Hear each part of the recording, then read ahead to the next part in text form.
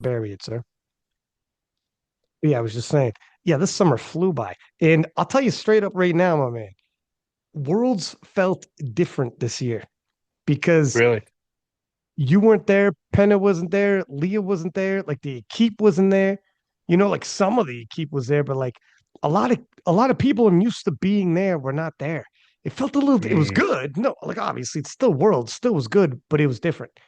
No question it was different. I don't know, man. yeah. I mean, it's tough, man. It's always tough being a spectator, you know? Yeah, I can appreciate the sport because I love the sport, in a sense that, I know what it takes to be on that platform. I know how much it takes. And so it's so awesome to see other people do that. And in a way, I get to kind of just cheer them on without like the pressure, which is cool. But of course, the flip side of that is, man, I'm not there, So it's Mm, always bitter. It's always bittersweet when I watch Worlds and I'm not there. Um, so, but it's weird, man, because I think you had said this to me once when I was a little bit younger. You don't know how many of these you're going to get, and so you always want to cherish every moment. You always want to live in the present. Now, my mindset is always like, man, fuck that. Like I know I'm going to get more, and I mm. still think that way, but it doesn't make what you said any less true. That the truth is you got to live in the present. You got to be there because you really don't know. Um, and so it is cool though, man. I'm sure people still had a good time, but yeah, bro, of course it's not the same when Mr. Burner Ships ain't present. It's just when you're like I've been around long enough, and like to be honest with you, even though I've been doing these for damn near 10 years, I also am like every time I'm like, who knows? Maybe this is my last one. Who knows? Yeah. Man? Life is funny. Like nothing lasts forever. Obviously, if you're in media and broadcasting, there are guys who have these jobs that last like decades, but not always.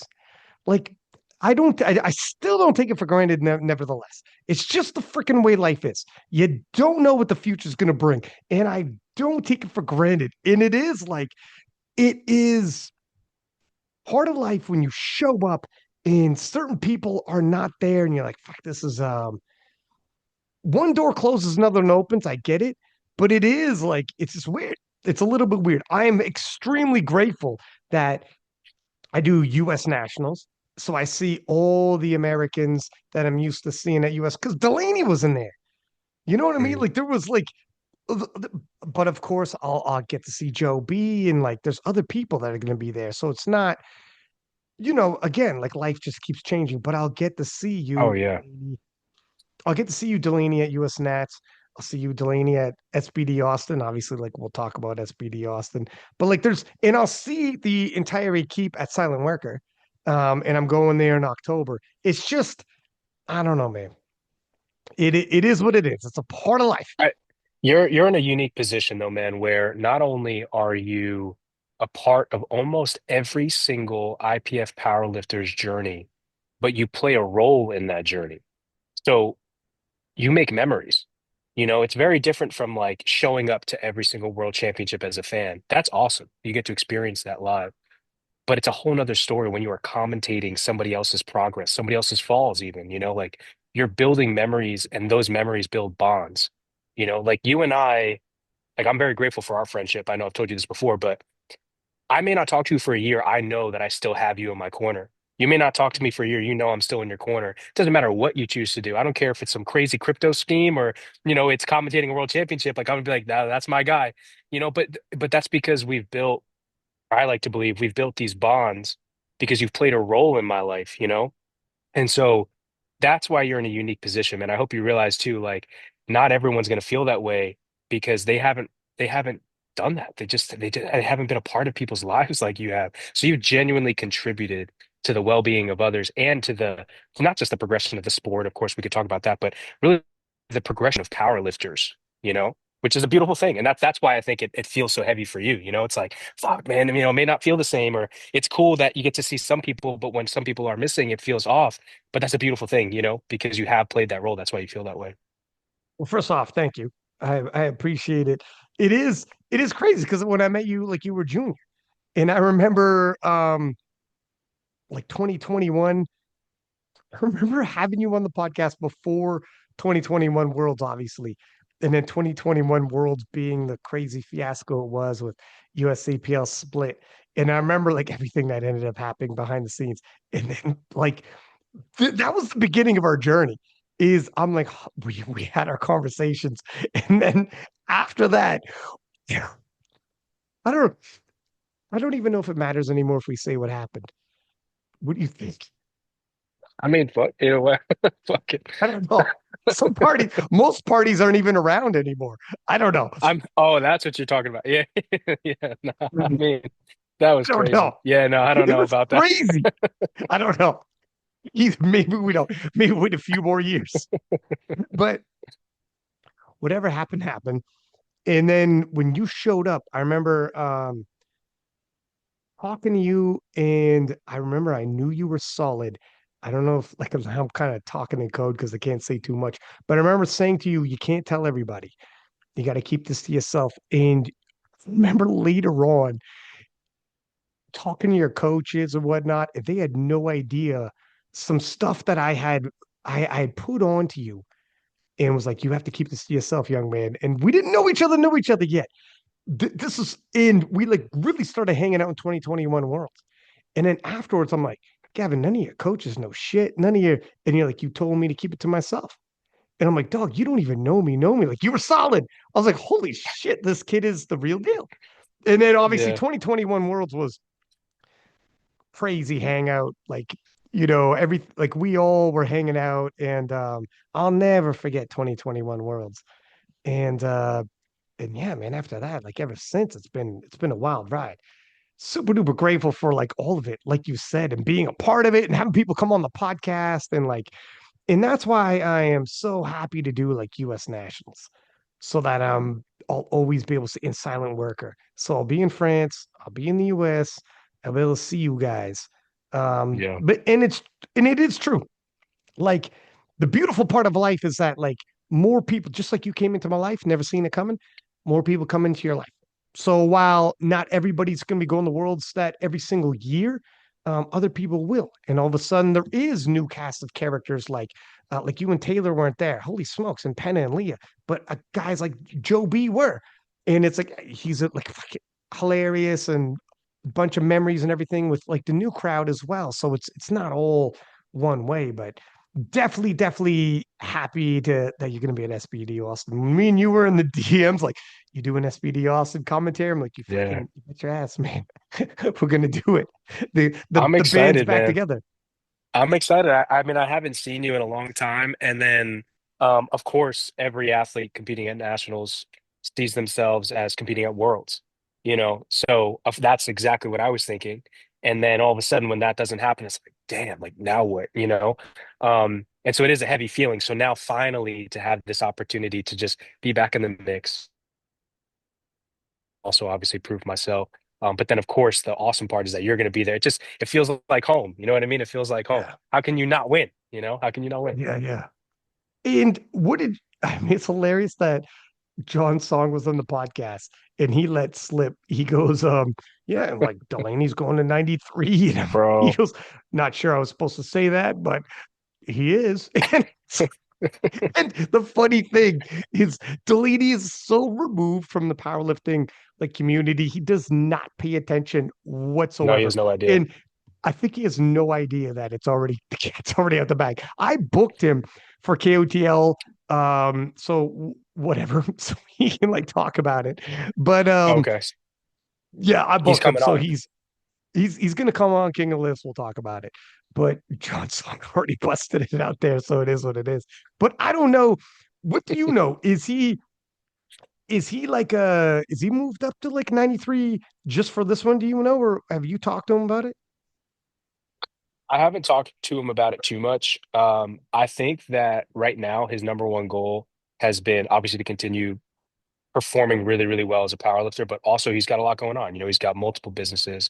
He's Mm, got his gym, some expansion stuff happening there, I believe. He's got a lot on his plate. He's got a lot going on. And I actually just finished up some,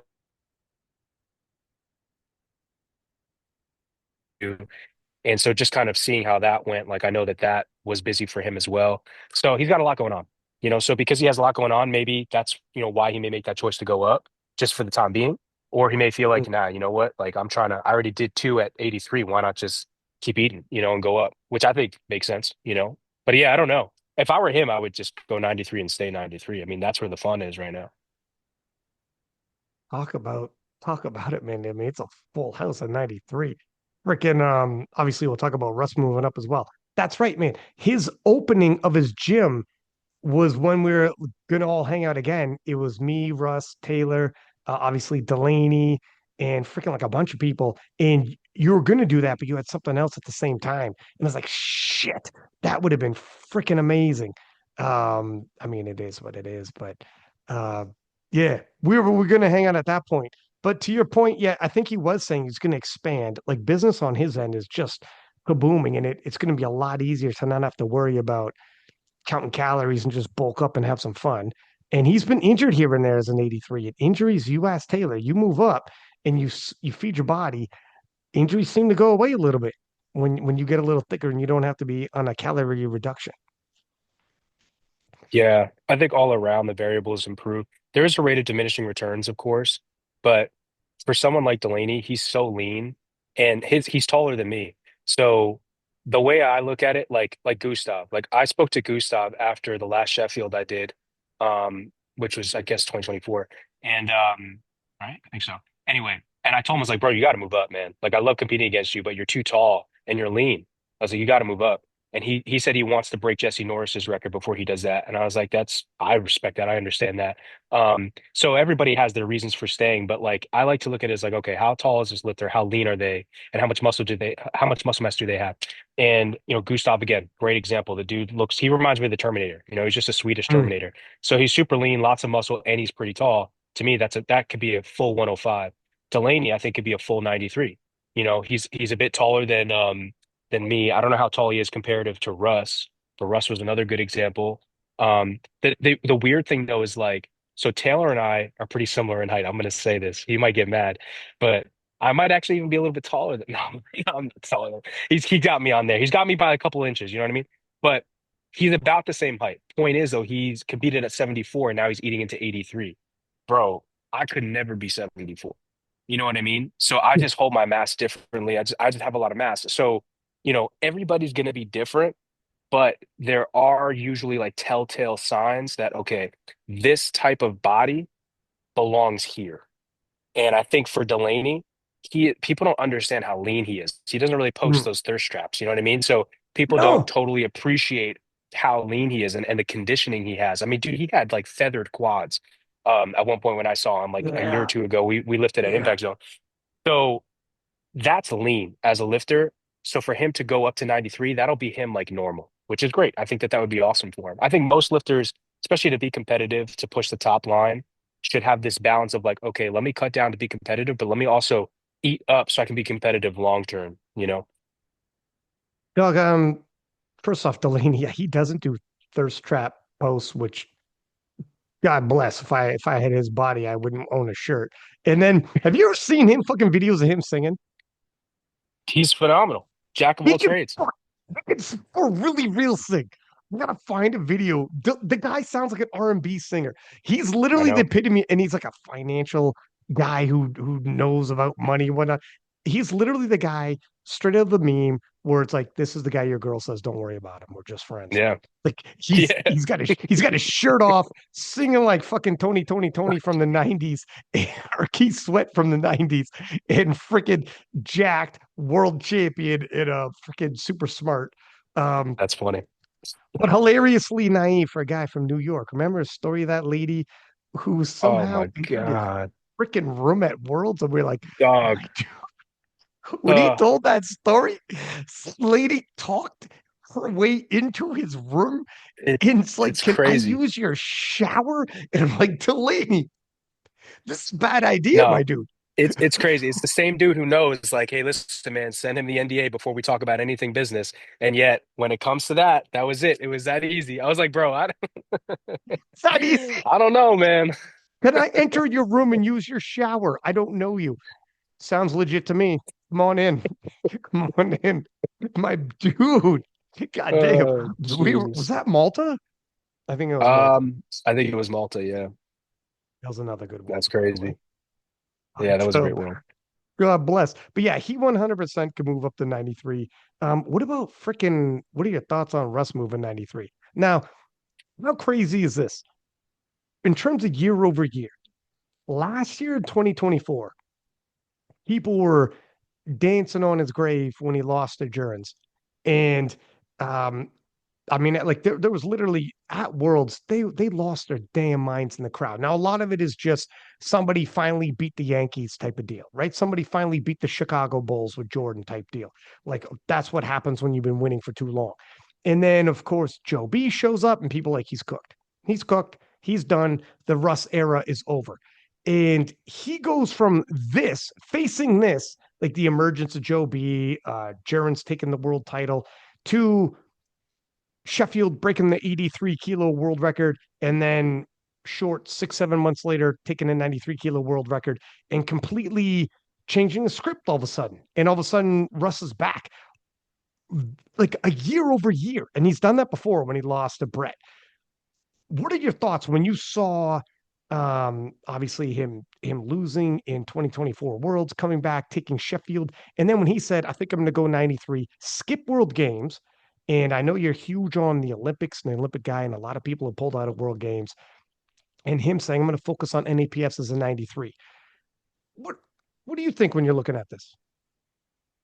Dude, I had a feeling you'd ask me about this. And I was trying to think about how to respond because it's a double-edged sword. I want to say first and foremost, I don't ever like to see anybody lose. I like to see myself win. And unfortunately, as a competitor, for my dreams to have oxygen, other people's dreams have to suffocate. That's the nature of competition. At the same time, I know what it feels like to suffocate. So I hate seeing other people feel that. So I felt Russ's loss for him, honestly. At the same time, I loved the fact that Jordan won. 38 years old, underdog. It's like you said, I think honestly, a lot more of it was, oh my gosh, this guy could be beat. And so people were all hyped up. But man, I don't, and I know I'm sure Russ knows this. You don't listen to the fans, you don't listen to the culture because that's a very what have you done for me lately situation, right? Those people are not there with you when you are grinding, when you are working, when you are dealing with loss outside of powerlifting, real loss, right? And you're trying to fight your way through that. They're not there when you're trying to pay the bills and still lift. They're not there when Kale is taking care of his daughter and his family while still cutting down like a whole ass weight class, trying to, you know what I mean? Nobody's there. They just see the performance. And and so why would you give them weight? So, I'm sure that that impacted him and I'm proud of him for coming back. So I want to say that, like, I'm very proud of him for coming back. At the same time, I expected that. I mean, he's a world champion. Um, that's his makeup. That's his DNA is when I fall, I'm gonna rise again. And that's what it is. That's all it is. And so I respect him for doing that. Um, in terms of him being a 93, I mean, it fires me up because it's funny. Like when I started powerlifting, I've got a vision board. I've talked about this before. I have a YouTube video on it too. People can see the actual vision board. But in 2019, it was like just before I truly started powerlifting, I made a vision board. And on that vision board, of course, I put gold medals and I put all these championships and stuff like that. Taylor Atwood and Russell Orhey are the only two powerlifters that made it onto that vision board because at the time, it's not that I put them on a pedestal, but I saw them as the greats. I saw them as like, this is where I need to be. Now, fast forward, look at where we are and how far we've come. It's a beautiful thing. But what I think is so incredible, man, and like maybe this is more personal. I always question myself, like, man, like I thought I was ready. Why didn't I win this time? That's been the story of my career. I mean, and you know this. I get so close to the top, and then it's just a matter of inches, and we don't make it. And every time we get sharper, we get better, and yet we still just don't make it. And so I have to question myself. I'm like, man, why not yet? Like, I don't understand. Like, I know it's inevitable, but why not yet? And what I've come to realize is this is the story that's going to be told for generations. So of course it has to be powerful. Of course there has to be real loss. And I'm going to circle back. I'm going to bring all this to conclusion, but you need the testimony. It needs to be worth something. This is no disrespect or discredit to any of my competitors. Everybody's strong, and I'm grateful to have competed against them. But would I rather win against just three insane 93s? Or would I rather win against fucking everyone? And that's how I feel about it. So Russ, Delaney, like everybody, Jamar, Preacher, like bring all of them. And I know that they're feeling the same way and that they're thinking the same way. That's what it takes, I think, to become a true champion. You have to have that grind and that grit. You have to want, you have to want it. You have to want that smoke.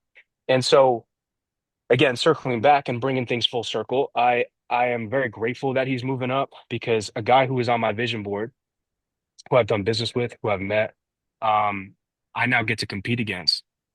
That's a beautiful thing, and he pushes us all to get stronger. Now I don't want to yap for too long, but like I said, man, I thought about it, how I'd answer this question a lot, and there's just so much to unpack because there's like the nerd powerlifter side of me, and then there's just Gavin. The nerd powerlifter side of me says, I think it's great that he's here. I'm very excited to see what he continues to do, but I'm more excited to see what I'm going to do. Um, I think 918 is good, but it's not enough. And what's funny is I've had people, I'm not going to say his name because I think he's a gentleman. I think he just kind of spoke out of turn a little bit. He basically said that I was basically a piece of shit because I said that 900 was the baseline for 93s. This was during like a Sheffield promo video for the very first Sheffield. And he thought that that was disrespectful to 93s because no, at the time, nobody had total 900 or even at like 895 or anything like that. And now look where the fuck we are, right? So Mm. I'm sorry I have to be the trailblazer. I'm sorry I have to be the guy who dreams that big. And this is a lesson for the youth too. If you're coming up, stand on what you believe. Period. Don't let other people sway you and it's okay if they misunderstand you. That's not your responsibility. So I truly believe that the baseline for 93s is no longer 900, obviously. 900 doesn't even get you podium at a national championship, right? So not only is that not really even the baseline anymore, but I truly believe 93s will be the most dominant and disgusting class of all time. I guarantee you we will cross 1,000 kilo barrier. I might be the one to do it. Like, so, and I see that. I think it's 100% possible. So by definition, I have to look at what Russ did and say, so what? Like, let's keep going. Let's keep pushing. And I know he has more. I know I have more. I know Petrie has more. I know Jamar has more. I know Gustaf and Emil has more. I mean, I know we all have more. So that's what it is. It's just we continue to push, we continue to sharpen, we continue to work. Um, and I want to clear the air too. Like I think the 782 squat or 781, whatever, I think it was great. I think it was great. You know what I mean? I don't know if anybody was talking shit about it. I know people were talking shit about mine when I said it at NAPFs the year before, but this time SPD was there. This time everybody cared about it, which is great. That's fine. Um, but again, I think it's legitimate. I think he is a legitimate world record holder, legitimate number 193 in the IPF right now in human history. Like that's legitimate. Um, and so I think that that's awesome, dude. Like I really do believe iron sharpens iron, and so it pushes us all to grow. I said a lot, and I apologize for yapping, but like I said, man, it's Well, tough you to answer have a to. question like that. I want you to. Don't apologize. This is what I want. You're Gavin fucking Adin. Um, no, okay. So let's dig in a little bit. First off, so people were upset when you said 900 would be the basement. What Yeah, what I, would have I been can't say it's everyone, but there was at least one person. what would have been the pushback on that? Like, because I like because you were saying like, look, the standard should be 900. Did they take it as you were attacking previous performances of theirs? Oh, Not of gotcha. theirs. I think of lifters, very legitimate lifters with very legitimate performances. Um, and look, man, playing devil's advocate, I could totally see how that might be offensive, because we work hard to set world records. So when somebody does 892 and a half, and that's a world record, and it's at Sheffield and stuff like that, or whatever, you're thinking to yourself, like, man, this is amazing. When somebody comes along and says, bro, that's fucking nothing. 900 should be the Yeah, minimum, yeah, right? gotcha. That could be offensive, and I totally understand that. At the same time, I actually think it'd be more disrespectful for me to not say it because I believe in me. I believe in Russ. I believe in Gustaf. I believe in all of these lifters so fucking much that I believe our potential is so great. 900 doesn't even come close to what our minimums are. That's where it's coming from. That's what I'm saying, Mm, And so, in a way, I'm just holding people accountable to the truth, which is, guys, we're stronger. Like, why are we fucking talking about 917 and a half, 918, 900? Like, fuck all that. Listen, why are we talking about 1,000, mm. 975? Like, that's my numbers going into SBD Austin, I told John, I text him almost every week. I give him the same numbers. I have them on my whiteboard. And these aren't bullshit numbers. These are numbers I believe are truly realistic. 804, 523, 821. I truly believe that is a floor for me. And I don't even know what that comes out to. It comes out to like 970, 975, something like that. But why the fuck not? You know what I mean? Like it just doesn't make sense for it to not even be. So that's just how I think. And yeah, man. I mean, and I don't get me wrong. I love an underdog story. So I'm right where I want to be. Um, but at the same time, I love the fact that we have athletes who are uh putting in the work to sharpen each other. That's how I word that. And did Russ do what you thought in around what you expected? Because what was a little bit surprising for me, he didn't like I know he did Sheffield as an 83 in January, but it wasn't like he was bulking up since January. He didn't make that decision to pull from World Games until 2.5 months out or something like that. So I wasn't entirely sure to expect as his first go round as a 93, because I for sure he's a big 83. Obviously, he did South Korea and had a 40-kilo bump on his total when he did South Korea, and he came in as a 90. So I knew he fought to stay 83. And obviously, the older you get, the more it hampers your performances. But was that what you expected? Did you think, man, he'll probably take the world record? Well, I know some things, or I look at things a little bit differently than I think most people do because I'm in it. I'm both behind the scenes and I'm also, in the front as well. So we got to break it down, right? And hopefully I don't say anything that would, be bad, but fuck it. So there's a couple things you got to look at. Number one is what is Russ capable of, right? So I think he was capable of 930 going into the meet. That's what I saw. Like 930 was a clean 9 for 9 day, I think, for him, right? However, knowing Joey and their coaching strategy, and also knowing that SPD loves Russ. Russ is one of their biggest athletes, if not their biggest. They put everything into him, so this is his shot to go to Sheffield. It didn't work for me, but that's okay because for him, this might work, right?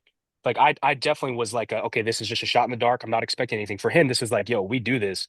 We break the world record. Even if we chip it, we're probably going to go. So knowing that as well, why do 930 when you can just do 918? Why do 930 when you do even 922? So truthfully, I predicted around like 922 and a half, 925. It all just was contingent upon that squat, which he ended up getting. You know what Mm. I mean? So obviously, had he not gotten that squat, maybe it would have been different. But I thought 9 for 9 day, he had 930 going into the meet. But just knowing the politics of it, like, okay, he would probably get the invite. Taylor would have to do something crazy like 900 or 901, 905 for the world record, which he could do 100%. And I honestly think that would have been a more popular matchup going into this Sheffield for a wild card than Russ against whatever 93s, because I think Russ needs a little bit more flavor for the 93. Like, I think he needs just to compete a little bit more in 93s for that to be like a real battle, so to speak. Whereas Taylor, like, who wouldn't want to see Taylor go back head to head with Joe, right? So, like, I think that would be sick. But unfortunately, obviously, because things didn't go according to plan for Taylor, like we knew that Russ on the day really only needed what he needed, which was just to break the world record. So yeah, so I mean, I kind of predicted around like 922, 925. I knew that based on their coaching strategy, there was just no way they were going to do 930. There was no need for it. So I operate a little bit differently. Like, of course, I'm an idiot. I think like, bro, if it's there, fucking let's just load it. But you know, but that sometimes bites me in the ass. So I totally get it. Dude, You know, they I still remember Lane Norton, who helped you in your cut for NAPS when you did the 900 and took the world record. I remember him texting me about your squats. I can't fully remember what happened.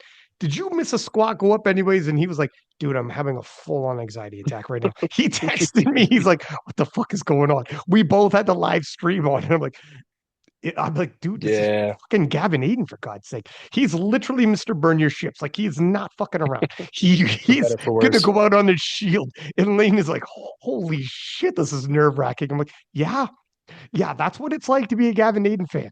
It's like Yeah. this is what he does. But Yeah, I like to keep people on the edge of their seat, sometimes even myself. But yeah, man. No, that's what I predicted. I will say I was very upset that Russ didn't end up going to World Games. And this is nothing against him, nothing against any of the US athletes or anybody who didn't go. Everyone has their reasons, some more legitimate than the other, but who's to judge, right? All I'm gonna say is, and this is just my own like bullshit opinion, is if you are a champion, And if you consider yourself a professional, it is your duty and obligation to show up, especially to something like World Games. Some might say a once in a lifetime opportunity, but it's also the organization. It's a huge opportunity for the organization. Um, it was an invitation that was extended to you that you did accept. So you made that choice. You made that commitment. It's not like you had a gun to your head and somebody told you, you had to go. You chose. So to see so many people not follow through on that commitment, was disheartening, honestly. And I do feel like we as powerlifters have a professional obligation to show up. And that also coincides honestly with US nationals. Like this might rub people the wrong way, and I totally understand why it would. And I'm not at all saying that this is the way. I'm just proposing that this is a different perspective that I think maybe we could try adopting, which is every athlete who intends to compete at a big meet, we'll call it, in that year should compete at US Nationals, must compete, must show up. And now, look, I'm not saying you have to go all out. I'm not even saying you have to load anything beyond 170 kilos. Bro, take the bar. I don't care. But it's the principle of it. It's the fact that I am a professional, so I'll conduct myself as such. You cannot compare yourself to all these professional athletes and all. We can't compare ourselves to these professional athletes, these professional organizations, and we can't even uphold our own standard of attendance, like Mm. attending and performing at a national championship. So to see that happen with nationals and world games, it does kind of rub me the wrong way. It hurts a little bit. Um, you know, because again, dude, I just think it sets a standard and it sets an example. It's like, wow, well, I feel like I'd win anyway, so why show up? Or I feel it's like, bro, that's not how, like, I don't know how to describe it, man. I mean, half of it's a love for the game.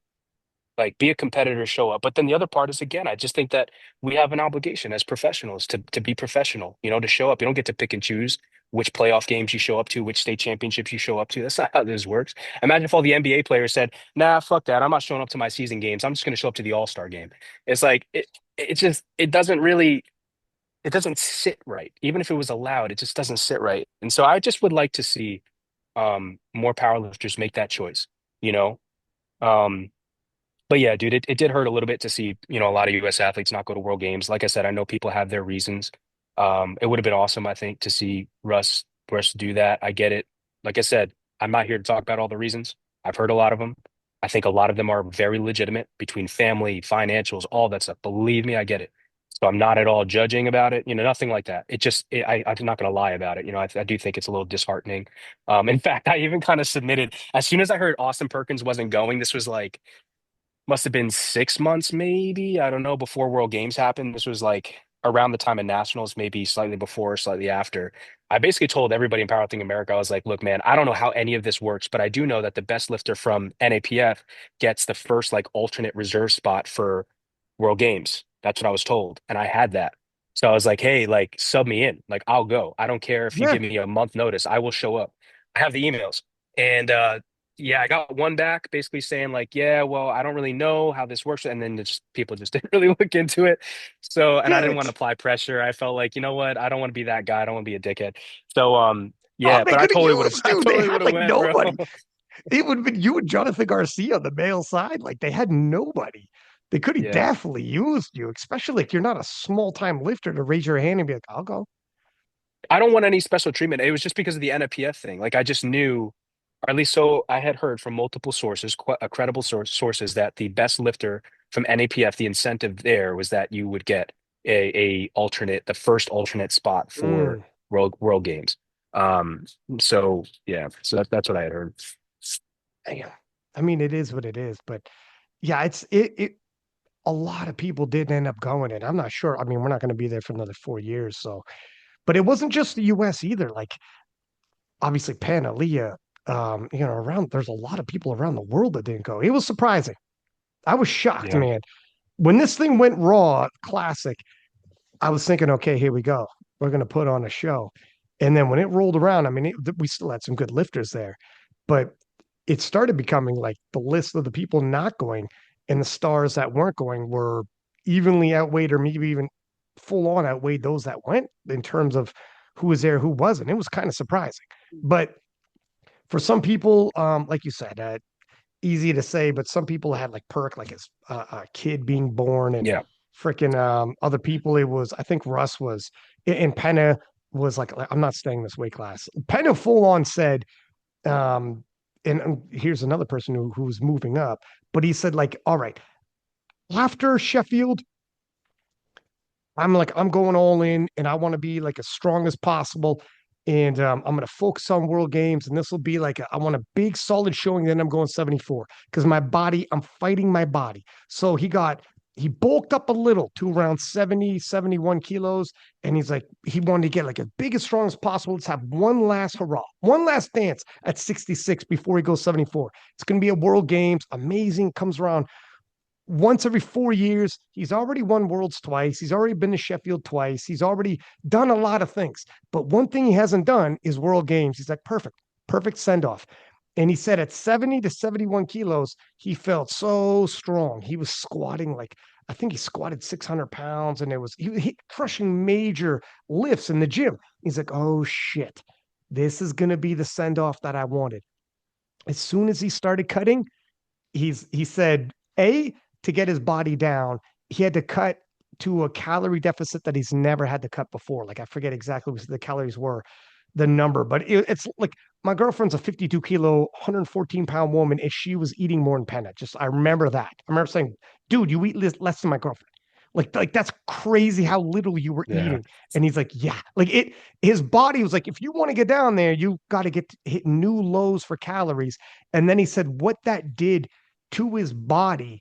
I don't know what he said on the podcast because I know we had a private conversation, but put it this way: when I had the podcast with Eric Helms and we were talking about cutting and how cutting can hit your body and what can happen in terms of injury prone to I mean, Joe B came on and said he cut so drastically, libido went out the window, your hormones go out the window. Like you could severely impact your body. If you get too lean, literally severely impact your body to your hormones, libido, and injury goes way up to like everything starts changing when you get right down to it. And kind of was like this time everything hit like never before, and his lifts went right out the window. And as soon as he realized I might make 66 one last time, but I am going to have a horrible performance. This isn't going to be the big cast off that I wanted. I'm going to be way worse, not way better. He's like, and I feel horrible. He's like, this is a Mm. new old time trash. I'm going to have a trash performance. I'm going to be upset with myself. Yeah. And he's like, I'm going to like, I feel like it's impacting his normal life. Put it that way. I can't remember all the details he said from the private conversation to the podcast, but it was bad. And he's like, Yeah. no, I'm not doing it, man. I'm going up 74. And now he's dropping videos. So he's going to do silent worker. It's going to be his first 74 kilo performance. Now he's dropping videos. He was always jacked. He looks crazy jacked now. And I'm like, dude, this is probably long overdue. I don't know what he's going to do at 74, but he's going to feel a lot better. He'll smash some weights. He'll have a good Yeah. performances. And I mean, but I understand that. I mean, again, you grow, and it's a positive thing. It's a great thing to be in a position where, holy, I can't do it anymore. I cannot cut anymore because you've built muscle, you've built mm-hmm. mass. That's a great thing. It sucked to train for 10 years and not have gotten heavier or increase your lean muscle mass. You know what I mean? Yeah, So, I'd hate to be that guy. it's a good So, point. It's a good yeah, point. man. So it's a great problem to have, and I respect it. I think as an elite athlete, you can get very caught up in the numbers. You can get very caught up in shoulda, woulda, coulda. You get caught up in what other people think, what other people say, what other people want. You have to throw all of that out the window. You have to be in your own lane and understand that, yes, it's okay to take advice from other people, to listen to other people, absolutely. But there always has to be a filter because you have to deal with the consequences to your decisions. So that's why I said before, like, I totally understand there are reasons as to why certain people didn't show up to World Games. I'm not here to judge that. It's easy to point fingers and be like, well, if I was in that situation, I wouldn't. Everybody's situation is different, number one. And number two, you don't know that if you were in their situation, you would have still chosen that. And so that's just the reality of it. But it doesn't change the fact that I think it would have been awesome to see everyone show up, or it would have been awesome Mm. to see more people show up even. Um, so yeah, man. But yeah, I think that's I mean, dude, I should not be moving up to 105 anytime soon. If I do that, I'm way too thick. That's five C's on that thick. You know what I Yeah. mean? But but I have thought about, of course, going 83. I think one of my dreams is to become a two-weight class open world champion. So whether that's 105 or 83, it doesn't matter to me. But for the gram, I think going 83 would be better. So Well, you wouldn't have to fill out 105 necessarily if you could, depending on how it all sliced up. I mean, you have people like obviously Bob won the 120s and he was like famously don't get clapped by a 105. You could do the old hey, don't get clapped by a 93, who knows, right? mhm. Yeah, Um Now, 105s is a freaking war zone now with your boy Anthony. You yeah, had he's said phenomenal. previous, yeah, dude. I remember I was talking to John actually on the podcast how me and you were commentating Junior Worlds. And Anthony was in there, and I remember him putting in some crazy final pull. And it was like such a long shot. You're like, I guarantee you on everything on my fucking mother, he's gonna hit this. I'm like, okay, take it easy, man. I remember you put aside the unbiased commentator and you were down to New York stand up. He's going all in, but That's right. holy shit, is Anthony McNaughton really showed out in 2025, man. So Yeah. if there's like breakthrough star 2025, it's got to be Anthony McNaughton, no? Yeah, and it's unfortunate. Maybe this is just my perspective, and this is not the truth of it, but it does feel like he flew under the radar. Somehow I he had agree. the most amazing performances, and yet nobody's like, again, all respect to Russ. I think what he did is great. He's big on social media, does all that stuff. Like, I totally understand that. I think it's amazing. But then you look at someone like Anthony, and I do think, and I feel like most people would agree, what Anthony has done is bigger than what any 93 has done in the last 2, 3 years, period, across the board. So the fact that nobody's giving it that attention, giving it that hype, giving it that talk is crazy to me. But that's just the nature of the sport. That's why I say, like, whatever, like let people say what they want, think what they want, whatever. You run your race, you stay in your lane, you do your thing, and your story will be told. So I'm proud of him, man. I mean, I don't know everything that he's gone through to get to this point, but I do know he has, like we said, real loss before. That's Anthony. So it's not easy, man. Like going into nationals for me, I had some really insane stuff going on. And heavy stuff, like really heavy stuff, and so I don't think people totally understand what it takes to get to these stages, to give everything over and over and over again with no guarantee, and to also have to basically do the same thing in every other area of your life. Because that's the type of person like we're talking about here. Like that's character should be consistent, right? Being a champion, that's not just in powerlifting. Like that has to bleed into everything else. So, and that's one of the reasons why too, like I struggle looking up to guys like Conor McGregor and Mike Tyson because outside of the ring, at least when they were younger, and Conor McGregor still now, kind of pieces of shit, to be honest with you. So it's like, can I truly admire this person? I can admire what they've done, but as a champion, like what does this look like? Like can I truly, and you have to define that for yourself. I think Chris Bumstead said this on a Chris Williamson podcast. I thought it was very profound. And one of his biggest struggles, he said, was discovering the definition of what it means to be a champion. Because going into sports, you have this preconception of what it means to be a champion, how you're supposed to behave, how you're supposed to act. I'll give you guys an example. Like you're supposed to hate your competitors, right? Like that's a typical one. Like fuck everyone, let's kill everyone, right? So you start to question yourself, well, if I don't feel like that, am I supposed to be a champion? Like, can I be a champion? So what he had to do was redefine it for himself. And I've discovered that for myself as well. It's like you have to define that for yourself. And so, yeah, man, I mean, it's challenging, but going back to Anthony, I think that he is embodying a champion. And I do think his time will come when the sun will be kind of shining on him and he will get all that's coming to him. But he's also still building. Like I listen, man, people look at what he's doing and they're thinking, oh my God, look how strong he is, look how amazing he is, blah, blah. Like he came out of nowhere, brother. There's no such thing as an overnight success, especially in strength sports, but also too, the higher you climb, the harder it's gonna hurt when you fall. And you will. Mm. That's life. Nobody escapes that. So I know that because I have at least some degree of foresight because I've had to live it myself. Something will come eventually. Could be powerlifting related, could be not. That's when we see the true champion shine through. And I know that Anthony has built that because of what he's been through to get to where he is. And that's the stuff that I don't think people see. I think John was saying that on your podcast, like, man, when Anthony feels comfortable being more vulnerable, being more open about his story, like you guys will see. And I agree with him. I don't even know what the full story is, and yet I still can just tell. Like I just agree with him. And so yeah, man, I think Anthony is all types of strong, beyond a barbell. I think he's all types of strong. And I'm really proud of him, man, because I met him before my first meet. I don't even know if he was powerlifting at that point. I remember he spotted me on a Larson press. It was like 325 for sets of 7 or something like that. Uh, and I remember telling him my goals. I was like, yeah, bro, I'm gonna be a world champion. And and Yes, you he did. was like, oh shit, really? Yeah. And it's what's fun, what's fucking funny, dude? So at the time, my total was like 1,400, right? So I tell him that. And then I walk over because at the time, my ex-girlfriend, her friends, and her coach Luke, who's a great guy too, he helped handle me at NAPS.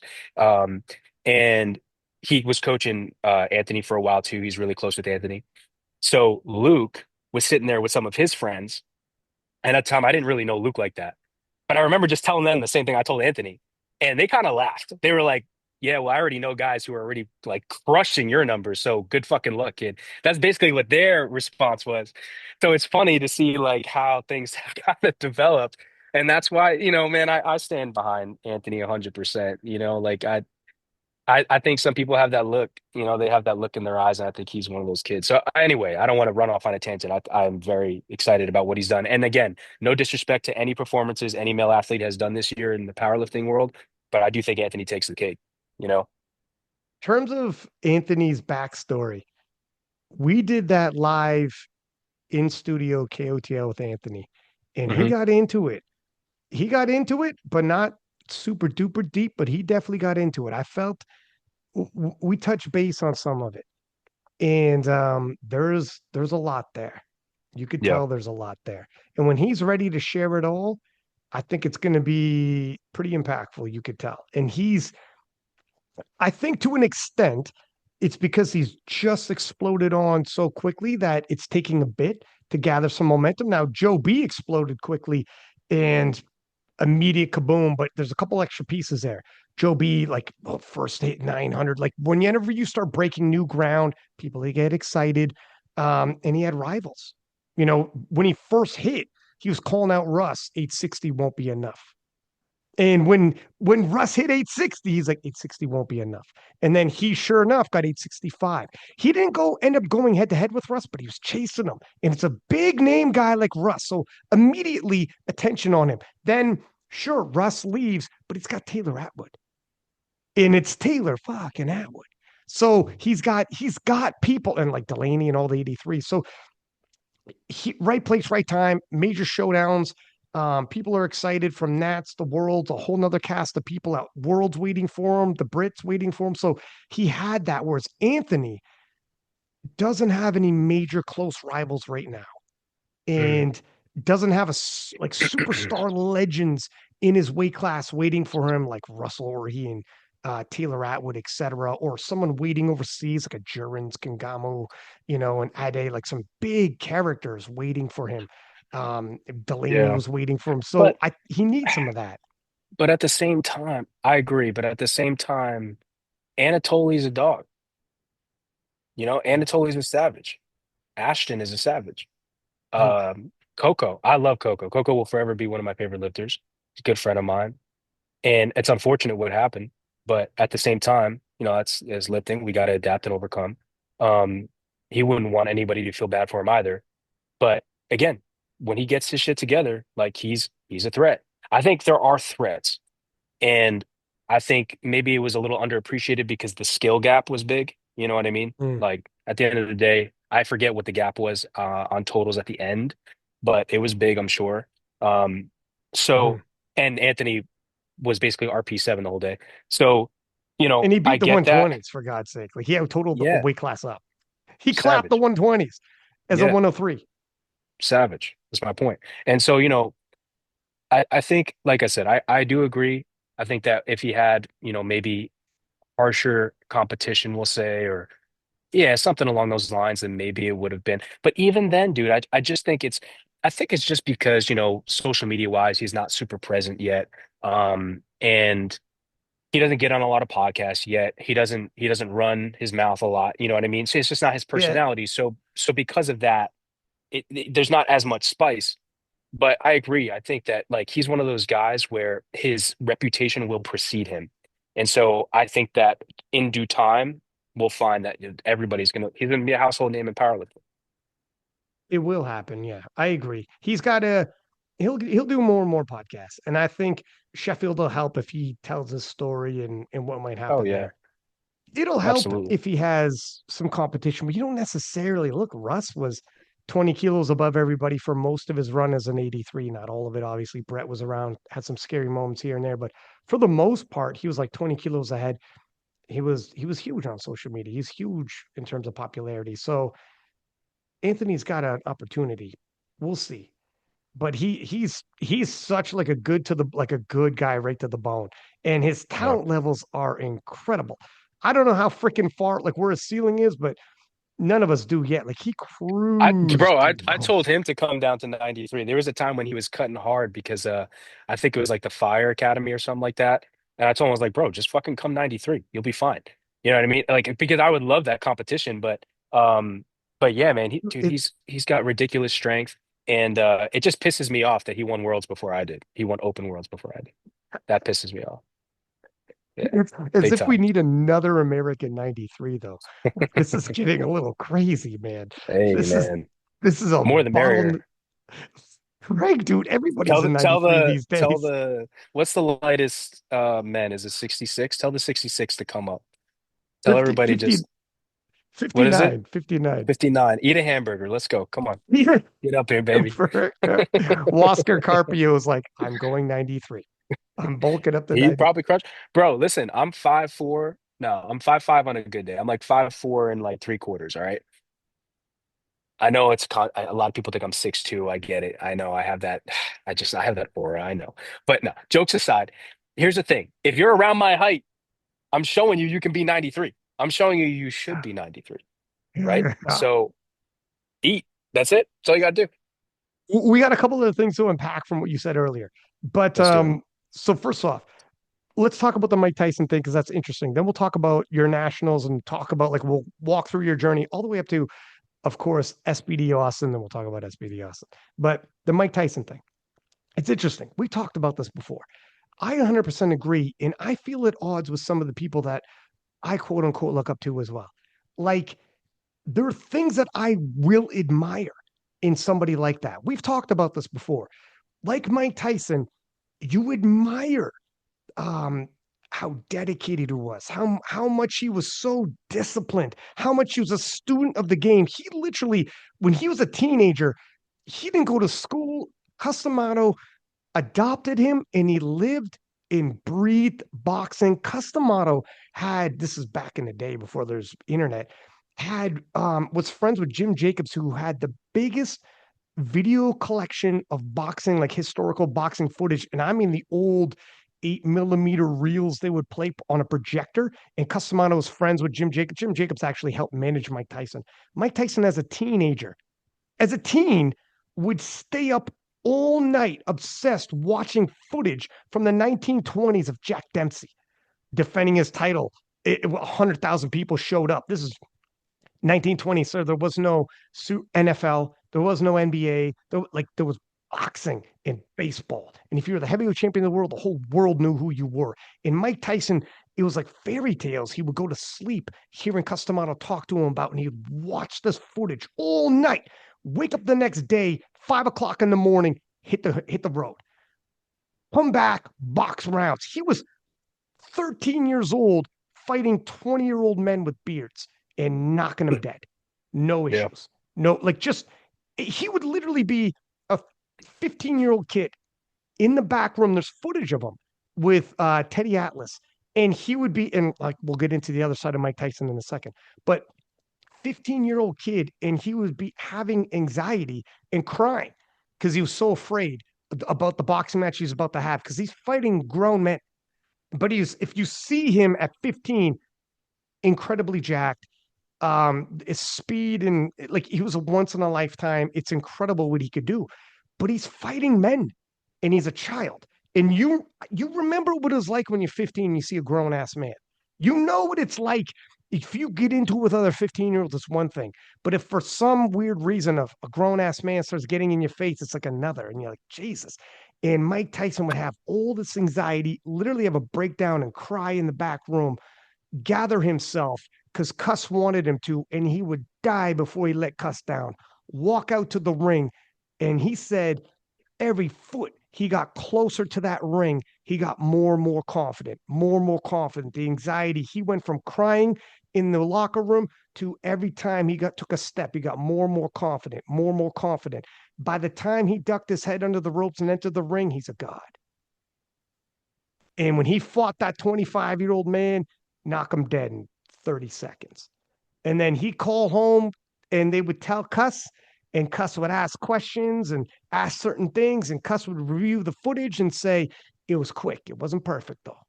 You made mistakes. You were a little aggressive. You were, and this is what he was like raised off of. And this is where like Mike Tyson, I mean, he's the youngest heavyweight champion ever. And then at 54, when he's boxing like Roy Jones and in the exhibition, the guy's in phenomenal shape. And I couldn't believe how fast his hands were and what he was doing. And like, it's Mike Tyson, right? It's that guy. On the flip side, so another piece of Mike Tyson, Customato, when Mike Tyson would go to sleep as a kid, Mm. and he Customato adopted him at 12. Customato would read books on psychology and knew like it's the fight game, it's psychology. And when you go to sleep, it's not like your ears detach from your body. Your ears hear sounds. You just go to sleep, but you could still hear sounds. So if you hear a song while you're sleeping, it might enter your dreams, but you're hearing it, or you just sleep through a movie, but you're actually physically hearing the movie, but you sleep through it. But Customato would read books on psychology about how to implant images and thoughts in somebody's head. And from the time he was 12 years old until the time he was 18 or whatever, like a man when Customato died, Customato would enter Mike Tyson's room and read to him, you are Jack Dempsey. You are Muhammad Ali. You are a conqueror. You are Alexander the Great. You will retire undefeated. You are, he would say over and over in this hushed tones while Mike was sleeping, his entire fucking from 12 to 18, the formative years, becoming a man, he would imprint this into Mike Tyson's subconscious. And Mike said he found out because one night he couldn't sleep and he heard Cuss's voice saying it. And only then did Mike be like, holy fuck. And this is what, and Mike started like, that's why when he entered he was 15 years old, knocking out grown men, and he'd enter into the cage or the ring, sorry, and he'd feel like he was a god. Now here's the flip side.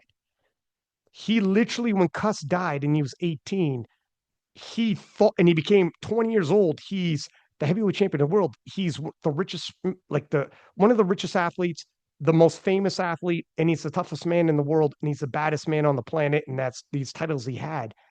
And he's an absolute animal now because nobody's around to undo the psychological what Cuss put in his head. Cuss passed away, and Mike said, I was a crazy person. You watch yourself around me, huh? I was not a good person. He'll flat out tell you. Teddy Atlas, who I told you about, whole nother story. He's got a scar all the way down his face, gangs, whatever. Mike Tyson was alone with Teddy Atlas's niece, got a little grabby. And Teddy Atlas's niece told Teddy. Teddy pulled a gun on Mike. And that's how they parted ways. And Teddy Atlas, like later on, trained world champions and all the rest of it. Teddy was a young guy in his 20s. Mike was in his teens. Teddy Atlas is still around now, training world champions. Later on, they pieced it up and they were fine.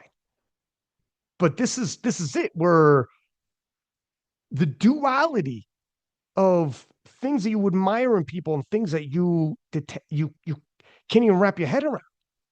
And like, sure, Mike at like 60 now, he might be a totally different human being. He's married, kids, whatever. He's had loss. Literally, his daughter died. Cuss died is a lot. He's gone through a lot in his life, but I don't know, man. You could admire some parts of people and other parts you're like, I can't even wrap my head around. I feel ways about it. Yeah. It's that duality of like, how do I parse this? Can I parse this? Is it wrong to parse this? I don't know. Yeah. No, 100%. And I do think that like, look, at the end of the day, again, we all like to think of ourselves as if we were in their situation. And we always like to give ourselves the benefit of the doubt. We like to say, if I were in that, I would have never done that. You don't know that. If you were brought up the way he was brought up, if you were around what he was around, taught what he was taught, you don't know that. It's the same thing like I used to listen to people talk about. There's this book, I forgot what the name of the book is, it's terrible. But it's a book about these officers over basically in Nazi Germany who started off not being a part of the regime. Long story short, they end up being a part of the regime. They end up doing like incredibly horrific acts, stuff that they never would have done before. But it just was meant to show what the human what human nature is capable of, essentially, and how we are all capable of it. No one is exempt. So this idea that you're better than or you're superior morally somehow, I don't buy into any of that, and so that's why I try my best not to judge, but I still do have to acknowledge. So Mm, like Mike's career and who he chose to be in a lot of situations, like, man, once you get to a certain point, it's about choices, man. Like I'd say as a man, 25, 26, your brain's matured enough where when you do something and you're behaving in a certain way, it's a choice now. You start to become, I mean, you know this, you start to become aware of your habits. You start to become aware of your thoughts. You start to become aware of these things. You start to become aware of how it affects other people. So now you have a choice to make. And that's why a lot of times we see like, parents are a certain way. They instill certain behaviors and whatever into their children. And children usually have a choice. Am I going to continue down this path or am I going to be the one who breaks it? And in the faith world, we kind of call it like generational curses, right? Am I going to be the one to kind of just keep letting this run? Or am I going to be the one to stand up, fight against it, and break this generational curse? And you might have to be that one. It's not easy, but you might have to be that one. And so you have choices. So I can't cut too many people slack because I can't cut myself slack. Like I'm not perfect, but that's kind of the art of it. Like, you ask for forgiveness, or sorry, you forgive others because you would want to be forgiven, right? Because nobody is perfect. Like that's, again, not to get all preachy or whatever, but that's why God wants you to forgive because Jesus died so that you could be forgiven, but you have to ask for forgiveness and repent. And repent means change. You have to try to change. It's not enough for me to just be like, man, I'm sorry. I won't shoot you again, or I won't, no, I won't do that again. I won't do that again. You have to change. You have to repent. And that's a process, right? That's a transformation, right? That's why they say like born again and all that. So now I don't know too much about all this stuff, so I don't want to say the wrong things. But all I'm getting at here is that you have a choice. And so as a grown ass man now, I look at other people's choices and I have to say, man, is that what I want? Is that who I want to be? Look at who got affected by that. Because that's the tragedy of sin, man. It has this negative feedback loop.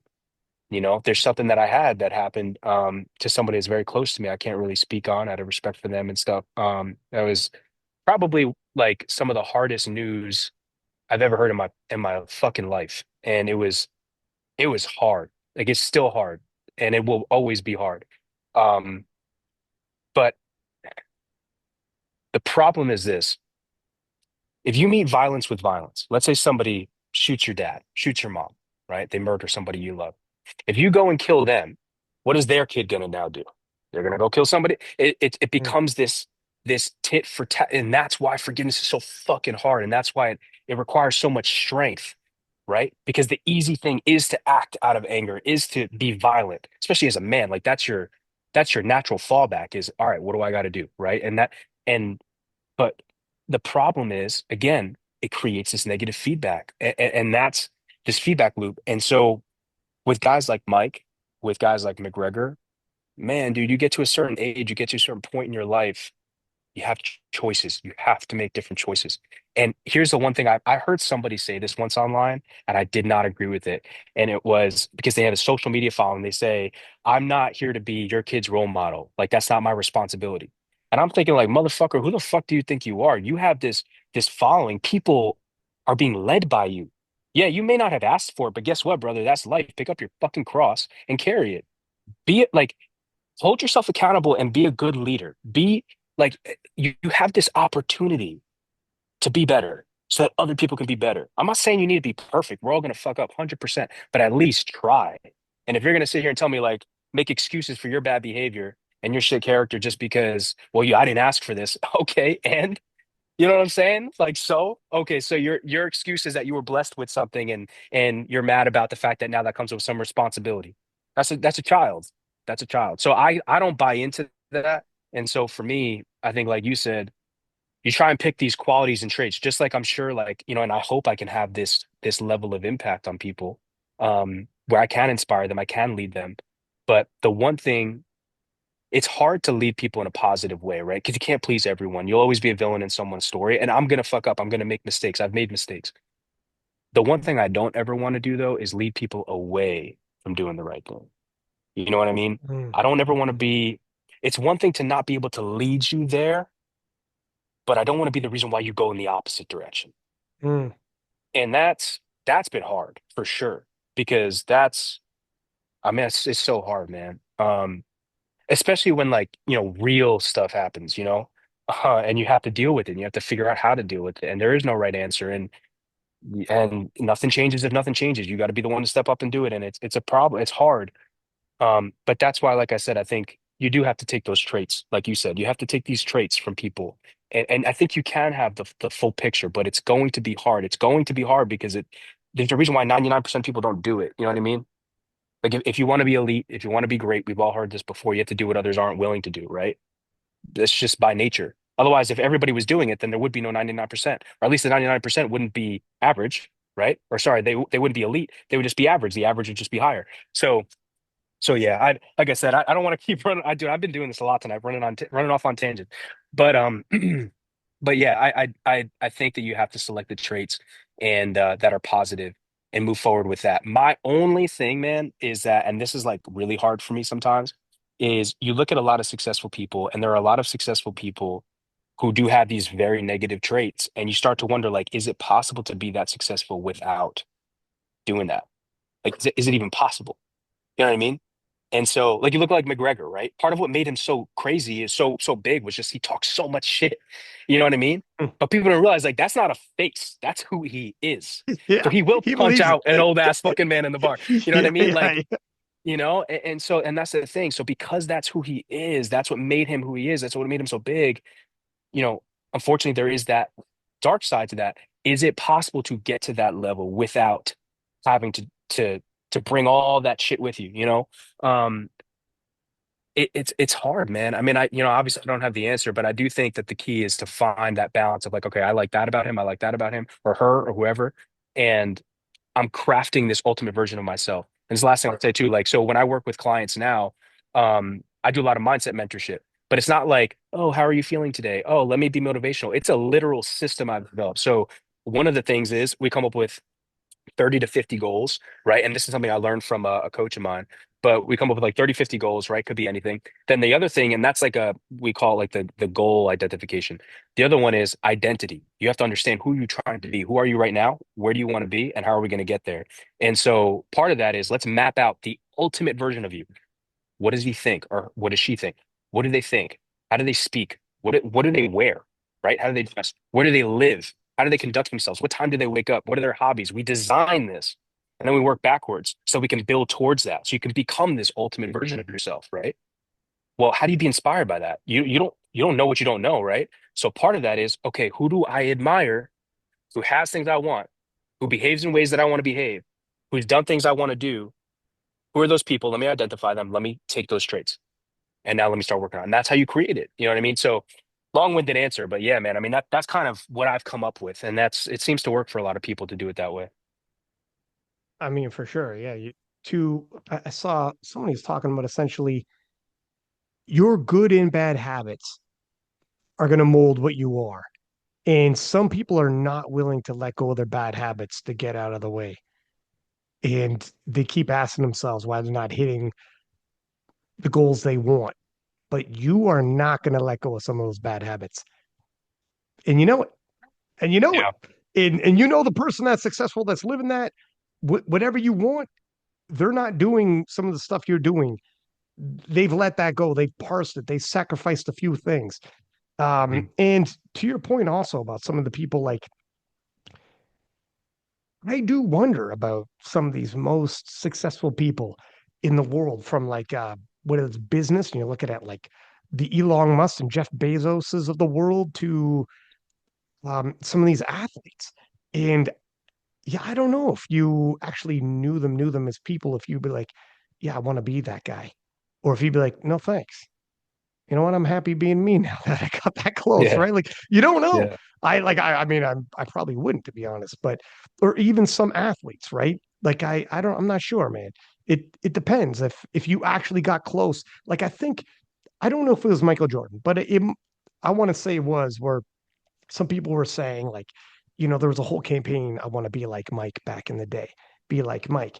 And then later on in life, I'm pretty sure it was him saying, you know, you no, you don't. Right. I'm obsessed with certain things and I'm Yeah. obsessed with winning and when I win it's a relief, it's not joy. And feeling joy is important. And when I lose, it's earth shattering and I'm not as happy as you think I am and I'm driven. It's Yeah. different when you're in there. You have a romanticized view of me, but when you're actually me, how I feel about sport and about things isn't enjoyable all the time. And But so you could he watch a he said that. He said that, right? yeah, and you Yeah. watch a documentary and you could fluff it up in the whole nine, but and look at him, I'm waking up at 5, doing this, that, and the other. But I'm doing this because like I don't feel like you think I feel. It's not a freaking movie for me. I'm obsessed, and I will Yeah. let other things in my life fall to pieces if they get in the way. If you get in the way and you're in my inner circle, you are no longer in my inner circle. And I've sacrificed relationships, and I've sacrificed things that I wouldn't even. I'm not proud of, and there's nothing proud of doing that. And then I'll win, and it's not like yes, the ultimate joy. It's just thank God. And then it Yeah. becomes like he's like, you got to be careful. And it's not what you think it is all the time, right? So to your point, it's Yeah. I don't know. Well, and I respect it too. Like look, man, I don't expect anyone to be perfect. I don't even know what perfect would look like, right? Like I really don't. I'm still figuring it out and learning to try and figure out what it means to be the best version I can be, and best version of myself I can be, the people I care about, and for myself. So I don't expect anyone to do it, and I don't judge anyone who's not. But it's more so, again, I have to acknowledge it. Just like I have to acknowledge myself. Like I have to acknowledge my shortcomings. I have to acknowledge the stuff about me that sucks. Right? It's not healthy for me to smoke cigars. You know what I mean? So it's you have to acknowledge it, but I can respect when we're honest about it. You know what I mean? I can respect when somebody is real about it. When somebody says, "Look, man, I'm going to be very honest with you. Don't do this. Like I know I do this. I struggle with this, but I'm telling you this is not the way." I can at least like I can respect that because again, what is that person doing? They're at least not leading somebody in the opposite direction, Mm, right? mhm. And so that's what I just am trying to do. But yeah, man, and it's tough. It's kind of like, don't meet your heroes kind of thing. I don't know if I've the only person I mean I met Arnold and that was pretty incredible, but I remember feeling like in a most respectful way I can say this, I remember feeling like, man, like I want to be this guy. You know what I mean? Like I don't want to be the guy asking this guy about him. I want to be the guy being asked about me. You know what I mean? Like I want to be Arnold or I want to be Gavin, but that. And that's how I've always thought. It's never like, oh my God, this person, oh my God, Mike Tyson. In my head, I'm thinking like, the way he moves, like I bet you I could move like that. The way he just like little things like that that in my mind, I'm like, I could do that. Like that could be me. Okay, I know what I need to do now to try and elevate. And so I do encourage people to have aspirations and to find people that not idols. You don't want idols, but you want inspiration. You want people who have traveled the path that maybe is one that you want to travel down. And maybe you will take some different turns. Maybe you will create detours and stuff. That's cool. That's life.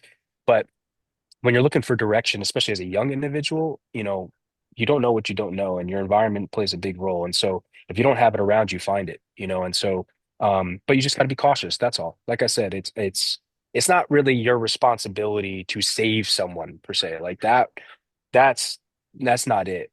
But it is your responsibility to try and be the best version of you. And I think in being the best version of you, you will in turn at least uplift, inspire, teach other people in a positive way. So It's pretty good. Well, first off, you said a good quote in there where you, I think it was we were talking about Mike still, and you were like, "I'm not judging, but I got to acknowledge," and that's pretty good. Where you're like, "Look, That's pretty powerful right there. Hmm. I'm not judging. I don't know the full story. I didn't walk in your shoes. I don't know.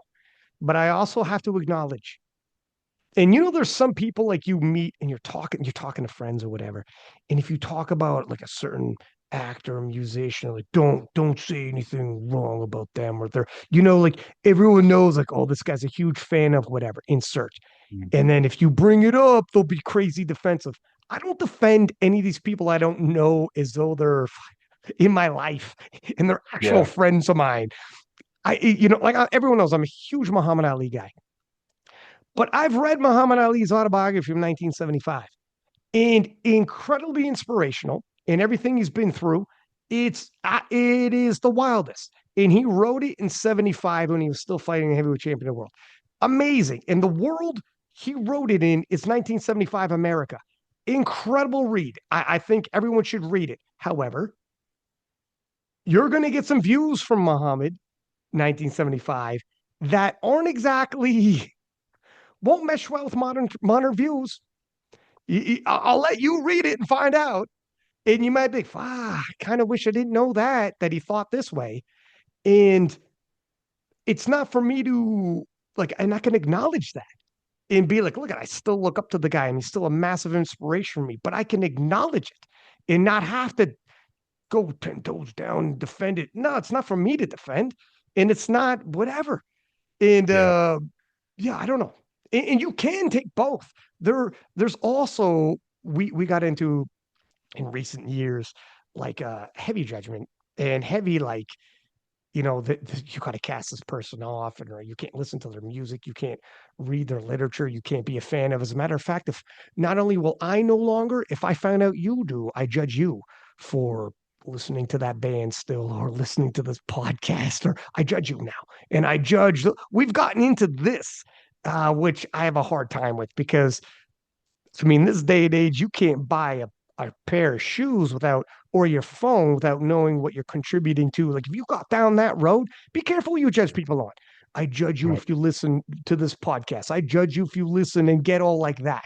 Be careful because then I see you with a phone or a laptop. I'm like, do you know how that was made? Now I can judge you. Now we could do this. Do you know what you're contributing to? We could do this game. How about more like you said? You can acknowledge and do your best, but take it easy when you when you get aggressive with it, right? Yeah. I try like constantly that because I feel conflicted oftentimes, and I mull it around in my head. Yeah, and Um, sometimes it's hard. Sometimes you want to judge, and sometimes, honestly, judgment is. Can't say it's necessary, but it's almost impossible because look, I think part of judgment is like a safety mechanism. It's one of your ways that you can judge a situation and whether or not your survival rate is high. Like I can walk down the street and if I see a group of 10 guys and they're all belligerent drunk and I'm walking with my girl, right? Maybe it's not the safest bet for me to just continue walking down the street when there's you that many pussy, belligerent you individuals. And pussy. but no, no, no, I got to think about her. You know what I mean? If You it go, were me, yeah, fuck that's right, that's right, you're right. You're like, I'm by myself. I take off my jacket, fellas. How do you guys want to sort this out? You want to do one on one? You want hey, Listen, man, 10 I on do one? enough. I do enough randori with black belts who are like 6'4". I'm ready to get tossed around. You know What's what I mean? what does Chael Sonnen say? He goes, I don't care if it's 2 on 1, 3 on 1, 5 on 1. You better call 911. Of I'm course, like, that came from oh Chow, though. That's funny. shit. That's Yeah, a but but but that's uh you but know yeah, that sorry, that's go. my point. Like sometimes the judgment is necessary because it keeps you safe. It's a survival mechanism, you know.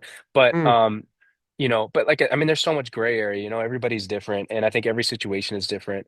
But that's why I don't want to try and paint things with a broad brush, especially if I don't fully know the situation.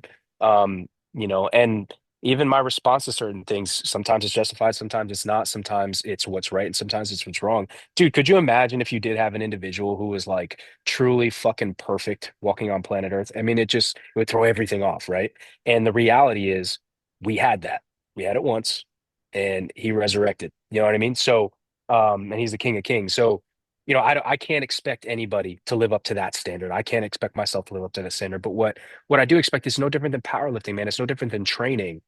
You are training, A, because there's a passion for progress, right? B, because you know you have more. You know you're capable of more. So why not try? Why not go all in? Why not give it a shot? Why not keep working and keep working and keep working? Because let's see how far we can go. I mean, truly, the only limit we have is time, right? So if you know you're going to die anyway and you have a passion for it, just go all in on it. And so that's why we keep doing what we're doing. It's this pursuit that's where the meaning is, and that's what I had learned from my mom when I lost in South Africa. Um, I forget when that was, 2022 maybe, but that was a It hard was. loss. And she told me, it's not about the outcome, it's who you become in pursuit of the outcome. And that then brought me to, oh, okay, so that means it's about the process because that's when I become something. It's during the process, right? And yeah, man, I mean that's the beauty of it. And so yeah, I think that you fall in love with the process, no matter what it is, just this ideal, this ultimate version of yourself. You aim for that. You aim high because you can, because it'll give you purpose. And I do think, and this might be controversial, I do think you should. I think you owe it to yourself. I think you owe it to your potential. Imagine I gave you this gift, right? This gift of commentating and powerlifting, the voice of powerlifting. This is the gift I gave you, but you never use it, right? How am I going to feel about it? I'm going to be like, man, dude, I gave you this amazing gift and you don't even want to share it with everyone. You don't even want to use it. Not only could it elevate you, but you know how many people you're going to impact? A young Gavin Adin who's coming up is going to hear his name called on a KOTL podcast, and now he's going to believe in himself because of it. And because of that, he's going to go on to set world records. And because of that, he's going to inspire someone in Guyana to do that. Like these are the seeds. But you don't even want to try. You don't even want to do that. That's how I feel about it. I feel like we all have these gifts. We all have these quote unquote seeds of greatness. And so we have this obligation to grow it, but it is a choice. You have to choose to grow it, no different than anything else. And you have to watch where you plant it and you have to watch when you water it. Yeah, it's going to get muddy. That's how it works. Sometimes you'll have a little bit of sun, but not a lot of time. There's going to be some wind. There's going to be rain. There are going to be weeds that try and take you out. I mean, it's just, there's so much, but nonetheless, you have that seed of greatness. That doesn't change. That is a fact. Every person on this planet, I will die on that hill. Every person on this planet has a seed of greatness, but growing it is a choice. Um, and some people have it easier than others. Some people have a harder than others. I mean, it's true, 100%.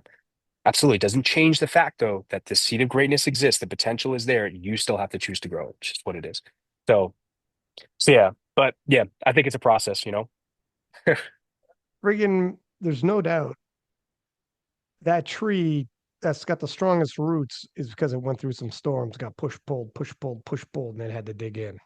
Mm, Those roots had to dig in. And freaking anybody who's been around long enough, you felt some push pulling. yeah. Even if it's not all been shared up front. Let's talk about USA Nats. So first off, it was crazy what you guys put the show you guys put on. The Mm. 93 is absolutely freaking stacked. Uh, how was it for you? You said you had dealt with some tough times leading into it. I'm not saying you got to get into it. I think you said if that's what you're alluding to earlier, you don't necessarily want to get into it, but you had some difficulties physically. You were up to snuff, I guess, but you had a lot going on. And what were your thoughts around US Nats? So the biggest thing, I had gotten some news about a week or so out from the meet that really crushed my soul, honestly, man. Like, I've compartmentalized it enough now where, depending on where I am and who I'm talking to, I'm not going to tear up about it. I'm not going to break down about it. But but when it's between me and God, like I'll break down. I mean, it's yeah, man. I mean, there's no way around it. It's just some of the heaviest. Somebody very close to me was hurt really bad for a long time, and there's so much that goes into it.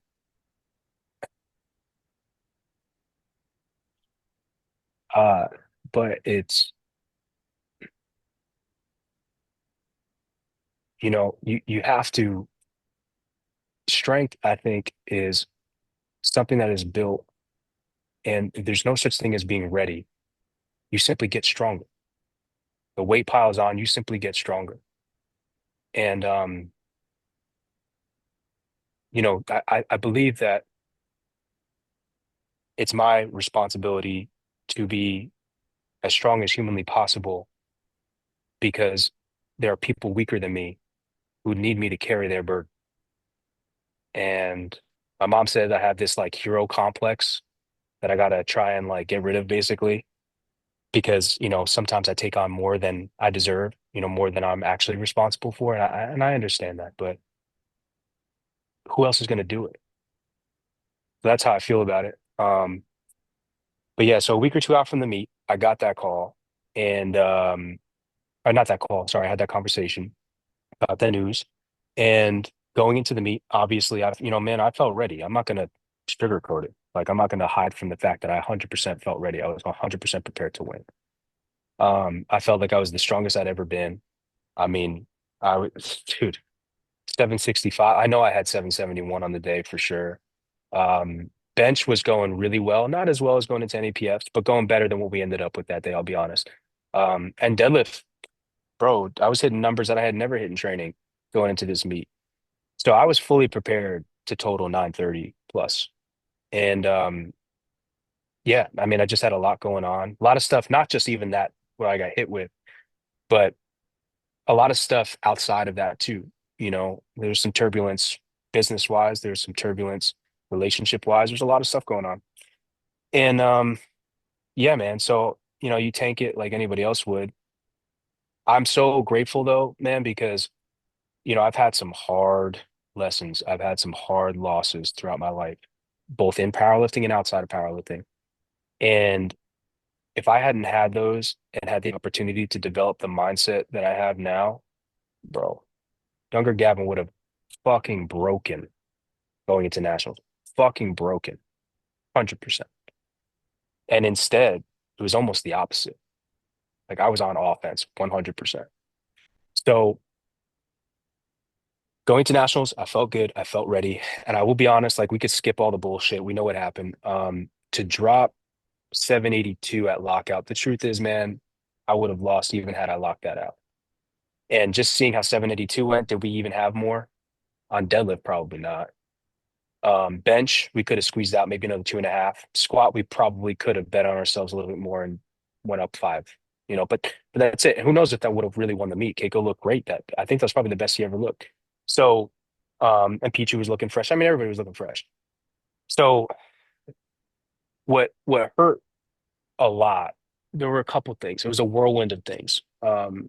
Being vulnerable with everyone. It was tough because I guess fuck it, right? I guess I should just talk about it. So it was tough because A, I had the personal life stuff, right? B, I had made the decision. So my contract with SPD, who I'd been working with for a while, had ended a month prior. Okay. There were some very legitimate reasons on my end. I'm not going to talk about it. I don't think, I want everyone present. I don't want to give my side just as if that's the truth. Yeah, I have my side, but there's three sides to every story. So long story short, um, we just couldn't really come to terms going into nationals to re-up the contract. Okay. So I was not under contract for SPD. So because of that, I was like, you know what? I want to give myself the best chance to win. I'll try out this other stuff. I've talked about this on a YouTube video before, so this is the first time I've said this, but John thought that Titan singlet would help with depth a lot. So I was like, we all know I need help with that. So I'll throw that fucking thing on. And then yeah, I just basically everything revolved around depth. So the biggest decisions were made for the squats, right? It was like, okay, how do I make sure I get the best depth possible here because I need every kilo. So that's why I wore what I wore. And so I made that bet, but I knew going into that, like, all right, well, if I do this, not only is this probably going to be perceived kind of negatively, but I might tarnish a relationship with a brand that I did really enjoy being a part of, but this was a risk. It was just kind of what it was. Again, perfectly within my right to do it. Contract was up, nothing like that. But still, it's a relationship you had, so it's kind of like, man, I don't know. But I made that choice. Again, to me, it was like I'm in my lane. I got to bet on myself. I didn't get here. I didn't come into power to be a sponsored athlete. I got into powerlifting to win. So let me remind myself of that. So I made those choices. We do the whole thing. I also came out with my own chalk, Iron Claw Gym chalk. It's great chalk. We get great reviews. Of course, I'm using my own chalk. Now, how do I lose?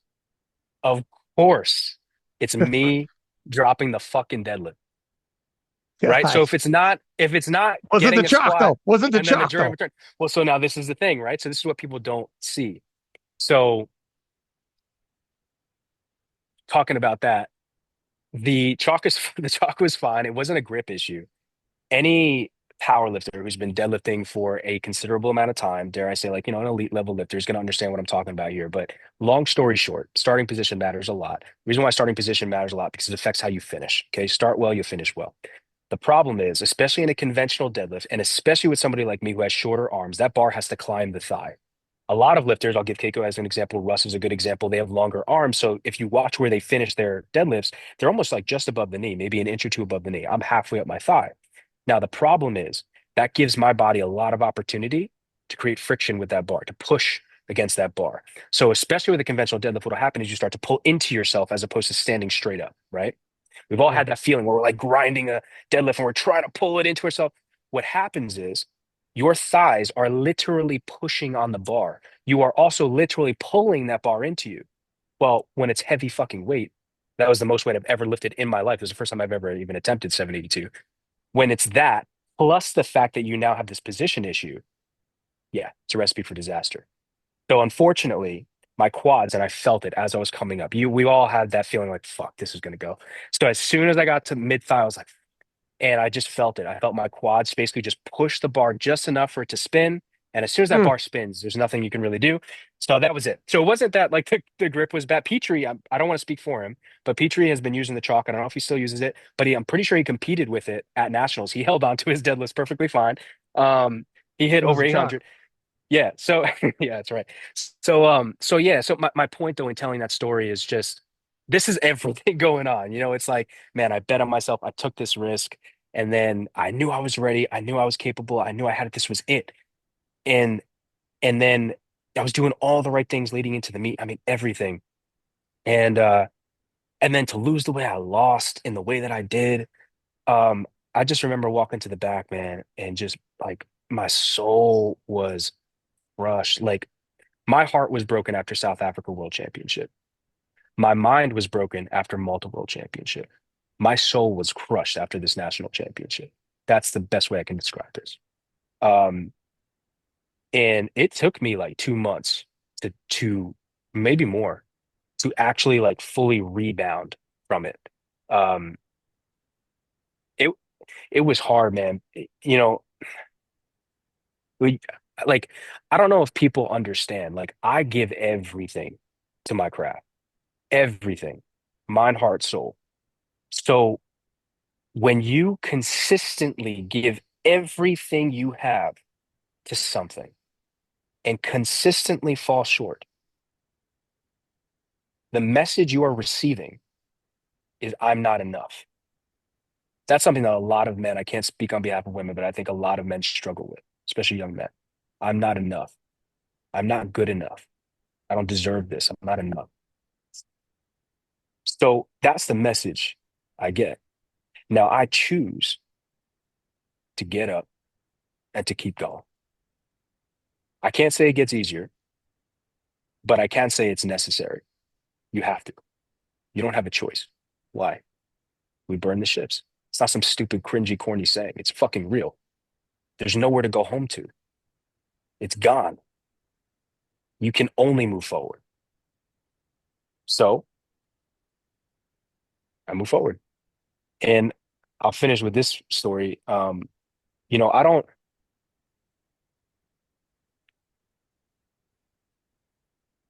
I don't ask for something to be easy. I ask for it to be possible. My freshman year, I went to Manhattan College. I then ended up transferring to Colgate University, but I went to Manhattan College on a presidential scholarship. And I had this class with this English teacher, right? This writing professor. She was probably the hardest professor I've ever had in my life, right? And super strict, super tight, like crazy type A, like you can't believe. She used to write for The Guardian. And I will never forget every kid in that class tried to get out of it. Because during that syllabus week or whatever, you can try and transfer out of classes. We all tried. I'll never forget the dean of the business school sat down with me and she says, Gavin, I'm not going to approve this transfer because, what are you going to do? Just run from everything that's hard? That's what she said to me. Holy She said, fuck. straight up, she said, this is a challenge and I expect you to embrace this challenge. Just because you think it's going to be hard doesn't mean you should just run from it. Now, younger me, I was like, man, what the fuck is this bitch talking about? Blah, blah, blah. older me realizes like that was probably the best thing she could have told me because it was true. Mm, Okay, go through this class, right? Now, this was the hardest writing class I've ever had in my entire life. The pressure was on, man. It was insane from workload, but just also to the standard that she expected. And even compared to Colgate, like I'm not trying to toot my own horn or whatever, but Colgate's a Patriot League school, which is just below Ivy. Like it was a really good school. And even then, I still had never had a class that compared to this in terms of like writing, like literature classes. I had a walk with her halfway through the semester because I can't shut my mouth, right? I always have to tell it like it is. I'm a dickhead. I have a walk with her in like the main four corners of the campus. And I said, listen, I need you to understand. I will jump through hoops to get an A. I will do whatever it takes. That's who I am. easy, But easy. All yeah, I right. know. I know. I got to be careful. You go, listen, I'm You going to be throw a a wink world in there. champion. You go, or you're like, you go, listen, I'm going to be a world champion power lifter, and you need to get your fucking head on straight with who you're dealing with. I was like, but go on, go on. I know I got to be careful. Um, I tell her, listen, I will jump through hoops to get the A. I don't ask for it to be easy. I'm asking for it to just be possible. Just tell me that it's possible to get the A, and I will continue to apply myself because right now it doesn't even seem possible. She was just that type. She just believed like, well, who deserves an A? An A is perfect. Why are you perfect? Why do you think you're perfect, right? There's always improvement to be done. And to a degree, she's kind of right. But that's when I basically had that walk with her and I was like, listen, like I will do whatever it takes, but I need to know that it's possible. Fast forward to the end of the semester, I was the only kid in the class to get the A. What? And yeah, and she pulled me aside at the end of the class and you know, 'cause she knew I wanted to transfer. And I asked for her recommendation of all people. And Oh, she was like, listen, I know because I was applying mid-year and for Ivy League, it's tough because there's not a lot of Ivy Leagues, at least at that time, that were accepting mid-year transfers. But she said, listen, I really think you belong at Brown. Like that's the school she put out there, which is an Ivy League school. Now, to me, I'm thinking, I'm like half of me is that powerlifting mindset of like, oh, I can go all the way, I can go to the best school possible, blah, blah, blah. But then the other half of me is like, damn, really? Like I don't know. Like, can I, you know? And so the fact that the hardest professor I had, the only kid who got the A, and now I'm hearing that not only was it possible, but that she believed in me more than even I believed in me. So I say that story to say that I don't I don't need it to be easy. I just need it to be possible.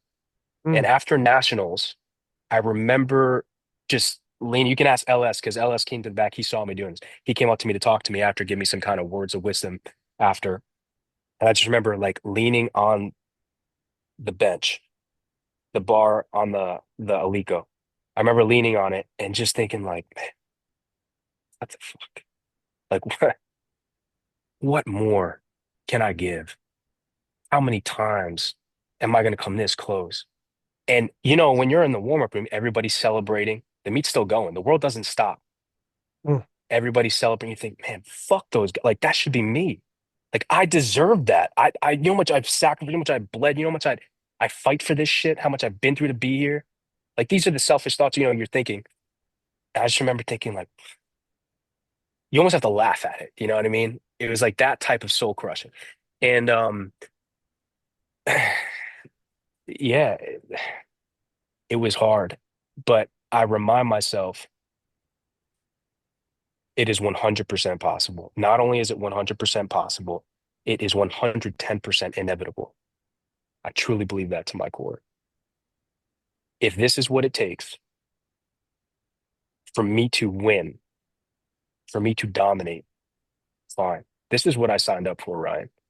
Nobody's forcing me to do this. Nobody. I chose this. Who am I to sit there and complain about it? You thought being the number one in the world, and by the way, to be number one in the nation, you have to be the number one in human history in the 93s. You thought that was going to be easy? You thought you were just going to walk in it. You thought that there wouldn't be some turbulence. There wouldn't be some of that, those storms. Mm. You signed up for this. Just shut the fuck up and keep going. I get it, it hurts, and I get it, it sucks. And you know what? I'll even say this, you did earn that. You should have won. Sheffield, the first Sheffield I ever did, I'll say it 100% with my fucking chest. I should have at least placed second, maybe even first, had that last squat counted. I truly believe that. And yet here we are. What am I going to do? Sit in it, sulk about it, cry about it, talk about it for the rest of my life? Come on, man. It's done. It's gone. You've burned it. It's over. You're moving forwards. I truly believe that's the only way, man. I just don't know any other way to handle that. So it was definitely soul crushing. Nationals was a soul crushing experience for me. And again, I'm not going to sit here and tell people like, well, I was injured and well, I had this. We all have aches and pains. We all have shit we're dealing with. It's so fucking deal with it. I don't know what to tell you. Like you'll never ever, and you've never probably seen me do this. I will never go on and be like, well, my flight got delayed and this happened and I had to cut weight and da da da. And that's why I had I don't give a fuck about my own excuses, so I don't expect you to. So you will never hear me come up with, in fact, multi-championship. I didn't even post my performance. What did I have to say? Sorry, guys, I placed fifth. Yeah, okay. And who cares? Who gives a fuck? You know what I mean? So that's just how I think. So for me, nationals was really hard. And, just kind of thinking about how I was going to bounce back gave me some inspiration, constantly trying to figure out like, okay, what can we do? What can we do? And that's what you do. You reassess. You have to go in, give yourself some space to feel what you're feeling. It's valid, but you can't stay there. Okay. You have to keep moving forward. Give yourself the space. And then you have to kind of use your logical brain now and say, okay, what needs to change? What can I do? Obviously, I'm just not good enough, but that doesn't mean I can't be. It just means I'm not right now. And the last thing I'll say here before I finally shut the fuck up is I believe I was born to be so great, so fucking great that I need this much pressure. I need this much refining. I need this much sharpening. Think about a diamond, bro. There's rocks everywhere. And yet somehow one of these fucking rocks becomes a diamond. That's Mm. insane. That happens, bro. That is nature. That is nature's way. Why would I be exempt from that? I'm a creature just like anything else walking on this planet. Why would I be exempt from that process? Oh, you want to be a diamond? Oh, you want to be great? You want to be valuable? You want to be more than just the fucking pebbles on the road? Expect some fucking pressure because that's what it's going to take. Again, you signed up for it, Gavin, so don't you dare fucking complain about it. You can say it sucks. You can say it hurts. Fine. I don't care about that. Be vulnerable because it does hurt and it does suck. But don't give up because you signed up for this. You signed that contract. You owe it to yourself and now to the people. Like I said before, if I've been blessed with the following, dude, even if I had one fucking follower and that one follower was one of my brothers, they're watching me. They're looking at me. They're seeing how's Gavin gonna handle it? Like, I wonder how my brother's gonna respond. I see him training his ass off for 3 hours every fucking day in the basement. He's still not winning? Like what? So what kind of example would I be if I signed a contract, I committed to something, and then I didn't follow through on it? Fuck that, man. That's crazy. I'd rather die. Yeah. So yeah, you keep moving forward and that's all there is to it, man. You just keep moving forward. I know I kind of talked a lot on that, but that's Well, I love it. nationals was up. Dude, no, I'm like you would every now and then be like, and I'll wrap this up. I'm like, no, keep going. Don't wrap up shit. keep keep expanding. I love the stories too that you interweave within it. Yeah. I've got That's I've been picking up a lot of public speaking stuff, so that's what they told me. I got to tell more stories. I was like, ah, fuck it, I'll tell more stories. Well, no, it's true. Always bring stories with it. And a lot of when people talk about school and like, it's useless going to university these days. You got if you want to get a job, I'm like, no, no, no. Like, or there'll be like, what in school did you learn that you're using now? And I'm like, you have no idea what school can teach you in terms of meeting deadlines and figuring it out. Like how many times you got mhm. to figure it out? A similar situation when I was in university. I remember the teacher in math was like, look to your left, look to your right. 1 out of 4 is going to graduate. 1 out of 4. So is it you?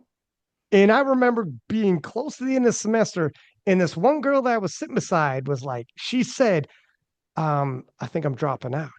And I told her, hey, I've been in the freaking math lab every goddamn night. I went to school like for business, and like obviously math was a part of it, but there were kids who went to school purely for math, and part of their credit was to be in the math lab and help other kids out tutoring them and being available. And that's part, they got partial credit or whatever from doing that. And I told this girl, I've been in there every night because that's what I have to do if I'm going to pass. And I'm not talking about getting an A, Gavin. I mean, if I'm going to Yeah, pass, I'm going to that's have to do crazy. this. I'm going to have to work a little harder just to pass, to be the 1 of 4. And then I told her, I haven't seen you in there once. She let it, That's you chose violence that day. I chose violence. And I'm like, Yeah, you didn't get her number, did you? level up. I gotta go. She's my wife. Her name is no. We have 3 kids. Okay. I try to make the story better. I do public speaking as well, Gavin. Don't ruin a good story with the truth. You understand what I'm saying? But it was deal with confidence, not in facts.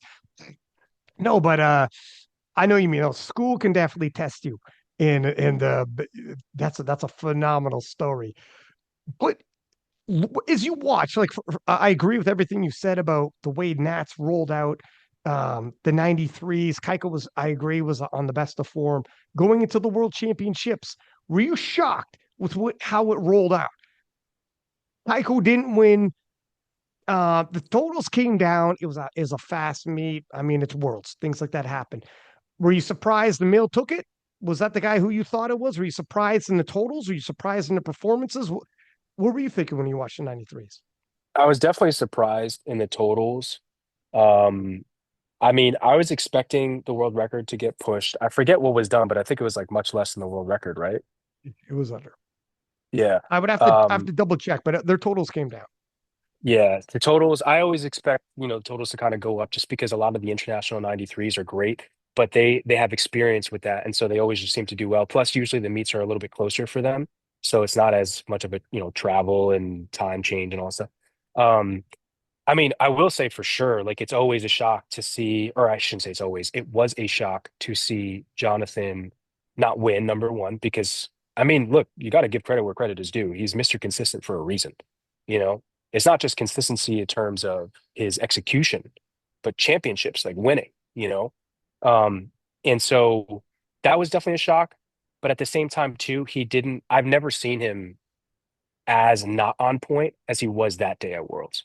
You know, like first of all, the bench situation, that was weird. The whole handoff thing, I still don't really know what happened, but that was weird. Um, he is a great bencher, so he was able to recover really well. And I'm gonna be honest with you, man, like as an athlete, these things happen. Like you do enough of these meets, like shit happens. You just fucking figure it out, you know? So and that's exactly what he said, I'm pretty sure. He was like, dude, no hard feeling, like it's just, yeah, it sucks, but like it is what it is, Like what am I gonna do? Cry about it? So he handled it really well. But yeah, watching his deadlifts, like you could tell he just was something was off. For that, it was kind of sad to see because obviously as a US athlete, like I'm rooting for Team USA 100%.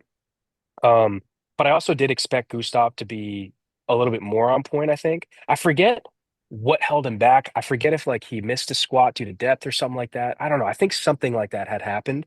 But either way, I'm happy for Emil. Like I said earlier in the podcast, man, like I don't want to see other people lose. I just want to see me win. So, because I know how much it hurts to lose, and I know how much we all give, and there are no participation trophies. So there can only be one. And if you're not one, then it doesn't matter. And so I understand that. It does suck to see Jonathan and Gustav not accomplish it. But to be fair, they've won worlds, like they did it. This was Emil's turn. That's fine. And I do think it was a good run for him too, because he had done well at Sheffield and so he needed to solidify that. And I'm glad that he did that. I respect him. as a competitor. I don't know him super well, but he's always been super kind to me, super nice to me. So I don't mean this in a disrespectful way at all, but I'm glad that he had his time because, once I'm on, I'm on. Nobody's going to have their time. It'll be my time, period. And it'll end when I say so, So I hope everybody gets their licks in now, because there's a reason why I've been just being sharpened and sharpened and sharpened. Like people don't understand. I'm not talking shit. I'm just being truthful. I can see it. Ask John. John sees it, bro. It's crazy, just what the pressure can do. Whether it's self-imposed or external. So yeah, I'm happy that Emil won. And I did expect a bigger performance in general. And I did, of course, expect Keiko to do, really, really well as he usually does. So yeah, it was a little bit of a shock, but I was really hoping, I don't know, I think it was Petrie and what other US 93s were invited to World Games? Any of them? No, I think it was just Petrie, right? This Petrie. Yeah. Yeah. So, I mean, that would have been cool to see, but it is what it is. But yeah, I think I remember saying that Gustaf was going to be around like that 922 and a half, I thought for the day. And then I thought Emil was going to be like chipping the world record, like 918 or whatever it was. And then I put Keiko at like 925, 930. So Gustav did not have a great World Games either. mm, He's having a bit of a difficult run. He had an absolutely fantastic 2024. Obviously, winning yeah. Sheffield, winning the World Championship, and like it's funny because he's got the typical European, very composed, the way he carries himself. But he was on King of the List, and for a second there, he actually like he let his guard down, and he actually broke down, and his eyes got watery, and he said, this year is the first year I'm actually proud of myself. Mm, And he'd been powerlifting. I met him at the World Championships in 2018, my friend. It was a long run of Gustaf chasing. And in 1 year, Sheffield champion, world champion. To your point about like when I have my day, everything could change in 1 year. You yeah. go from always, Gustaf was always second, third, somewhere in there. Whether he's battling Anatoly when Anatoly was a 193, people forget Anatoly was a 93. He was Hmm. battling Anatoly to battling Kaiko to battling whatever. Gustaf was always in the hunt, silver, bronze, whatever, but he was just never right there. And then 2024, Sheffield Worlds back to back came on the podcast and said, like, and you've met Gustaf. He's not the type necessarily to open up like that. And he actually got emotional, teary eyed, and said, this is the first time I've ever been proud of myself. And when he heard himself say that, is when he got a little emotional. Hmm. And that is something where, like, when I hear you talk, when you realize your full potential and you take one of these titles, you'll be able to say something like that and be like, holy shit. And when you hear your voice say that, it's going to hit a little different because of Yeah. everything you do, all the pressure you've been through. Yeah. Well, and I think too, you get to a certain point in your career when there's this balance. So like everything as an athlete kind of operates at this level, operates at extremes. So people say that balance is bullshit, and I don't believe them. I don't think that that's true. And I don't think that they're wrong. It's just I think that they're confused. I think they confuse balance with distraction. But balance isn't distraction, balance is discipline. And in fact, I would go as far as to say it takes more discipline to be balanced than to not be. And what I mean by that is this. Yes, it's a sacrifice. If you want to be an elite athlete, you can't party. What it is. You want to be an elite athlete, you have to take care of yourself. Yes, absolutely. There are sacrifices, 100%. But that's not balance. Part of training is recovery, right? We all know that. Your muscles don't actually grow from the training session. They grow as a result of recovery. The training session induces the stimulus, but your body has to adapt to that stimulus. It adapts during recovery. So that's balance, right? But you have to be disciplined about that. And as an athlete, you have to almost operate at extremes because there's no gray area. Like winning is impartial. It doesn't give a fuck what color you are, how much money you make, how tall you are. It doesn't care. It does, actually, you know what? It's even crazy. This is really what fucks me sometimes. It doesn't even care if you're better than somebody. If you were legitimately faster or stronger or smarter, it doesn't give a fuck. The person who wins is the person who wins, and that's it. You Mm, hear fighters talk about this all the time. George St. Pierre said this on a Joe Rogan podcast. I know you've heard it before. He says, any given night, if I had fought that fighter in a different arena on a different Sunday night, maybe the outcome would have been different.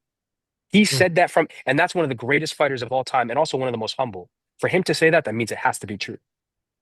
The reality is winning is impartial. So as an athlete, you almost have to operate at these extremes. So you get to a certain point, and this is what I'm saying with this. This is where I was going. You get to this point where the extreme is, I'm not winning anymore for the sake of winning to say I've won. Who gives a fuck? I'm winning to prove something. That's really what we're doing. I'm winning to prove something to myself. For some athletes, it's to prove something to their parents.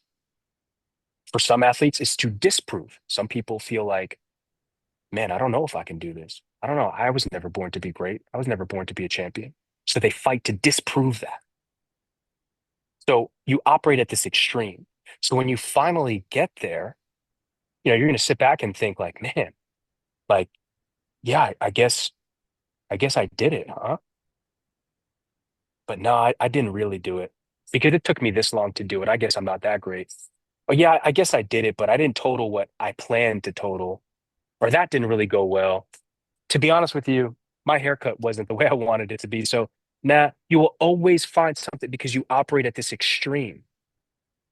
And it's unhealthy, but like I don't know any other way. And I will bet anyone anything that 99.9% of the elite athletes of the world, not just in powerlifting, think that way because you kind of have to operate at that level. So yeah, it doesn't shock me that Gustaf would have that emotional reaction when he wins Sheffield and then wins Worlds. I mean, that's a back-to-back moment that's huge. And he really did have like almost like a decade-long career, I think, up until that point. mhm. It's a beautiful thing. That's why, again, like we were talking about Jurgens and Russ. Like, listen, I respect, the whole situation, whatever, but people don't like you have to appreciate what Jurgens did. Jurgens was grinding, grinding, grinding, grinding, family life. We all know what that could be like, right? The responsibilities, I mean, all of it, and the age, and somehow, some way won a world championship. Not only that, but against one of the greatest in the sport. So you have to live at an extreme in order to do it. So balance does exist because if you weren't balanced, you'd break. But there are sacrifices. And yeah, man, it creates a monster. But the cool part is, again, depending on who you choose to be, um, you become a monster that's tame, essentially. You're no longer just some dangerous human. You're a dangerous human under control. And that's a beautiful thing. And that's what we, aim to become is just an absolute fucking weapon. I want to be my mom has described this before. She's like, when because she was in the back with Ray handling me at the last Sheffield. It's like, I see sides of you I've never seen before when you compete. Like it's right when you get onto the platform. Like before everything else, like it's the Gavin I know. But then it's right when you get on the platform. I've never seen these sides of you. It's the woman who has raised me. But it's because there's these extremes, and you have to go to these extremes. I personally don't know any other way. We've talked about this. Like there Mm. are some meets, bro, going into my final deadlift at nationals, man. Like I said, I can't talk about the the news that I had gotten about what was going on and all this stuff. But that is exactly what I was thinking about when I was going up to that final deadlift. Like that is like 100%. When I go for a heavy squat and it's the heaviest squat I've ever taken in my life. Unlike a lot of lifters, I will take numbers in competition I've never touched before in my life. I don't mind. So I will do it, but I will bring myself to a state that is it's dangerous. I'm not saying like, oh, when I see red, it's not like that. It's a dangerous state to be in mentally. I 100% will think about, and I've talked about this, about putting the metal in my mouth and cocking it back. Like I will think about those things and I'll think about all the pain and all the suffering and you know what's crazy? I had a dinner with this guy, Dr. David Cook. He's a sports psychologist, has worked with Olympians, lots of stuff with like PGA Tour players, golfers, and stuff like that. But phenomenal sports psychologist. Long story short, I read his book, Greatness. Highly recommend it. It's a great book. And my family and I, we reached out to him for sports psych, and he was busy, so no. So I ended up working with this guy Keith, who works right under him in this so-called Greatness program. It's also tied in with faith. Long story short, eventually we hire him to come to speak to a school nearby. And so we host him at our house, right? Now it's this crazy, full circle moment because I go from reading this guy's book. He's got movies out, a movie with Robert Duvall in it, actually. It's called 7 Days in Utopia. Um, so this guy, right? Now I'm having dinner with him and he believes in Crazy. me so much. Now, by the way, I'm speaking at their Greatness Live event in November, 2 days before SBD Austin. Oh shit. First time they're ever having a speaker who's not David Cook. So it's been awesome. But long story short, That's I'm sitting crazy. across from it's amazing, dude. So I'm sitting across from David at dinner. My mom's sitting next to me, and I don't usually tear up like when I'm talking to people. I don't even, when I'm having arguments, fights, and stuff like that. If I'm tearing up, if I have that heavy feeling, it's usually by myself, and it takes a lot for me to build up to that, right? For whatever reason, we were at the table and we were talking about performing, and and I remember telling him one of the thoughts I have when I go up for these big lifts, right? And it had to do with faith. Jesus died for my sin. He died for me. He died to save me. He took on the sins of the world and unbearable suffering for me because he doesn't need me to be enough. He doesn't need me to be good enough. And I've always struggled with that, right? When I go into these lifts, there's a side of my brain that has been ingrained in me since I was a kid because of certain things that have happened. And the side of me is like, I'm not enough even for him. Like he doesn't want me. He's not going to help me. No one does. I'm just, I'm literally not enough. Abandon me. Like just leave me. Let me die. Let me bleed. Let me burn alive. Like I'm worthless. I don't mean anything. That, like I get chills even now. Like the depths of that is what I think about when it comes down to these heavy, heavy moments. Oh, Sometimes, sometimes I've been able to tap into the positive side of that, which is for me at least. Again, I hate, being sounding preachy, but I want to be authentic. I want to be honest. Like NAPFs going into that last squat, that was Jesus. Like I was like, if you're with me, be with me. Like I'm here with you. If this happens, it's because of you, because I don't have it in me. This is the same fucking situation I've been in before. It never ends up going my way. And when I tell you, man, like I was dealing with crazy stomach issues, basically did a water cut during squat attempts because of I fucked up my electrolyte and I mean, it was crazy. Ask Ray this story. It was fucking nuts. I was like going to the bathroom every 5 seconds. We'll put it that way. And 755, the first time I took it, felt like ungodly heavy. So I knew going to third, I was like, bro, I'm gonna give everything I have. Fuck it, we'll just do it. But I know this shit's gonna hurt. And I just remember, like, I instead of thinking those negative thoughts that usually gets me super, fired up, I was thinking the positive side. But I would be lying to you if I told you that 9 times out of 10, when I get under something that's extremely heavy, when there's a moment that requires my best, I don't really resort to, man, I can do this. I'm the greatest, whatever. My baseline, bro, my temperament is like melancholy. Like I go the opposite. It's like I'm fucking nothing. I am worth nothing. Like just fucking rip everything apart. Just take my muscles, rip them from the fucking bone. Like I want to bleed out. I want to feel everything. I just like kill me, crush me. Like that's where my mind goes. And it is dangerous. But I say all that to say there's these extremes. There's these extremes. And so when my mom says, like, man, I've never seen you look like that before, I'm like, yeah, it's a good fucking thing. Because if I walked around the house looking like this, well, we got issues, you know what I mean? So it's yeah, man, it can get really dark and deep. And in a way, I guess that's a therapy, right? Like I guess in a way that is where else am I gonna be that? How else am I gonna express that? Like when people see me like going into Sheffield, and tell me to stop talking if I'm talking too much. But going into Sheffield, the first Sheffield with the braids and all that shit, right? I had left basically what was a 10-year relationship. Um that was pretty heartbreaking for me, but at the same time like I knew it was necessary. It was done. It had to move on. And it wasn't so much about the person. It was more so like I felt like, and I've described this actually to Heidi, my girlfriend. It's almost like I had to show up to the funeral of who I used to be and what I Mm. once had. Like, dude, that's such a hard thing to do, you know? Like even now, just thinking about it, I kind of choke up a little bit because I had to die. Like pieces of me had to die for me to become something better or different, to move on, right? And it's hard.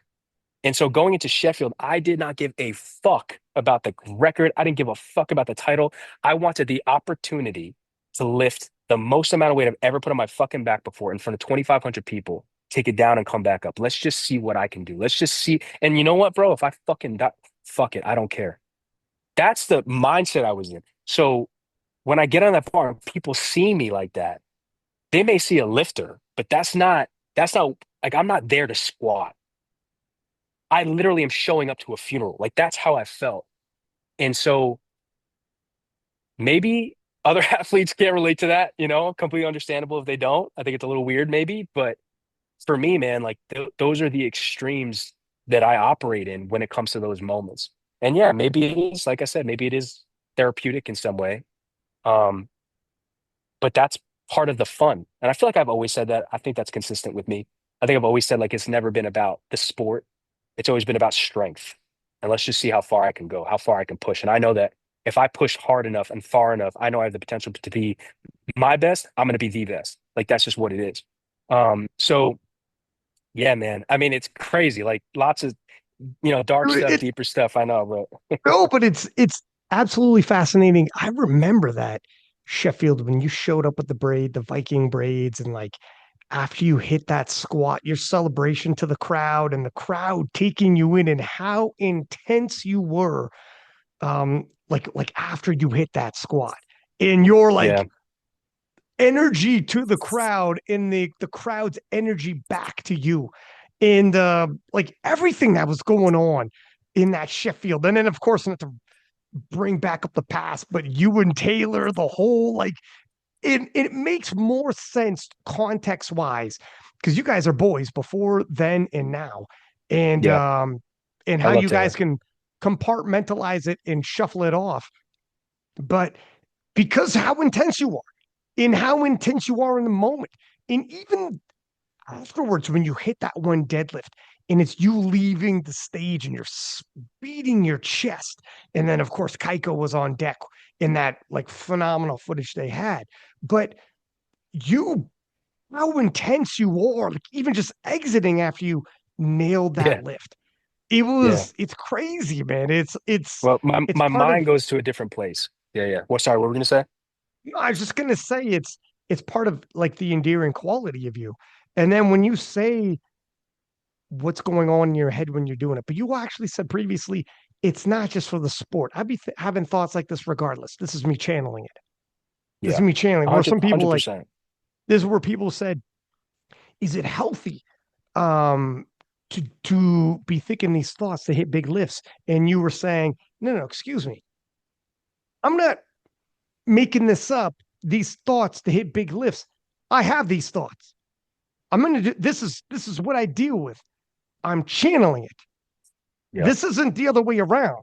Where to be a better power lifter, I'm Yeah. tapping into something that was never there. And I'm like, oh, this might help. It's not Yeah. that. This was there and I'm channeling it now. And I found something. And now all of a sudden, brought you all over the world, Sheffield's to whatever. Yeah. Um, yeah, and you'd spoken about that as well. And Yeah. it is, yeah, I think it is you really never heard anybody talk like it like you have Hmm. before. Yeah. Well, you know what it is, man? Like, contrary to popular belief, like I'm not just a meathead. I am very introspective. I do philosophize a lot, if that's even a word. Like really do think deeply about a lot of things, and I struggle with a lot of things when it comes to that stuff because I do overthink a lot, and I do question the meaning of things. But beyond that, I question the meaning of me. Like it's again, we operate on those extremes, right? So half of me legitimately believes I can fucking do anything I want. Anything I set my mind to, I can accomplish. The other half of me feels like just complete despair. Like You never have what it takes. You don't have it in you. It wasn't put in you. It was put in him, but you don't get it. You don't have it. Do you know what kind of how heavy true despair feels like? Like as a man, like I don't know if other people can relate. I'm sure maybe women can relate as well.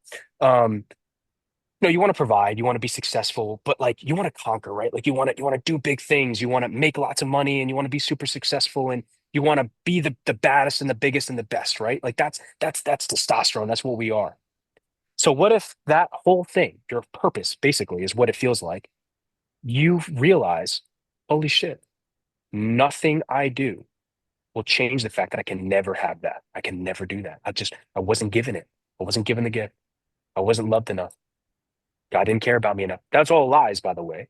But this is what at least what I will think about, and what I've been told, and I do believe it from both my mom and from Keith and several other people, is that, the enemy's job is to keep you from what God has planned for you, right? So when you are the type of person that God has given you a calling so fucking great, how can the enemy keep you from that? He's not going to be able to use other things. He's going to have to use you. He's going to have to use you versus yourself. That is the only way he can take you out. And as soon as I realized that, everything kind of changed because I started to understand the voice. I still have the voice. Sometimes I still agree with the voice, but now I know who's saying it and whose voice it is because it's not mine. Like the Bible's pretty clear. If it's not of love, power, or sound mind, it's not from him, capital H, right? So none of those voices, none of those words are of love, power, or sound mind. So I still have a lot of that, but now you get to choose what you do with it, right? I will say that powerlifting at this extreme is a double-edged sword because I can channel all this stuff into it, but at the same time, sometimes it gives shit back, right? So for example, you mentioned, and this is just an easy example, you mentioned walking off at Sheffield, all excited, beating my chest. That became one of the biggest humiliation moments of my fucking career. Because on ESPN, even, we have this shot of Gavin going crazy, da, da, da, and you have Keiko in the Superman pose, goes out and beats me. What do you do with that? Is it a Right? humiliation though? But See, but that's how I see it. mm, 100%. Because to me, it's like that should be me. This is nothing against Keiko, by the way. I want to be clear. Like this is nothing. It could have been no, I know rotate you want anybody to else win in there. as an athlete. Yeah, but the Yeah, thing is, what I mean though is because like you said earlier when you were saying I don't care if I win or lose or a title, I just want to be as strong as I could be and see what I could do. And in that moment you were as strong as you could be, you could see what you could do, and you felt proud of yourself. That's why you were hyped. Whether or not Keiko's there or anyone else is there, you got to do that and you felt proud in exactly. yourself. That's why I was, Except, yeah. except you had that. That's true. But then the other side to it's exactly what I said before. You can win. You can do it. But did you do enough? Was it everything you imagined it to be? Was it perfect? And that's what you're chasing because that's the extreme you exist in. You have this vision of what should be, and what Mm. is will never match that. So in my mind, I'm thinking like, yeah, this was great, whatever, blah, blah, blah. But now because of that moment, now I'm like, nice. So not only did I lose, but I just helped him look better. And now as a result, I am inferior in that moment, right? And again, it has nothing to do with the other athlete. It's just how it played out. And so for me, especially, of course, I always play this in my mind. My mind goes to this woe is me bullshit victim card, which is ridiculous. I always just cut it right as soon as I start to feel it. It's this idea of like, of course that happens to me. Of course. Mm. Of course. And so that's the stuff like when I'm training and like, bro, I don't compete to beat other people. I'm glad that Russ is here. I'm glad that Delaney might be coming up. I'm glad that Petrie is here. I'm glad that Jamar is here. I'm glad that all these people are here, 100%. But I don't limit myself to my competitors, period. I just don't. Trying to beat them and do numbers that they do is putting a governor on my engine. I don't do that. Okay, I'm going way higher. And I think that they would say the same thing. So it's not about them. But remember, if I have this standard for myself, the problem is it's even higher than whatever their standard is. So when I fall short, that's the gap I'm looking at. And every single competition I've ever had in my life, I've fallen short. Even Junior Worlds, when I won, I fell short. At NAPFs, when we did the world, like, fell short, 100%. Every single competition fallen short. That's why I say it's a double-edged sword because it's yes, it's an outlet. It's something you can use to channel all that 100%. And without it, yeah, it'd be pretty fun. But then the downside is it can also reflect that back because it does exist. There's this extreme. It's tough, man. This It's is really tough. exactly what I said earlier when I said Jordan said, "You think you want to be like me." I'm always beating myself up. It's never enough. And Yeah, if I win, I'm relieved I won. I'm not joyous and happy. And literally the next day I start training again because I'm like, fuck, here we go. And it's not fun. It's not joyous. It's not whatever you think inside of me. It's not how I feel. It, exactly what you just said. When you were the first 93 to cross 900 and you win an APS and you're breaking world records and you're like, yeah, but you know what I mean? yeah. It isn't quite what I, people and might think. and I think I've said this on a podcast before, but anything that's negative, any criticism somebody else may have for me that like they think is new, brother, it fucking ain't new. I've said it to myself 5 million times. There's nothing you can tell me that I have not already told myself. Period. Maybe positive stuff, but negative stuff and criticisms and stuff like there is nothing you could have. There's nothing. Even even like the guy who was saying that I was being disrespectful to other 93s about the 900 being the baseline. Bro, I could beat myself up about that all day. 100%. I totally understand. Like any feedback, any criticism, any I've already said it to myself. So the problem is, how do you know what's true and what's not? Because like we said before, the goal is to get better. The goal is to change. That means you need to first acknowledge that something's fucking wrong to begin with. And now you need to figure out what you need to do to change. Well, in order to acknowledge what's wrong, you gotta be honest. Okay, well, part of being honest is truthful. What's true? What is Mm, true? Right?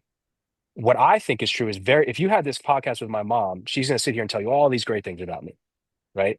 And how Gavin, did this, he flew here and he went through all of this to do this, and nobody got to see that and what he's come through and what he's dealing with and that's how she sees it, right? She's seeing her son go battle through all these things and still make it out on top, and she doesn't care about first place or anything like that. She's looking at all of it, and I'm thinking the complete fucking opposite. So is she right or am I right?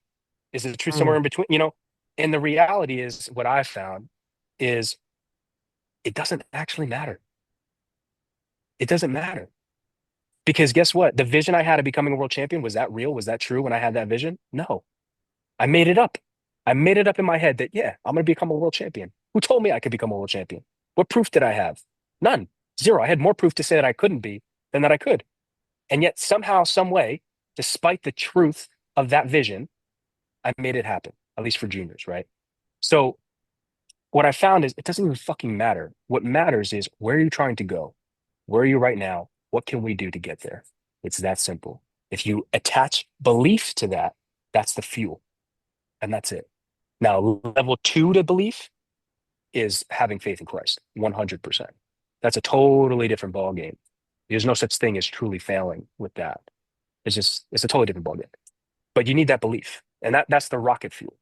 So yeah, man. I mean, and that's why, like I said, like nationals was hard because there was a lot going on. And let me tell you something, man. When you start, this is what I mean. Like people don't realize, like powerlifting it's a game. You're lifting fucking weights. Somebody, a single mother of six, is working three jobs to feed her fucking children, and I'm here complaining about a moment at Sheffield when I was hyped up and made somebody else look good. You see what I'm saying?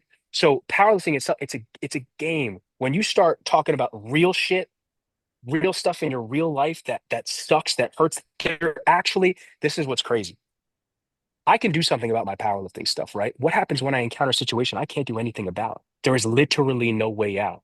What do you do then? There have been many individuals throughout all of history, even to today, who are in that situation right now. Holy fuck, I don't see a way out. This is it. What do I do? I met somebody the other day, Larry Dix, phenomenal guy. He's a public speaker now, very, very well off. Lives out in Virginia, very nice guy.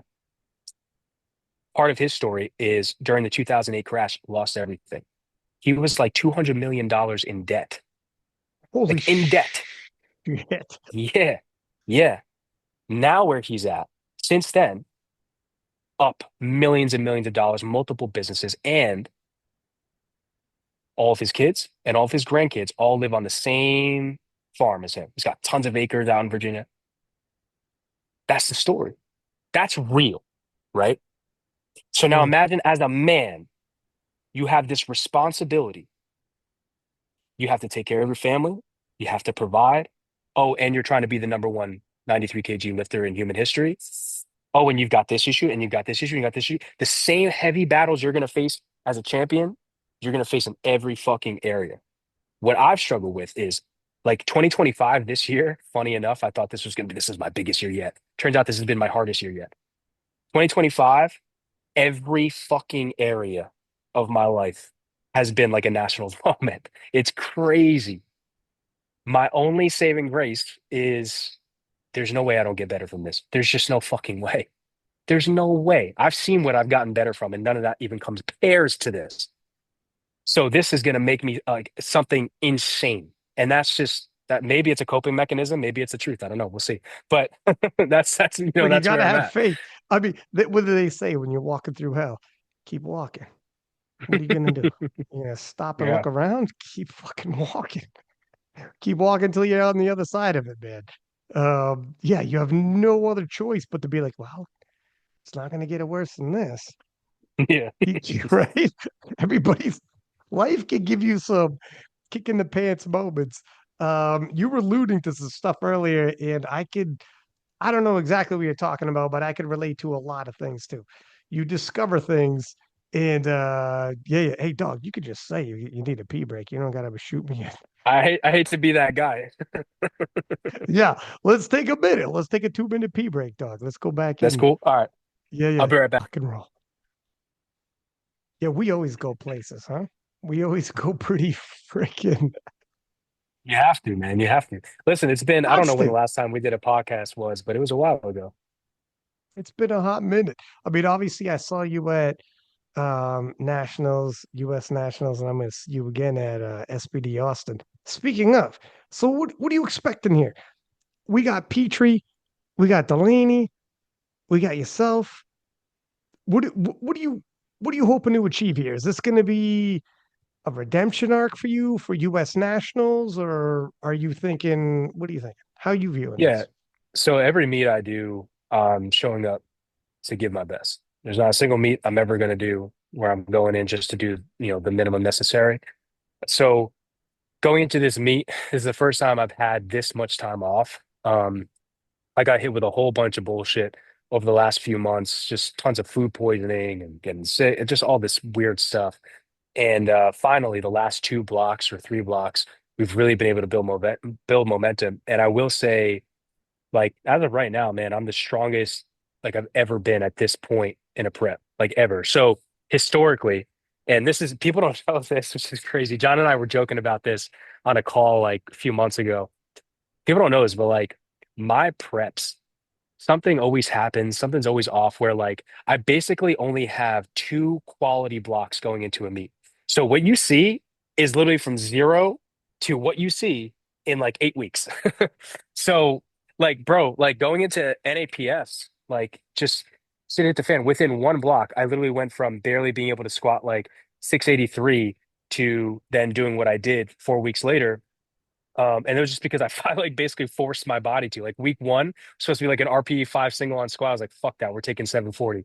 And then just forced my body. And the next week we took 755 or whatever. And then the next week we took what we took. And then we had an APF. So that kind of stuff happens, used to happen a lot, but this is the first time where I really have time to build. So um as of right now, training's going really, really well. I think there's still some small things we want to tweak. Body weight's been good. I've been trying to cut down just a little bit. This morning I was like 212. So a little bit heavier than where I want to be. But that was kind of the goal. Like the goal is always to kind of like eat back up, eat back up, eat back up, give us some room to just kind of bring everything back down. The other thing too Mm. is like it kind of does like right now I'm at maintenance and my maintenance is like 2,700-ish calories. So that's good because then that means that that's where my metabolism at. My metabolism is at given my current level of activity, which means, I don't have to introduce a crazy deficit. And if I carb cycle properly, like, I could probably keep my metabolism pretty high as I'm cutting down. Like my body won't just adjust to 2,200 calories, you know what I mean? And that'll become the new maintenance. I have cushioned. So that's the plan, man. I mean, go in and not just total something insane, but just become undeniably the best 93 in human history, period. Um, yeah, I told you my numbers before, 804, 523, 821. I mean, that's what I'm looking for. And if I believe that, especially on that day, never know what could happen, but if on that day, if I'm ready, I'm loading it. You know what I mean? I mean, what the fuck do I have to lose? Mm. And are you like, so for you, this isn't even obviously Delaney's in there, Petrie's in there, but you're not even looking to your left and right. It doesn't matter. No, It's no, man. I mean, especially because like, what do you get if you win? You're the number one guy for what? Like a local meet? Like, who gives a fuck? With all due respect to local meets, I'm not saying that anybody who wins a local meet that you didn't do something great. You did something awesome. But for me, it's different. You know what I mean? For me, I'm trying to be a world champion. So to me, I'd be happy. Like again, I'm going in with the mindset of 950 should be like my minimum period in 2026. Like 950 needs to be my minimum. Um, with 975 being like the real goal. So yeah, so that's where my head's at with it. And I totally think that these types of numbers are 100% possible. I think the competition will be fun, will push me. But to be honest with you, man, like even in a meet, I can't say that having a direct competitor ever changed anything for me. It didn't really push me or anything like that. Like it's a numbers game. So it's like it's not like football or wrestling where it's 1v1. You know what I mean? Like this is really you versus you. So like I don't know. Like it's not like I'm fighting anybody, you really know? like when you show up, um, and all those fellows are in the warm up room, it doesn't necessarily ramp it up like you see the big guns. Uh, I mean, not really because how do I put this? Like the way that I train is exactly the way that I compete. Like I usually train by myself. Like Mm. even if I'm in a gym, even if I'm at War Room with Ray, shout out to War Room, phenomenal gym in Whippany, New Jersey. And Ray's also great, obviously. But even with Ray, like, like I don't have a training partner. Doesn't exist. I haven't had one since high school. But if I had one, like Ray would probably be like the closest to that. Even with Ray, like we're not training together. You know what I mean? Like we'll talk every now and then, but like I'm in my zone. Like I'm locked in. He's locked in. Like when I'm training, I don't give a fuck about anybody else. I don't give a fuck about anything else. I'm here for one goal only, is to perform every single rep of every single exercise I do to the absolute best of my ability. Period. So I don't need to care about anything else. And it's no different in a competition. And actually there was a kid today, dude, I was training.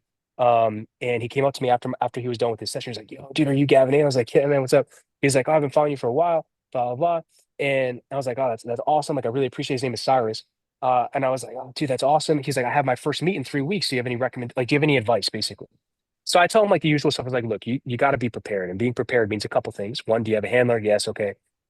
Two, your training obviously is locked up if you have a coach, so that's fine. Make sure that you're training to commands, you know what I mean? Or not even training to commands, but you're training to standard, right? Like you have an understanding of what's expected of you.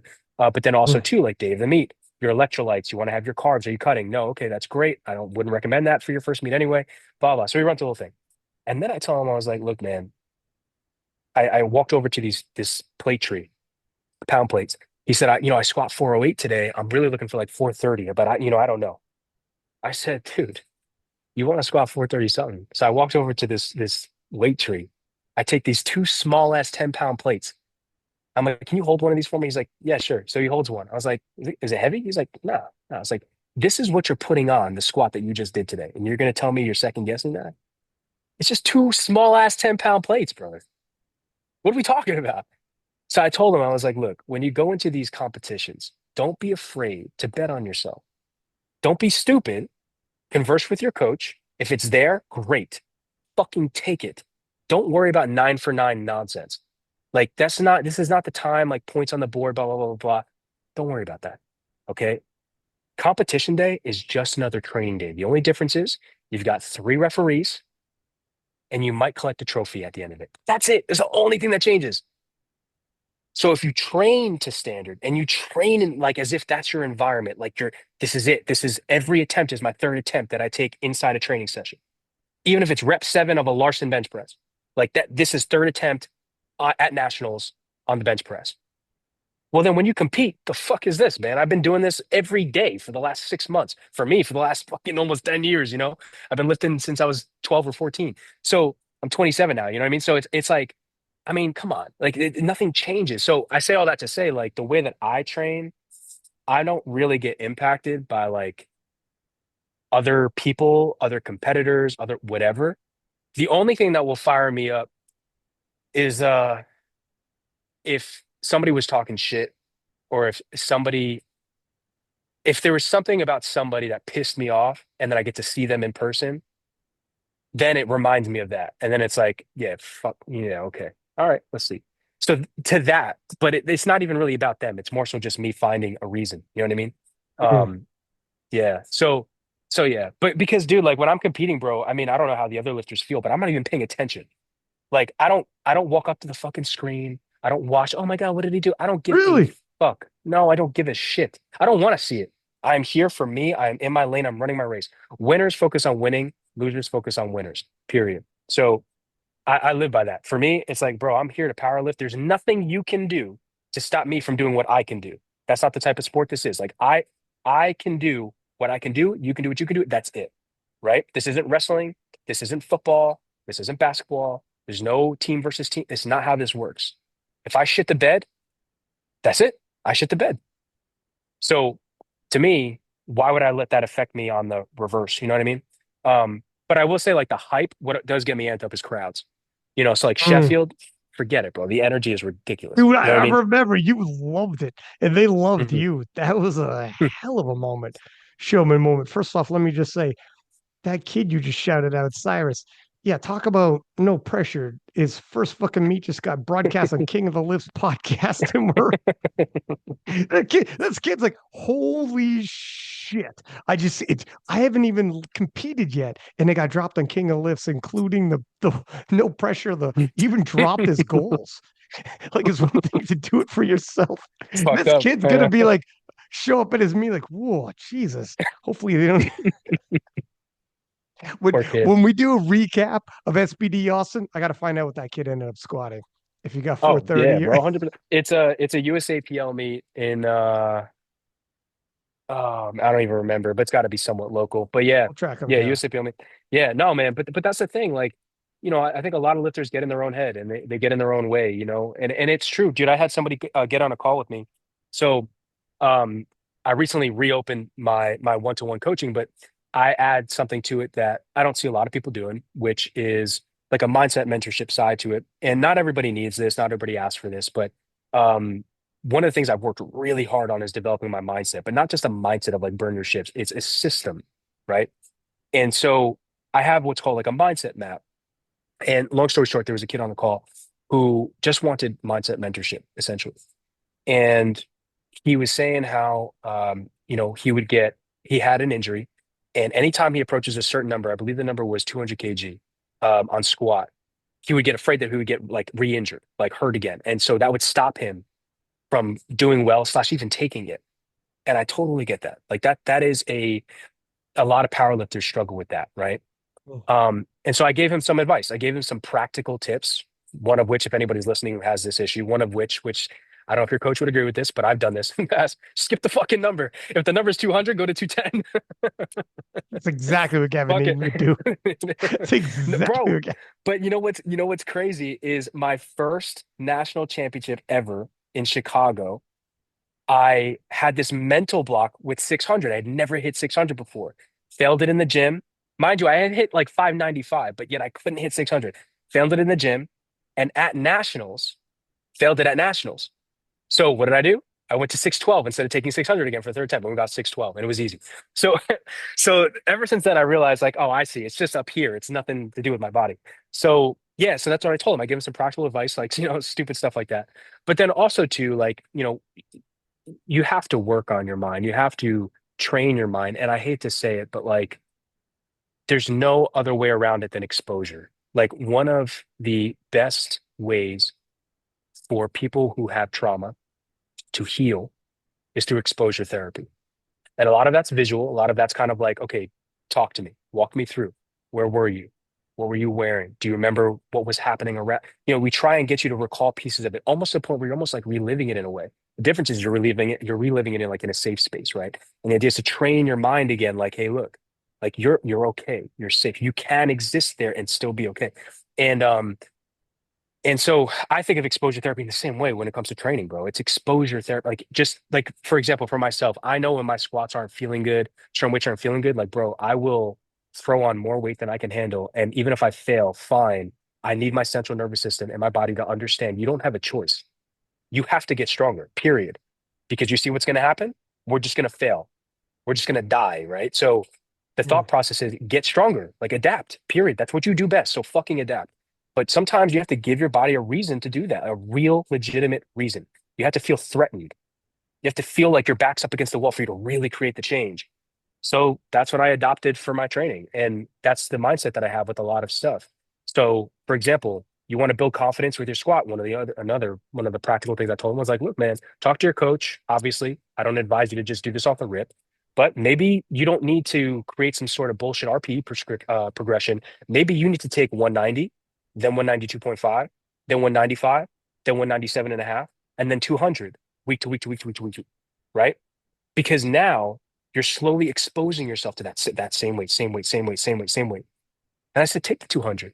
And obviously, there's some mindset stuff that we would do to make sure that when you're going into that, you framed it properly. But let's say you fail. Okay. So what? Guess what? Try it again. And then try it again. And then try it again. Even in the same fucking session. I don't care. Fuck the meat, dude. There'll always be another meet. It's about you right now winning this battle. You cannot leave here having lost this battle because who are you losing to? It's not the weight, it's you. And you have everything you need to win that battle 10 out of 10 times. Like I said before, the enemy's not going to use other things. It's going to use you versus you. That's how he's going to get you. So, you have to put yourself in those positions and expose yourself to that. And as you do that, you start to realize like, oh, hey, like I can do this. And I even told him, which is very true as well. You already got hurt. Fuck you worried about. You already did it. The worst that what you're afraid of, you already went through.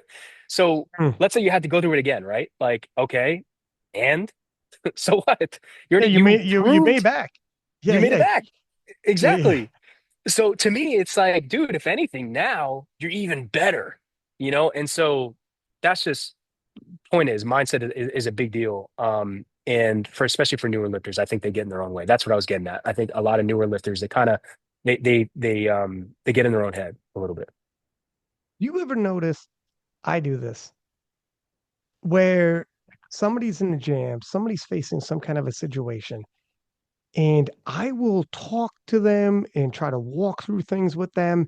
And I've noticed I will at times be better articulating why they need not worry, articulating why, how they can get through certain things, and then stop and be like, why the F am I not like this with myself? Mm, Why can I not give myself that perspective or let myself off that hook or mm, give myself this kind of, and sometimes it'll be like an exercise will be like, what would you tell someone else right now? If yeah, they were in, what would you tell that person? And then I'll walk through it and they'll be like, okay, I'm all right. But it's easier if I actually do it that way. I'll yeah. catch myself doing it. I'll catch myself like in my career as a plan manager, I got like 150 people under me at this plan. You'll have tons of different conversations and people looking at you as a leader and you're saying things and bringing people through things. And then afterwards, like when you're in a jam and it's got to be, you know, I'll be like, I'll be looking for something. What did you tell those other people? What did Mm. you? It's funny how that works. How it's easier sometimes to help other people out than to tell yourself. and Oh work yeah. through it. Yeah. That's, I mean, easier said than done. I mean, that's just what it is, and it is tough, but I think that's why people hire coaches. That's why people work with, you have a training partner, something like that. Like, look, man, there's a Mm, reason why. You think LeBron doesn't know how to shoot a basketball? Why do they have a coach? You think he doesn't know the game? You think mm. Ray Lewis didn't know how to read a field? You know what I mean? Like, why do you have a coach? Half of it's accountability. A lot of it is going to be the collaboration. What do you see? What do I see? What do we think is the best move forward? But then Mhm. a lot of it is simply a reminder. Why do you think like the locker room talks are what people like really remember, right? Like, why is it that that matters? Why does that even exist?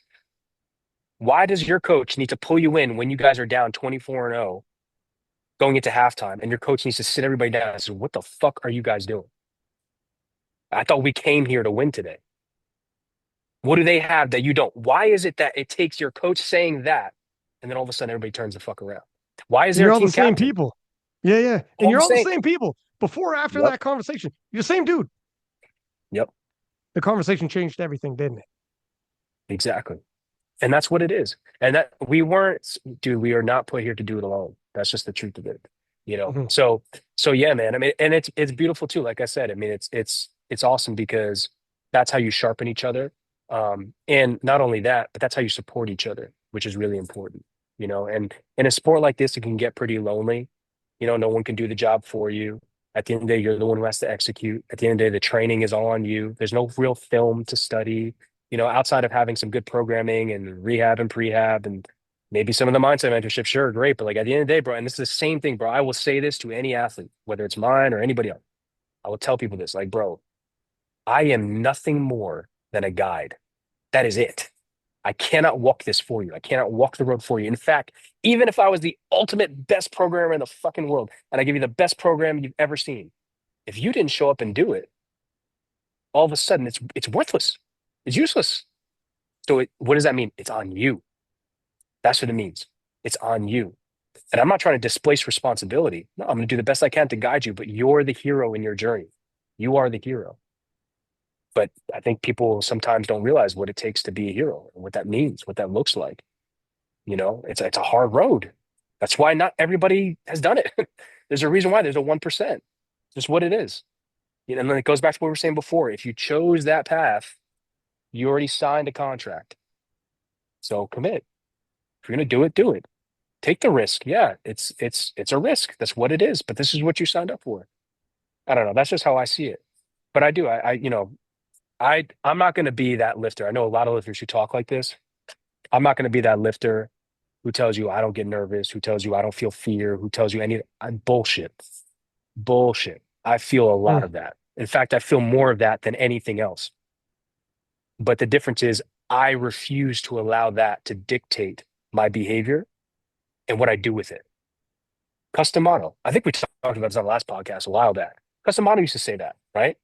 He said, a hero and the coward feel the same fear. The difference between the hero and the coward is one runs from it and one runs to it. And that's Mm. it. So who do you choose to be? You know what's beautiful about that, Ryan, is that you can choose. That means it's not about your genetics. It's not about your sponsor. It's not about any of that. It's you. It's what do you choose to do, period. And you have that choice. So I believe it's my job to lead by example. If I'm going to tell you to run to it, then I have to run to it. But I also want to help you run to it. That's how I look at it. George St. Pierre talks about that. He said he was always afraid in terms of fighting. Training was kind of fun because you're with your friends and you're learning and all that's great. But the actual fight itself was terrifying, absolutely terrifying. The Mm. repercussions that could happen, etc. And he said eventually he just realized I would rather deal with that fear and do it afraid than never having walked that path to be able to do it all and see what would happen if he could do it. He's like, I just Yeah. felt like it was more important to feel that anxiety, get on the other side of it, and see what the fuck happens in the fight and see what happens if I could apply my trade. It's more important. So the fear was always there. And he would talk to guys with like tons of fights. And he was like, when does that fear go away? And they told him it doesn't. You need to, like you said, have that contract with yourself, to start getting it through your head, it's never going to go away. You want me to tell you after 10 fights you're good. You're not. You'll never not feel this. That's okay. You start realizing it's more, my goals are more important than how uncomfortable I feel.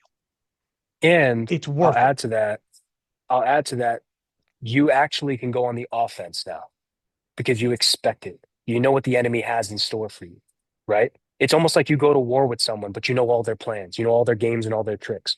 So now you can even use it against them. And that's when like John Jones would talk about using fear as a fuel, almost as the fire, right? Like it's a raging fire, but you can control it. If you can control it, it can work for you. Same thing, Tom Aspinall talks about that. He's like, dude, I am scared shitless. Sometimes even like breaking down. And as I'm walking out, I get more scared. I'm more scared. All of a sudden, when I'm in the ring, it all washes away, right? And it's this idea of channeling it and using it. And so once you understand, like, it's a good thing. It means you're human. That means you bleed. That's great, you know? And so now, what do you do with it?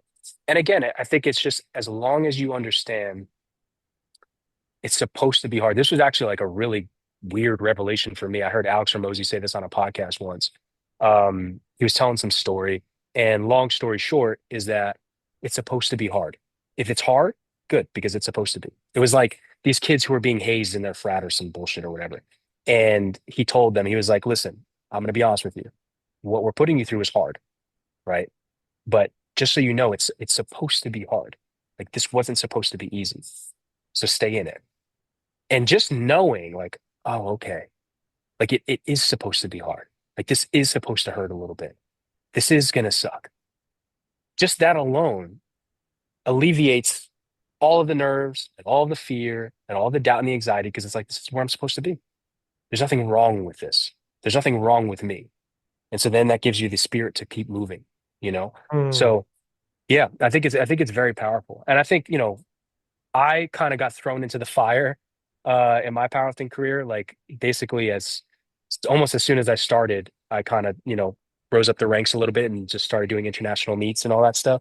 Um, so I kind of had to learn all these hard lessons really fast. I basically had to fail hard and fail fast.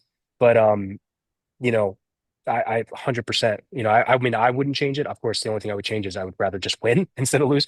But for a lot of these athletes coming up and stuff like that, I mean, that's what you need. You know, you need to almost not look forward to failure, but leverage it, you know, walk away with something. You didn't come here for nothing. You know what I mean?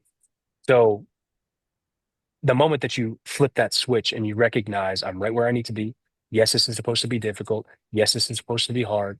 Like John's the one who told me that too, like a while back, because I was like, dude, I just don't fucking understand. Like, how much more do I need to do? Like, I'm there. Like, I'm here. Like, why is it not? And he's like, listen, man, like, did you think it was going to be easy? Like, did you think that what you're trying to do was going to be easy? Like, bro, Mm. I don't know if you realize, but like he was like, see, you don't see it this way because you're crazy. He was like, but to everybody else, you're squatting a world record. You're putting something on your back that no human at your weight has ever done naturally. You don't see it that way. You just see it as a random number you're going to put on your back in your squat. But that's how we see it. He's like, you don't think that that's going to be hard? You don't think that that's going to take time? Yeah. You don't think that that's going to come with some challenge? You know, so that kind of, you know, again, opened my eyes a little bit too. But Gavin Adin, 25 years old. Why am I not a world champion yet? Why is it taking so long? And everyone else is like, if you get it at 30, dog, it's crazy. No one should get it. You're like, no, but I should have got it year two. I got it year yeah, five. it's a hundred It's percent like, how I feel. maybe, maybe.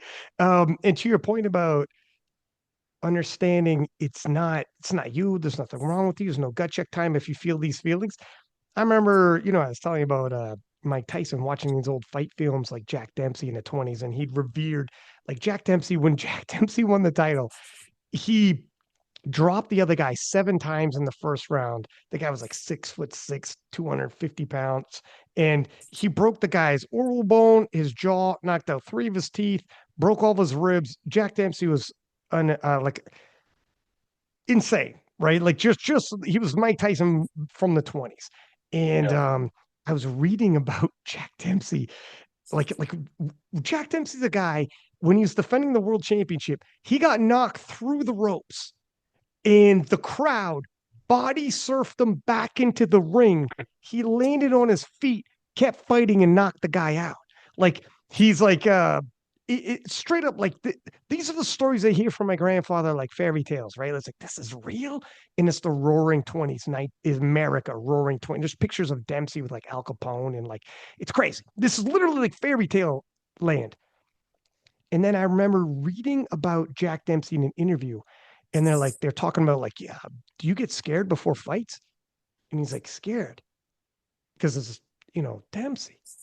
And Jack says, my man, I remember I went to wash my hands, and my trainer said, how many times are you gonna wash your fucking hands? And Jack Dempsey goes, what do you mean? He goes, do you not realize you've washed your hands like 13 times in the last 10 minutes? And because he was so nervous, he just can't stop moving. And he's like, have I? And he like was over there, kept washing he just kept moving and kept doing things. And he's trying to play cool, trying to keep himself busy, trying to whatever. But he's like, he's not himself. He's like, if you were in the room before you went out there, he's a mess, an absolute mess. And that's Jack Dempsey. That's the guy, the big speech Mike Tyson gave when he's calling out Lennox Lewis. Everyone uses it on their Instagram clips and TikTok, where he's like, I am Alexander. I am Jack Dempsey. I'm from their cloth. I'm going to eat your heart. I'm going to eat your children. He says Jack Dempsey in there, right? A lot of people probably didn't know who Jack Dempsey is, but when you actually read about these guys and they talk, like they've done such crazy things, they're like iconic legends. And when you actually read interviews from them in the 20s and 30s, or let's say 40s when he's an older man, he says, like, yeah, I was fucking scared. 120,000 people showed up to one of his fights. Everyone knew who he was worldwide, globally. There was no global sports, there wasn't boxing. Everyone focused on it. He's like, yeah, I was petrified. But when you see the clips and stuff, it's just like crazy what he would do. Mm. But to your point, so when you feel these things, it is important to recognize this and be like, it's normal. It's not gut check time. It's not, I'm afraid. I can't sleep the night before. Is that me? I'm not built for this? No, no, no, no, no. It's normal. It's fine. Yeah. You're right where you need to be. Don't second guess. It's all good. You got to do it enough to start getting used to it, and you'll be Yeah. okay. And it is good to recognize those things and realize that. 100%. Well, and I found too, like I call it the Tylenol for fear and doubt because it doesn't cure it, but it helps kind of mitigate it or suppress it a little bit. It's preparation. So if you prepare well and you train well and you knew you left no stone unturned and you truly gave everything, then that what that does is now that by itself can actually cause more fear because like, man, I've given so much, like I care so much about this. Like, what if I lose? What if it's all for nothing? There's a second step here that people miss. But preparation is really, really important. You prepare, it'll expel a lot of that doubt. The second step is you got to let go. You have to detach. And it Hmm. sounds very opposite of what you think you need to do, but you've done the work. So you have to trust your training, trust yourself. You'll be fine. You did the work. Like the proof is there. You have more evidence to show that you can do it than that you can't. That's just the facts. Like you did the work. So you have to trust that. And what does trust mean? Let me ask you this. If you've ever had a partner and they don't trust you, what does that look like? They're constantly checking in on you. They're super anxious all the time. They question you all the time. They kind of back into corners, right? They're always trying to catch you in something. Like, you know, do they truly trust you? If they trust you, they can almost like let go. Doesn't mean they're not going to be vigilant. Doesn't mean they're not going to pay attention. But at the same time, because they trust you, they can detach from that fear. They can let go a little bit. It's the same thing with your training. Same thing with the results, with the outcomes. That's why I say I detach from the outcome. It's not about the outcome.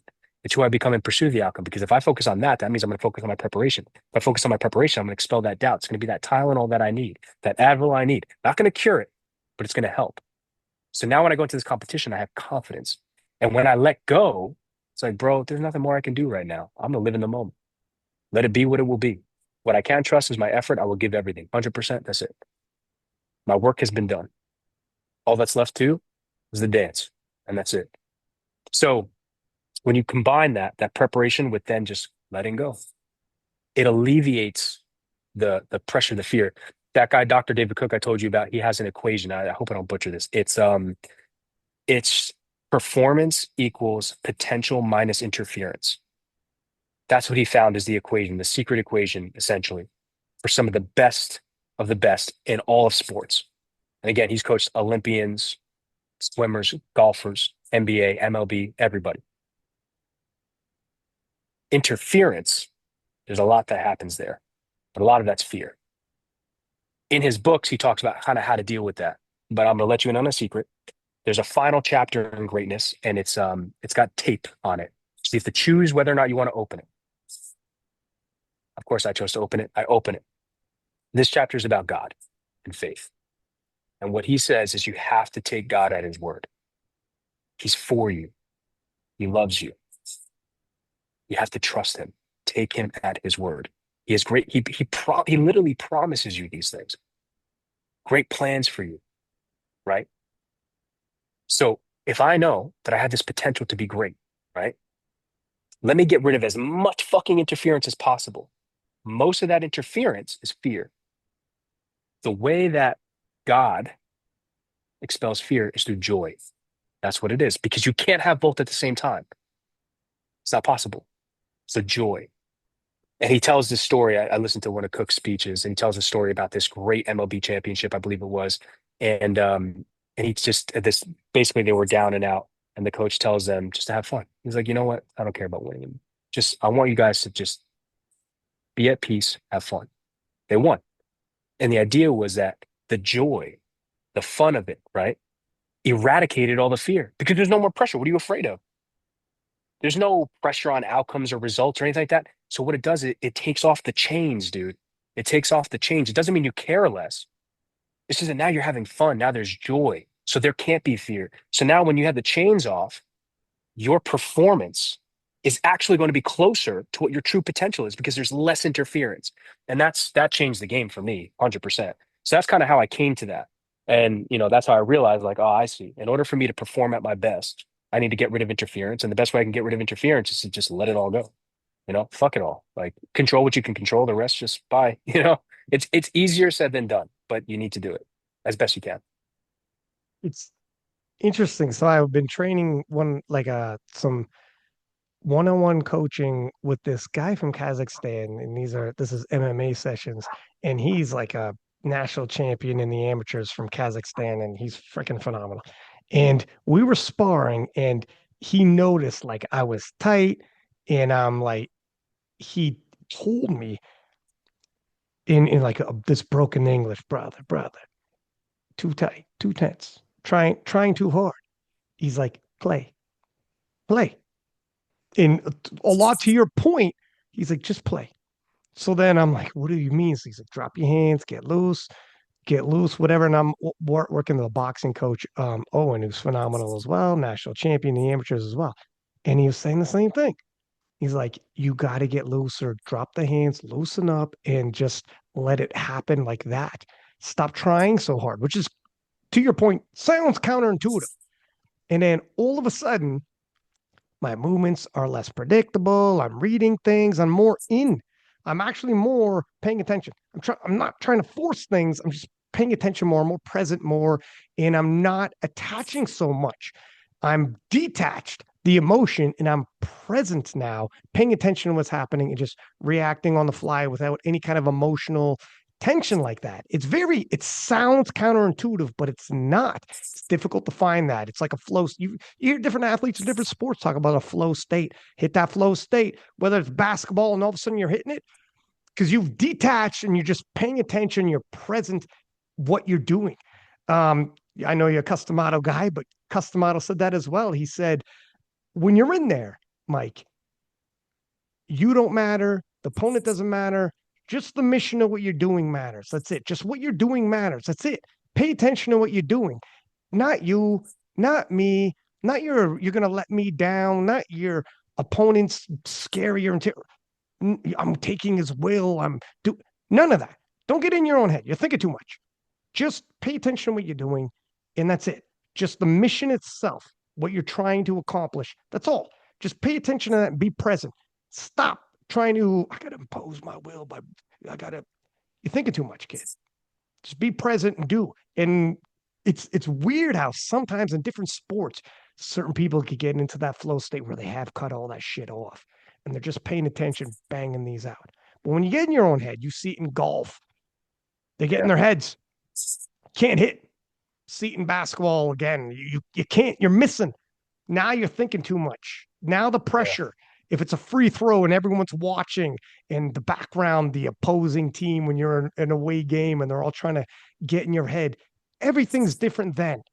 It is. And then that's where also in basketball, you have guys trash talking. They're trying to elicit an emotional response from you. They're trying to get you out of the flow state. You're not paying attention. Put a little something else in there. Fighters do it, try to ratchet up the heat, get something going. And in all sports, that's what trash talking, just trying to distract you. To your point, distract you. But in reality, if you could just put all that aside, if you're capable of putting all that aside and just be present, what are you doing? It's Teddy Atlas, same Teddy Atlas I'd mentioned before, phenomenal. And he said, like, phenomenal mental side. He's got one of the best autobiography books you'll ever read. And he was saying, what's the difference?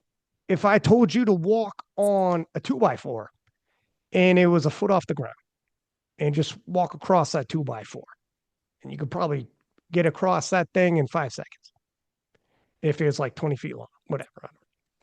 Now, what if I rose that thing 100 feet in the air and I said, get across that 2x4 for me? How long would you take? You'd probably crawl along that son of a bitch, wouldn't you? It's 100 feet in the air.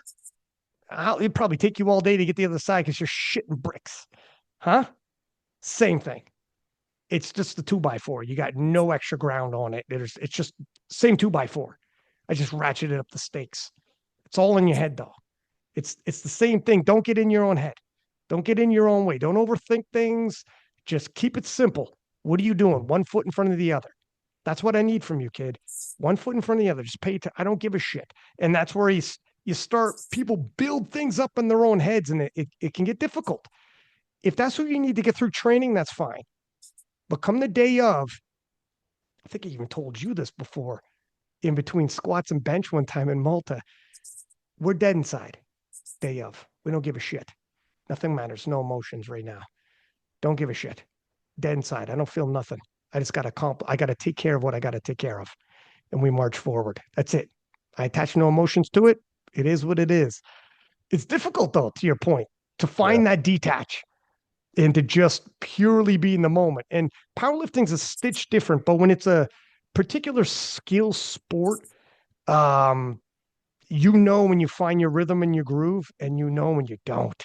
And when Yeah. you don't, and all of a sudden it's repeatedly you're not, and you're paying the price, again, like golf or whatever, and it's in front of everyone, like fuck, you shank it again, and you're like, oh, and everyone Yeah. does the oh, you hear the crowd, oh, and you're like, it's hard, easier said than done. Stay detached, bro. Just pay attention to what you're doing. Easier said than done, Yeah. or for anything, or like obviously boxing, MMA, or whatever, when there's a price to pay and you can't Yeah. get in your groove and you're like, fuck, you're all of a sudden you're like, easier said than done. I got you. Well, But it is a skill. one of the things that I work on too, which is again from Dr. Cook, is his big thing is a lot of people try when they envision stuff. One of them, the things he says is, especially for golf, paint a perfect paradise, your perfect shot. Just paint it in your head, and then basically just go do it. But what I really want to share is there's this one thing that he says that I've never heard anyone say before. A lot of people imagine the celebration. That's what they envision. They envision the victory. Say, don't. I want you to think about 20 minutes before the victory. Where are you at? What's going through your head? Because for a lot of people, 20 minutes before, it is nothing like the celebration. It's the Mm, opposite. And for powerlifters, we feel that more than anything. 20 minutes before the victory, we're going into deadlifts. 20 minutes before the victory, we might even be on second attempts already for deadlifts. So this is it. So where are you at now? Because this is it. That you get 2 attempts now for everything you ever wanted. Just two. And that comes out to less than 2 minutes. Your whole life's work, 2 minutes. Put yourself there and practice that. Prepare. Like that. That's part of what I do. Like that's part of what I try and teach is you have to practice that. No different than you would a rep on a squat or a bench or a deadlift. You have to practice the mental because I promise you, you will resort to that. You'll have a recency bias. You're going to have this tendency to fall back to whatever you know, whatever feels safe and comfortable. So train that. If you need to write that shit in a journal, dude, there's pictures of me from meets. I've got like notes. I've got a journal with me. I bring all this shit. And it's not because I need the motivation. It's not because I need to be fired. No, it's these are little reminders. This is me being prepared. Just as I bring my electrolytes, I'm bringing the stuff I jotted down. This words literally could be one word that sparks something. It's like, yeah, that's right. That's where I need to be. It recenters me. One thing that I practiced before nationals and before Sheffield Championship was sometimes like when you get into a new environment, the pace of everything gets to you, right? It's like, oh, we got to do this. We got to weigh in, equipment check. Okay, quick, let's load the bar. Let's start one. You get lost in the pace. Slow down. This is no different than your own fucking gym. So what I did was when I was in war room training going into nationals, I would sit there. I would purposely sit there in between sets and just soak in my environment. And I would practice like literally visualizing myself in the warm up areas of all these different places I've been. And then I would just change it so that, no, I'm still here at war room. What's the difference? And I kid you not, I would go to these championships and in the warm up room, I would then visualize war room. Or I would visualize at the championship in the warm up room, I would visualize war room because that's what my environment was. And all of a sudden, everything slowed down. But I Hmm. practiced that, I prepared that. And like I said, man, everybody's different. I'm a very visual guy. So for me, like I'll save certain videos, I'll save notes, I'll write stuff out. I'll take like anything I can to keep me locked in and centered and to keep me on like to me that makes sense. That and I don't see too many people doing that. And I really do think that more people should because just as you would train your body, you got to train your mind, and the body will follow. You'd be surprised what you can get your body to do. Now, powerlifting is a very tough sport, man, because there is no such thing as really like a flow state because you're in and out. It's 1 minute. And then you got time in between. Like I remember football days, like I swam, I did equestrian polo, I wrestled. Like I remember it's easy to tap into a flow state. And then once you're there, right? Like you're cruising, you're hot, you're sweating, like you're moving, right? Then 40 minutes later, like everything's done. Okay, cool. In powerlifting, it's okay, I got to get myself in and on for this one Hmm. minute and then take myself out and then in and on and then take myself out. And that's what's hard about it. Golf is even harder, right? Because you're not even really doing much. You're just walking and swinging. So to get yourself into that state is very difficult. It's easier when, let's say, like you're boxing and you're moving so much, there's so much going on. It's a distraction. It forces you to live in the present in Hmm. powerlifting and in golf, you have no choice but to almost see the future because nothing's happening. You're not doing anything. You know what I mean? And so it's so much more difficult. That's why you have to practice it. You have to practice, and that's why like actually I saw in South Africa, first time I'd ever seen anybody do this. I saw Jonathan Kaiko reading a book in the warm up room, and I remember thinking like, I know why he's doing that, but I've never seen somebody do that. Never seen somebody do it. He was just chilling, just reading. And it's obvious, obviously, look, he was, I mean, I don't want to put words in his mouth. I'm just guessing, obviously, but I think it's a pretty good guess. He's doing that so he can be in the present. So he's not anxious or worried or thinking about the Hmm. competition. Thinking about it. He's just in the book. That's it. That's a good idea. It is. And that's why I started to bring that wasn't the reason why I started to bring like my notes and stuff like that, but that's why I brought my Bible. I started to bring a Bible. I'm terrible about being in the word, to be honest with you, but it helps me because there are certain things that I save in there that's like I want that in my hand. You know what I mean? I don't want to pull it up on my phone. So I want this in my hand. Take me into this while all of this is happening. You know what I mean? And yeah, so like little things like that you won't really hear too many lifters talk about. Like that's what makes it. Because I mean, maybe this sounds kind of fucked up, but it's just my opinion. With enough drive and enough consistent work, I do believe that you can make it to the top 10%. You can make it to the top 5%. Like I truly believe anybody who is powerlifting for working limbs, like you can do it. But what makes it so that you can get to the top 1%, we've already capped out our 80% of variables. Our training is pretty dialed in. Yeah, we'll change some things programming wise to make progress. Sure. Recovery is pretty much dialed in. We're all watching our sleep. We're all watching our food. We're trying to watch our stress. What else is there? Now it's the little things. percent, half percent, half percent, half percent. Oh, that's going to be 3%. And that's it. So that's what our job is. What are those pieces? The mind unlocks all of it. The mind is what allows you to use everything you've built. So again, in my opinion, you start working on those things, start preparing those things before you know it, you fucking stud. I mean, what's going to stop you? You're ready for it all. You know what I mean? The Russians actually use, so they had a sports psychologist who's in a room and he's like, I want everybody here, close your eyes. And he started walking through what a lemon looked like. You picture this lemon, the contours to it, Mm, every single, I know and where you're then going. Yep. talked about, now picture me putting this knife through that lemon and picture the knife cutting through the lemon and then a juice come out the side and people's mouths started watering. And he goes, whose mouths are watering? Raise your hand. Open your eyes. Everybody's hands raised. And he goes, you just had a physical response to an image. And he built that to say what the Russian athletes started doing at the Olympics was they would have keywords, names, something that reminded them the imagery and brought them back to their mind being right. And they would use it when you're fatigued, tired, stressed, anxious, whatever it was. You just bring that name, that image, like you did with the war room, like you might do with whatever it is.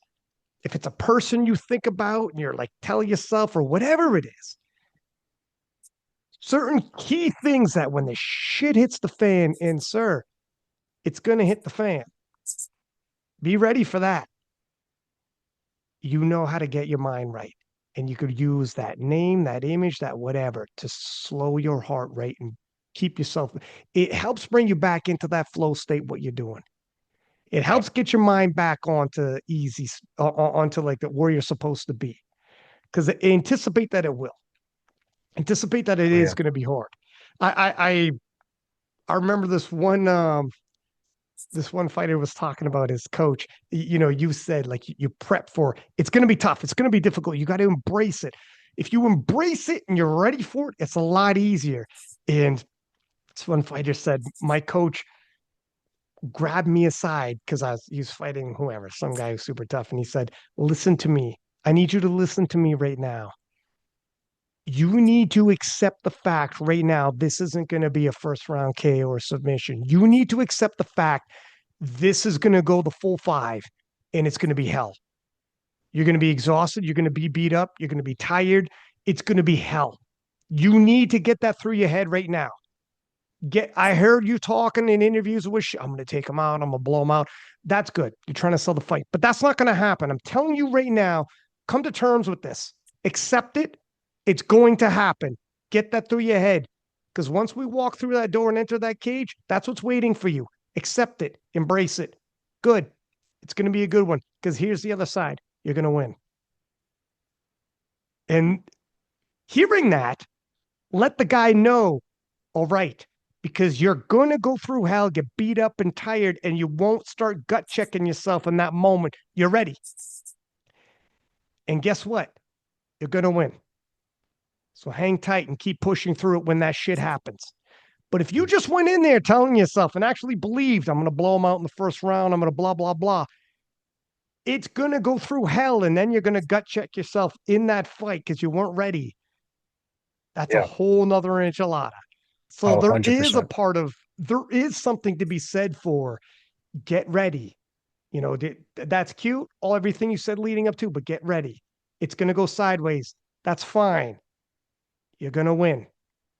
But I need you to get your mind right. And the guy said, he's like, it worked because sure as shit, that was a war he went through, but he was prepped. He was ready. It was okay. And he's like, a good coach will know. Okay, I'll let you believe you're going to do this, or you know what? I don't think you're understanding me, son. And you need to get Yeah. your head ready now. Now Yeah. is the time. I'm not going to tell you it's 3 nights before because you're not going to sleep for 3 nights. I'm going to tell you when Yeah. it's too late. I'm going to tell you when it's too late and we're already here and you have no other choice but to embrace it. And he knew that too. Don't tell me a week out so I can't fucking sleep all week. Thank you. No, no. It's already too late. You can't back down. We're already here. Well, now let me tell you, Gavin, what's about to happen to you. And, and, and you're like, holy shit. It's like, but it's okay. The story ends well. You ready? And then we walk out together. Right? Yeah. It's such a good Bro, it's way better when he tells it, but I got we need chills. you in the SPD Austin warm-up room. Just give you a That's right. fucking mic and just listen, Yeah, that's everybody. right. I go, listen to me, ladies and gentlemen. I crowd him around. Let me tell you what's about to happen out there. And all of a sudden, like we're Oh about man, that to, would fire me up. yeah. Like we're about to jump from that helicopter and go to war. Let me tell you what's waiting for you on that ground. I'm excited, Brad, man. I think SPD Austin's going to be great. I'm really excited to see obviously a lot of the competitors go off. I think everybody's been preparing and I think it's going to be a cool meet, man. Like I haven't done a local meet in I don't even know, like years. that's right. You said Yeah, that. dude. You're Yeah. like, dude, I've like your almost entire career from nationals to worlds to Sheffield to nationals to worlds to like it's crazy. To like North Yeah. Americans. There's always Yeah, I world the last titles at time stake. And oh, when was the last? I think 2020 was the last time I did a local meet. So it's been 5 years. It's been 5 years. It's crazy. it's half a decade. Yeah. So I mean, I'm excited, man. I mean, my basically my thought process too was like, okay, we could do this or we could just go straight into the nationals. But John and I were like, well, I mean, might as well just do it because why the fuck not? Like, go off, let's see what we can Yeah. do and build momentum going into nationals. What I do hope is that however things pan out with everybody at Sheffield and blah blah blah, I hope that every 93 who has the intention of going to Worlds competes at nationals. Period. That Well, is what I hope. you must be happy that Sheffield has now moved. This will be the last one that's going to be in January because after that it's after Worlds. So it'll be Nationals, Worlds, Sheffield in the year. It's Yeah, but moving to the. Sorry, go ahead. no, but so does that mean that okay, so like let's say because the next Sheffield will be in November or something like that, right? Like after this one in January. Yeah, So I got it. something like that, right? So Yeah. would your totals from that November one count towards that next year's national like that next year's national is only going to be 4 months away, No, I think but would what it they're count they're towards that national? I think the rescheduling is so people don't miss meets. So people actually go in the proper everyone does nationals. Everyone does nationals. Then you do worlds, then you do Sheffield. And there won't be, Okay. to your point, this can I use my total from? No. It's been reorganized in the proper chronological order that there is no need for that. Yeah. That's what they're trying to do away with to stop this. Because like you're right, to make your national team spot or just period as a fan, I want to see everyone go against each other. Like I know 100%, you did, 100%. you did that. You went Sheffield and then like freaking a month later did Nats and freaking, you know, Yeah. just show up, just show up and do it. Yeah. And yeah, I don't want the fans. The biggest thing is like splitting talent pool and not seeing the head to heads and whatnot. Like, no, let's rock and roll. Yeah. Plus, like to me, Sheffield is like the culmination of that year's championships. That's like you went to nationals, you won. Okay, cool. Now you're at Worlds, and now you get to go to Sheffield. That's it. That's the end. There's nothing Yeah, beyond yeah, that, right? yeah, So it's exactly. like this doesn't need to carry over into the new year. This is like, hey, look, this was a clean slate. So Yeah, now that cycle restarts. So it would make sense that, you know, yes. um, plus I do think like, I mean, don't get me wrong, like I know some people are gonna get pissed off when I say this, but I think we overhype the turnaround shit. Like, bro, we lift weights, dog. Like, figure it out. You got a 4 week turnaround, okay. So you had a really big SPD day, like Yeah, yeah. what I mean? So I don't know. In my opinion, like I get it, I understand, but at the same time, it's like, dog, like how many excuses are we gonna make for competing? Like it's we squat, we bench, we deadlift. It's three movements. Like we can figure it out. You know what I mean? And that's part of it. That's part of sports too. You know what I mean? Like fighters, some fighters have back to back fights. Some fighters have like 2 months or 3 months in between, which for fighting is kind of short sometimes, right? Some fighters like to Mm, go weekends almost, you know? And what's really bad is some fighters, when they take like more than a year off, 2 years off, it's like, fuck, some coaches would prefer that their fighters have that exposure more frequently. So everybody has their way, but like at the end of the day, bro, it's a sport and it's a business. And we need mm. to make sure that there's a standard. So I don't know. Like I said, it's no shade at anybody. It's just I do think that, especially because at that level too, 10 times out of 10 times, the athlete's getting their like flight and hotel taken care of by their sponsor to compete at nationals. So for the most part, that like most of the financial burden, I would say, is covered. Not all of it by any means, but most of it. So I think it's totally possible. Um, but yeah, I definitely would like to see that. But I'm excited, man. I really wish I was going to this year's Sheffield, or would it be? Yeah, I guess it would be next year's. Because it's white and gold. I think that looks sick. It would have been super exciting to go, but it is what it is. Just more fuel to the flame. We'll be two in 2026 though, so you'll have two kicks at the can, I right? There's the know. one in January, and then you do your business. You do your business at Nats. You do your business at Worlds, and then it's Yeah. the stadium, Gavin. They got a What is that where it's freaking going? yeah. It's going to be in a Nice. stadium.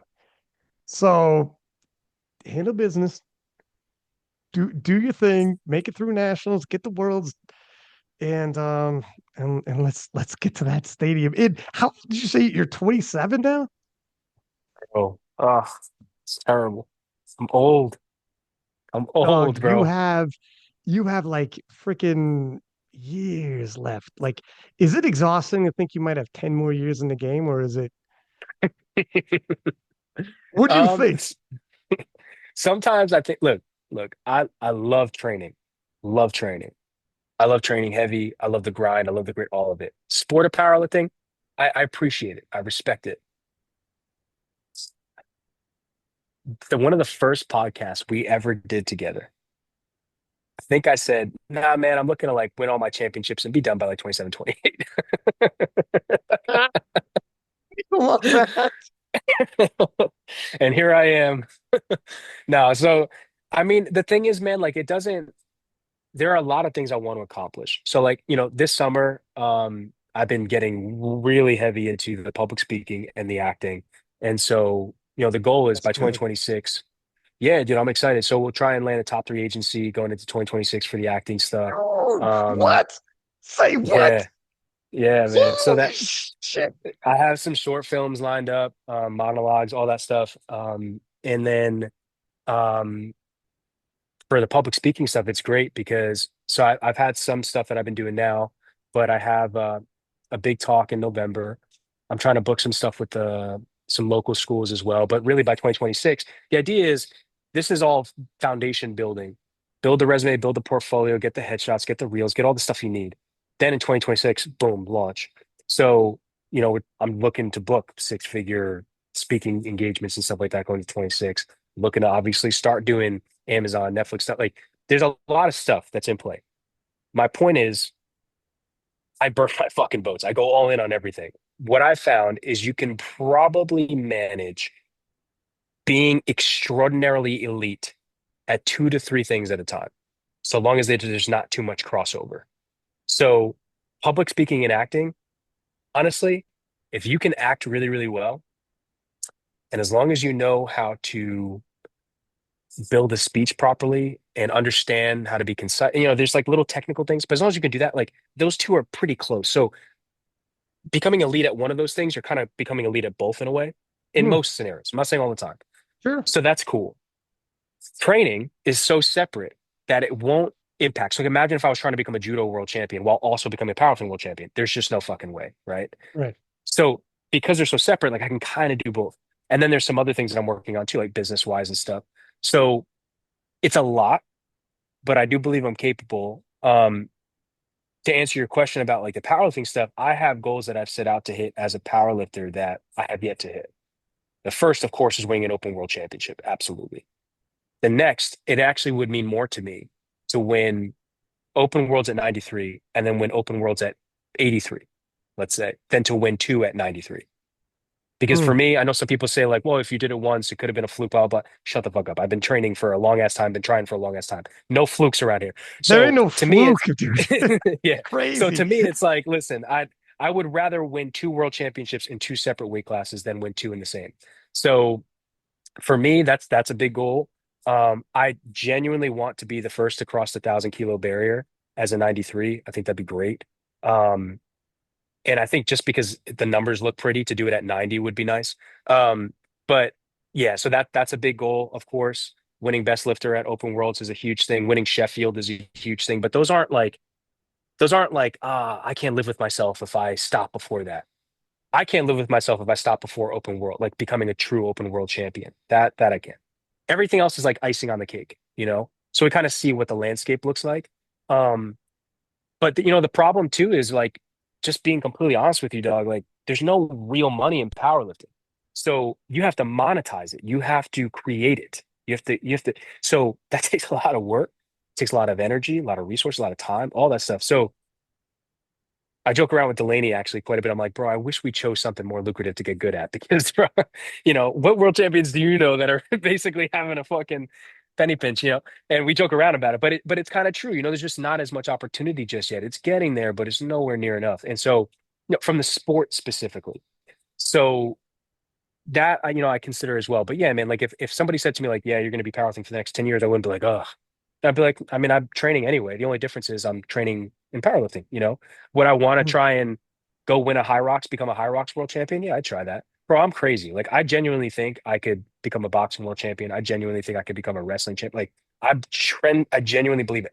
I'm not delusional in the sense that, like, yeah, I think I could probably be better than LeBron. Like, I understand that my body, the way I was born, has certain limitations that make me worse at certain things than others. But bro, who was the guy that won the slam dunk contest? The fuck was his name? He was like 5'5". Yeah. Um, yeah, but you know who I'm talking about. Anyway, so that tells me I have no excuse. It's possible. So I do believe, like, could I, if I worked really hard, if I try, I 100% believe I could do all these different things. So now it's just a matter of selection. It's like, okay, let's see where we want to go, what we want to do. One of the things that I walk through with people who do any like mentorship with me is well, there's two things, but one of the major pieces is building like this I kind of talked about before. It's like this identity, right? So the idea is we're going to design this ultimate version of you, right? We're just going to figure out then what's that gap. We are here, he is here, or she is here. All this stuff in the middle, how can we reverse engineer all of that so that we come up with daily tasks and habits that if we were to do this and then compound it over time, life is going to change. That's it. That's all it is to me.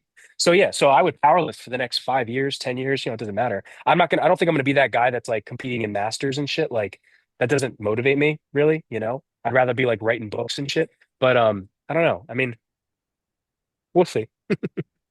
Thing is too, like lifting weights, being jacked will help acting and also winning world titles obviously is going to help. Having some kind of a story attached to you is never a bad thing. Whenever you walk into a room and they're like, "That's Gavin Adin," and they say a little something like, "Yeah, he won the world championships as a power lifter." What? Oh yeah, flew all over the world, Team USA, and was, social media and all these podcasts and stuff. Really? Oh yeah, yeah, yeah, yeah. It's a story. Now you stand out. Doesn't matter how big your role is on set. I bet you some of the top people on the call sheet will end up hearing about your story. Hey, did you know? I've done some minor stuff too in media and acting and whatnot. And the top end guys found out that one of these dudes that was on set boxed and won a silver medal in the Olympics. And we all were all over him. I got like a picture taken Mm, with him and we're all over him. And this dude was just like a that's awesome. small time background actor. And the main dudes were Yeah. like, holy, came out. And like, we're like, holy shit, what is he doing here? And because he found out this guy boxed in the Olympics and won a silver medal. I remember the one guy who's his name's Egerton Marcus, right? Who I'm talking about. And I was chilling in like one of the green rooms, and the guy I was talking to, like, he didn't know I was a big boxing fan, like a big fight fan, period. And the one guy was like, "Yeah, there's a boxer here." I go, "What? Who?" And he goes, "Yeah, oh, he's got a weird name, like Egerton." And I go, Egerton Marcus? And he goes, yeah, you know him? I go, take me to him. I'm like, stop talking. He's here. Why am I sitting here talking to you? Take me to him. Egerton Marcus, he fucking fought in the Olympics, bro. I was a kid when I watched him. Yeah, I know who he is. Take me Was he to him. cool? So, anyways, oh, yeah, dude. So he found out some of the stuff I did, like, when I was like on the reality TV show and shit, like flipping cars and pulling planes and shit. And I showed up the next day because he was asking me questions about me when he found out. And I show up the next day and he's like, oh shit, Superman's here. He said that about me. And I'm like, stop, man. You're gonna I felt like the pretty girl just winked at me. I'm like all blush, like, oh no, oh my God, you're killing me. Like it was crazy. I went home telling my girl, like, holy fuck, he knows who I am. And he said That's awesome, it's man. crazy. Um, all that to say, like the point is when you've done things, yes, it matters. Yes, it will impact in all types of ways. And everything you're doing in sport right now, in all the super highs you're hitting, in everything you're accomplishing, and the discipline it takes, and the drive, and everything. Yes, it matters. Yes, it will impact when you show up on set. Everyone will know an actor who makes it. They don't think they're going through repetitions all the time, remembering their lines, going through things. You don't think they know what you've had to do if you win a world title and you've been all over the world and all the media you've done and all the pressure you've felt and everything? Of course, they're going to look at Yeah. you and automatically associate that, say less. They associate that with you. And yes, it gives color to your character as soon as you walk in the door. As soon as you Yeah. walk in the door, it's important. It means Well, and something. what Or I just found too, oh yeah, 100%. And what I found too is like, bro, like being in front of thousands of people, taking a risk, squatting a world record. I hate to say this, but like getting in front of people, reading some lines, it it just doesn't even like it's just not even close. You know what I mean? So some people, don't get me wrong, like there's always like a little pit in your stomach and you're a little nervous to speak in front of people or, get in front of people you've never met before, 100%. But in terms of performing, right? It's like, dude, it's like, bro, I've had 765 pounds on my back and I'm going to be worried about reading some fucking lines. You know what I mean? I'm going to be worried because some director may not like how I do something. You know what I mean? It's like that's what? Do you know? mm, It gives you a sense of confidence. You know what I mean? Like you walk in almost like, look, man, I'm not saying I'm going to be good.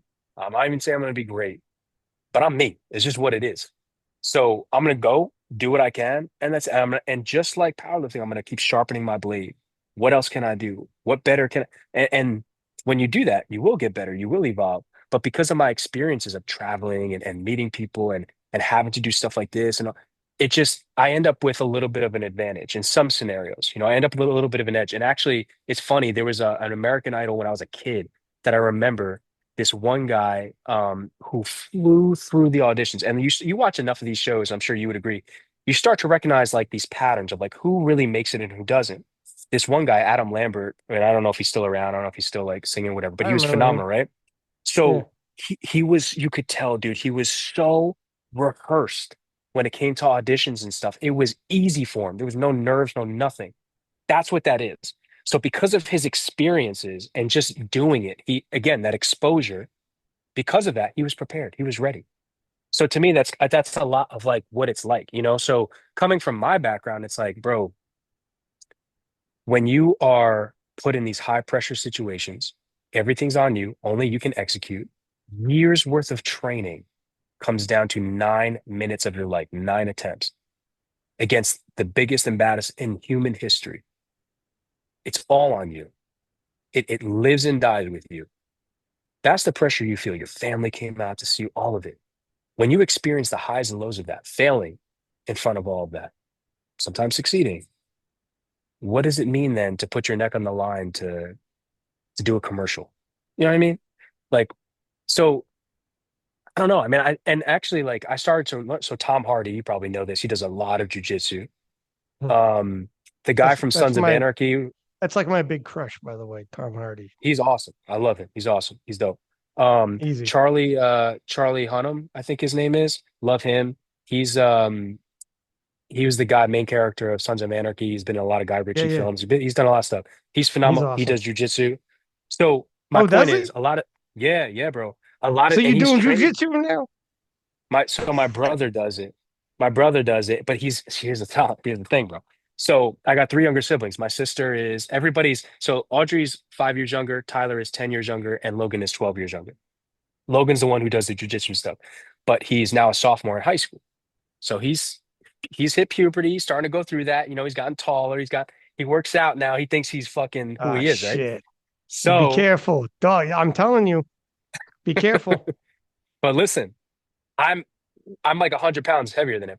And I have a Now, little bit of wrestling background and judo and a little bit of MMA, Muay Thai. So I'll fuck with him.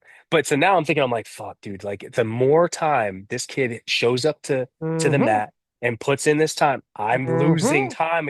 This kid's gonna kick my ass one day. So now I'm thinking like Coming. now, fuck, I gotta get in there. So I'm thinking about it. I'm thinking about it. Never let it pass. I remember me and my brother, I got an older brother. And at a certain point, like we used to scrap all the time. And at a certain point, we were in high school, and for the first time ever, we fought, and it was a draw. And Mm, he said to me afterwards, like not directly afterwards, next day, he's like, "We don't fight anymore. We use our words." And I'm like, "I fought. I see you. I see you. He's retiring undefeated." yeah. He See, I can't that let that draw was happen. a little exactly draw was a little too close. We use our words like gentlemen now. We're adults. What are we doing? Yeah. It's like, oh, okay, we're adults this week. I got you. All right, man. But yeah, isn't it funny to see like younger siblings and shit start developing their own Yeah. pathways, and all of a It's sudden, awesome, dude. It's awesome, man. It's awesome because I'm old enough now where like I can appreciate it, you know? Like I feel like if I was their age going through it with them, it'd be totally different. But because I'm the oldest and I've been through some stuff on my own and I see them and I can also guide them, I mean, I have talks with all of my siblings. And which, growing up, I didn't get a ton of. My parents, were working their asses off to provide what they've now provided. And so they didn't have the opportunity to sit and, really kind of walk me through all that stuff. So the fact that now they get to do that with my siblings, but I can also do that for my siblings. I think that that's great. So I don't take that for granted at all. Like I'll have those talks with them.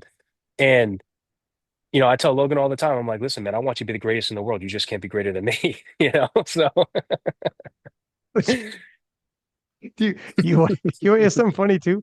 For a second there, I forgot we're doing a fucking podcast, and we're just shooting the shit again. yeah, There's been a it few happens. times. There's been a few times where I'm like, "Oh yeah, what the hell are we talking about?" SBD Austin. That's right. Forgot we're doing a podcast. We're just hanging out. That's when you know you got a good podcast going. When you Yeah, hear a podcast and they're there we go, we hit it. That's when we're vibing. We're in the zone. We locked in. It yeah, it bro. is just free flowing.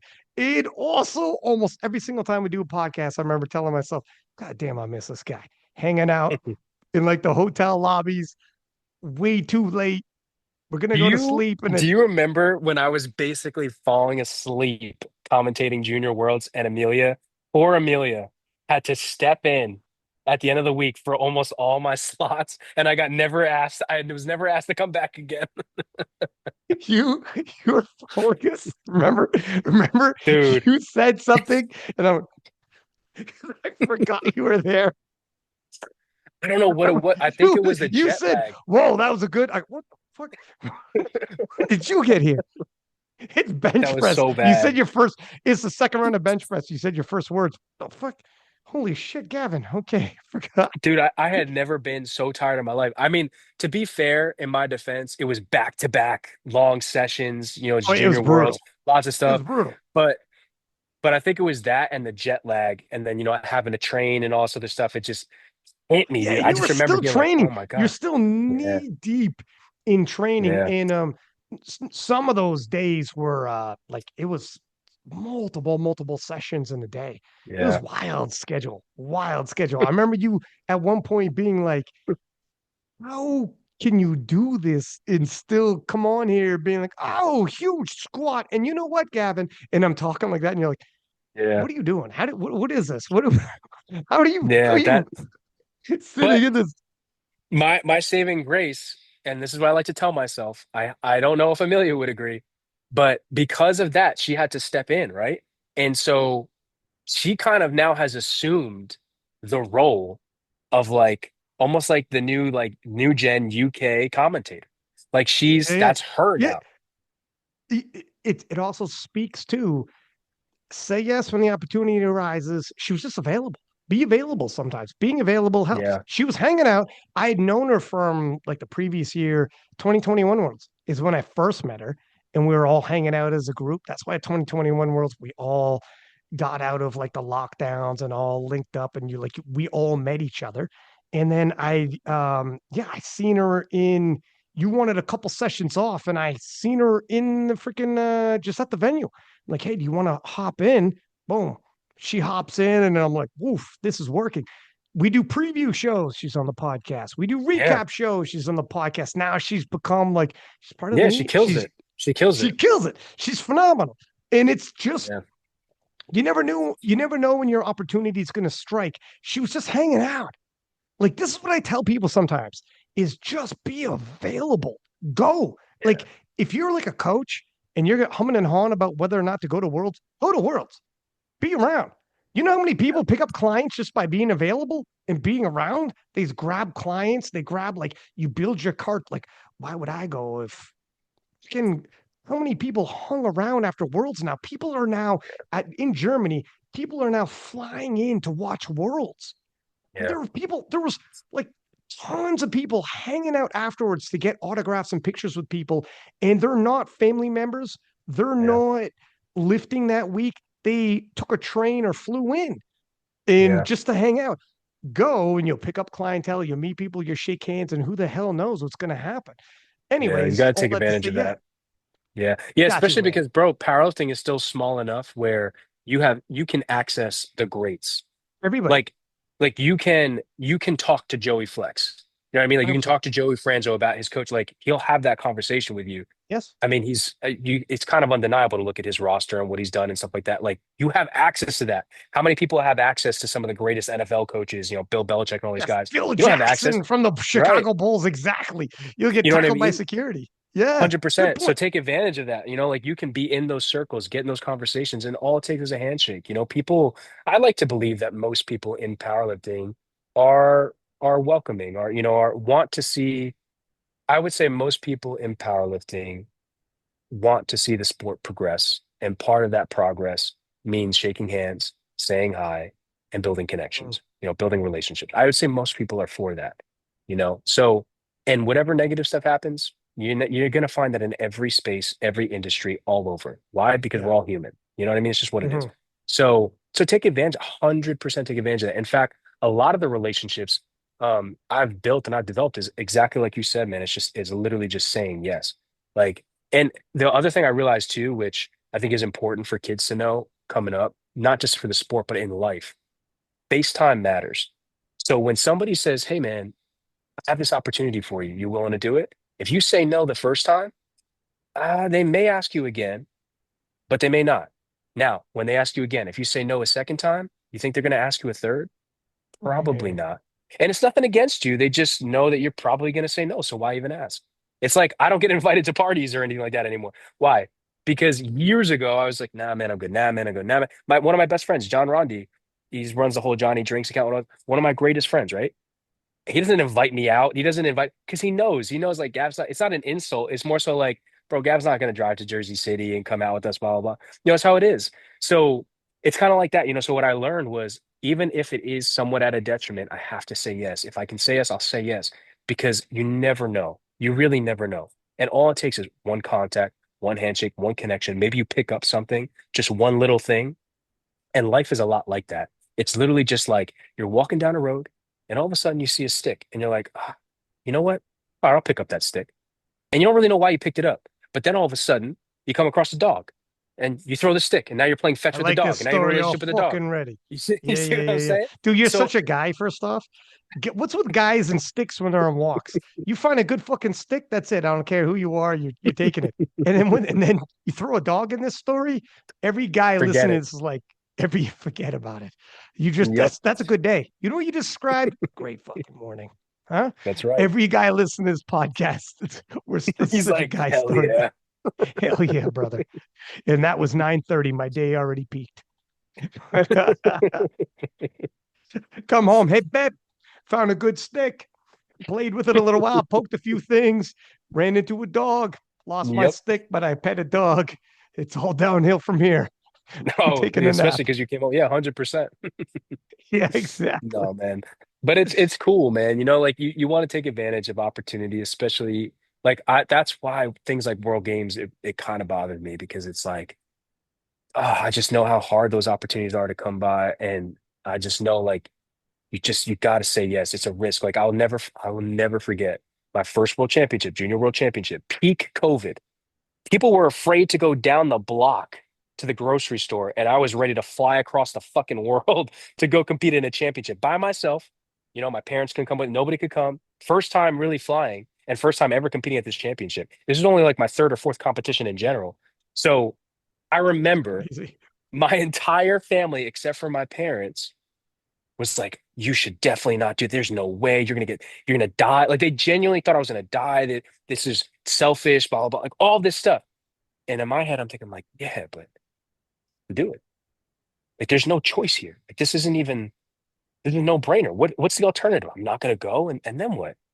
So I went, and then the rest is history. So you have to take those risks, in my opinion.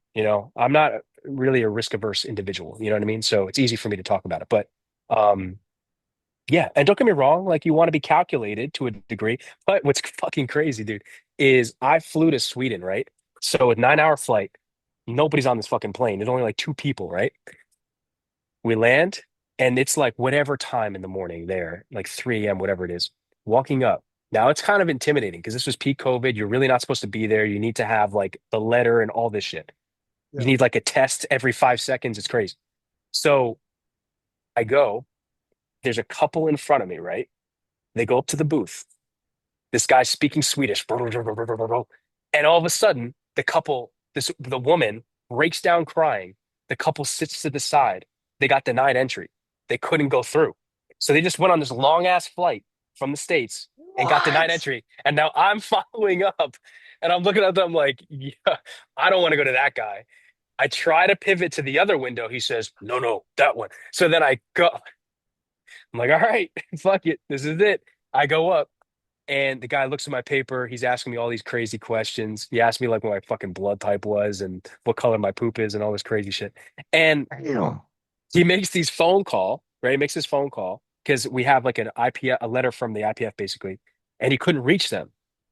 So I'm thinking like, oh my, there's no way. And finally, third time he calls, he gets somebody, I guess, and they let me through. But I just remember thinking like, first of all, it sucks to be that couple. I would hate to be that couple. That really sucks. But second, like, how this is nuts. This is crazy that I'm here right now. Peak COVID. I mean, I'll never forget. It was nuts, dude. It was just so. But You remember that's life. You got to go through those things, you know? we had to get a clear test every single time you entered the venue? Yeah, that was nuts too. There's a That was roll of the crazy. dice every day whether or not you were going to make it. Yeah, and you know what the problem was, dude? Some of those tests were inaccurate. You know what I mean? Like some of them, they You, weren't 100% accurate. yeah, yeah. You could also like not put the swab too deep and like just be Oh like, yeah, okay, yeah. all right, Oh, see, let's. I wasn't a criminal like you. Okay, I wasn't doing You do anything what you. illegal. I Hey! was I did my legitimate. fucking job. Okay, I did my job. I had to show up for work that day. Okay, I did what I had to do. Yeah. But the show has to go on. But yeah, it was such a 2021 Worlds. And then we were all in the hotel. We are all in the same hotel, and Russ was there that year. All of Mhm. us were there, and it was such a good time. We Yeah, it did was like really cool. those pics, Pana and Coco and Still, everyone. still my Jess, favorite pictures to today. hell yeah! Yeah, I got a that really was good one sucked. of you and Penna, me and you, Yeah, me and I Jess. miss We had some Penna.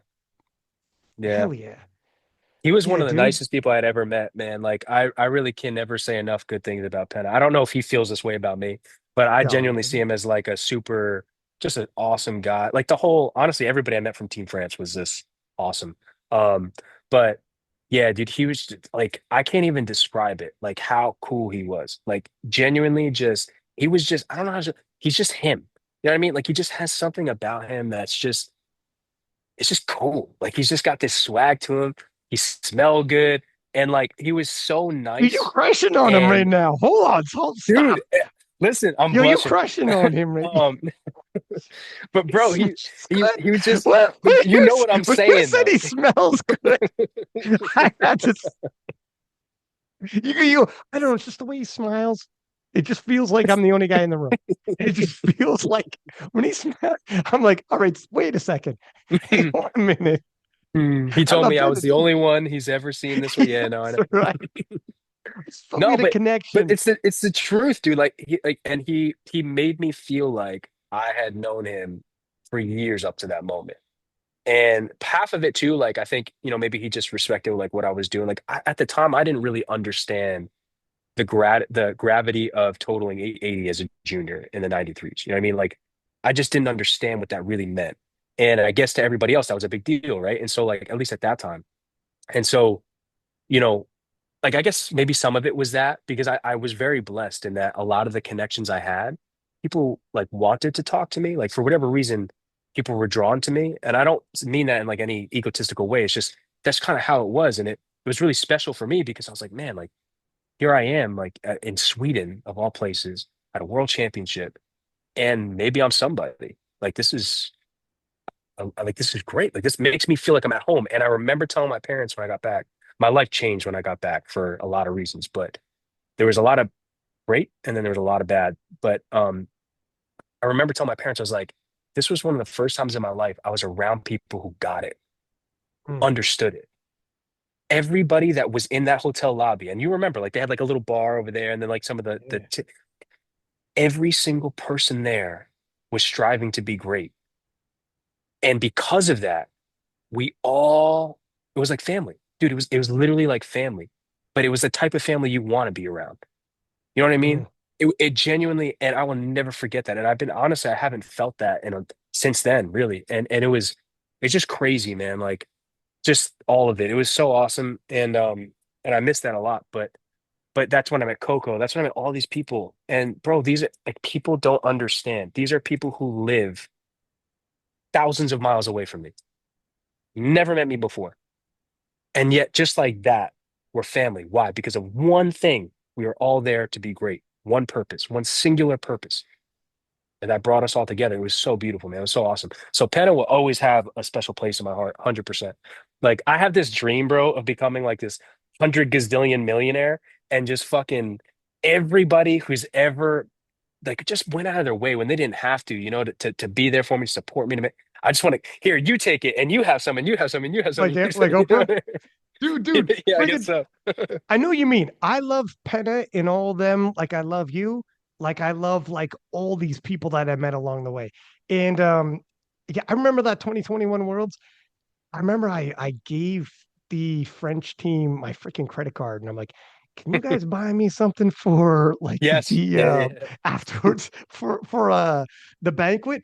And I remember them going out like I remember seeing on their stories a bunch of people going to like the store and they were like looking for clothes like holy shit this looks expensive and I'm seeing it on their stories I'm like holy shit and then when I got back at the front desk. I'm like, I think there's a package waiting for me. And then I got the like it was all in a package in a note that Leah Bavois had wrote and it said, I hope you like what we got. You're now broke. And it was expensive, but it was fucking nice. And it was like whatever, worth every penny. To Worth make every you look penny. good, they probably had to drop at least 10 G's. That's right. So it was nice enough. I couldn't even get it all on. I remember Matthew and Leah. I'm like, I got a vest. I got you like a couple of the keep had to come up and help me out here and start like buttoning this thing. I had a freaking bow tie, the whole nine, man.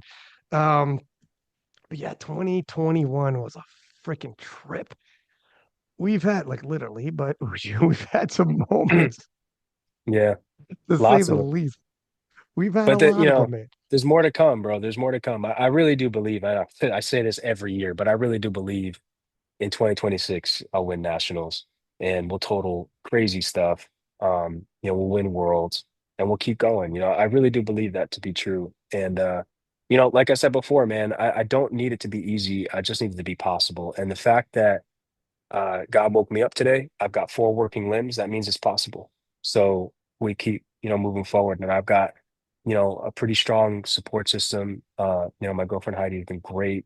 My family's great, and this year I think I've kind of had to play a little bit of a different role in my family, um, which is the first time that's really happened, which has been a challenge, but has been necessary. But even beyond that, it's just awesome. And it's cool too because, my parents, like their transformations have been crazy. And it's great to see everything, fly through with my siblings. But that's why, like, I really do believe, and that's why, like, some people say, like, it's really corny and cringy, but man, like, you owe it to yourself to go all in on something. Just fucking pick something. Like, you have to go all in on it because you have no idea how far that's going to take you. Forget about the accolades, forget about the money and the like that will come, I believe. But it's who you are and what you build. It's that legacy. You read those autobiographies. Why did you read it? Because somebody bet on themselves. That's what it was, dude. That's literally all it was. Somebody chose to be great, and that's it. And again, it was a choice, and there's people around you. You never know when somebody's looking. Like I guarantee you, this perspective, this, reminiscing that I have about, Sweden, stuff like that, I'm sure Penn and all these people, maybe they'd agree, but they're not thinking about, man, I'm sure Gavin feels this way about it. Like they're not thinking that. They were just being them. You know what I mean? It's just how they were. They just, it's just them. And so it's kind of like that, but for yourself, you never really know who you're going to impact and how you're going to change people's lives and how they're going to change yours. And saying yes to opportunities, showing up like you say, giving 110% every single time. Sometimes falling asleep at the desk when you're commentating junior worlds. You never know, but you have to just kind of keep going. I think it's a beautiful thing.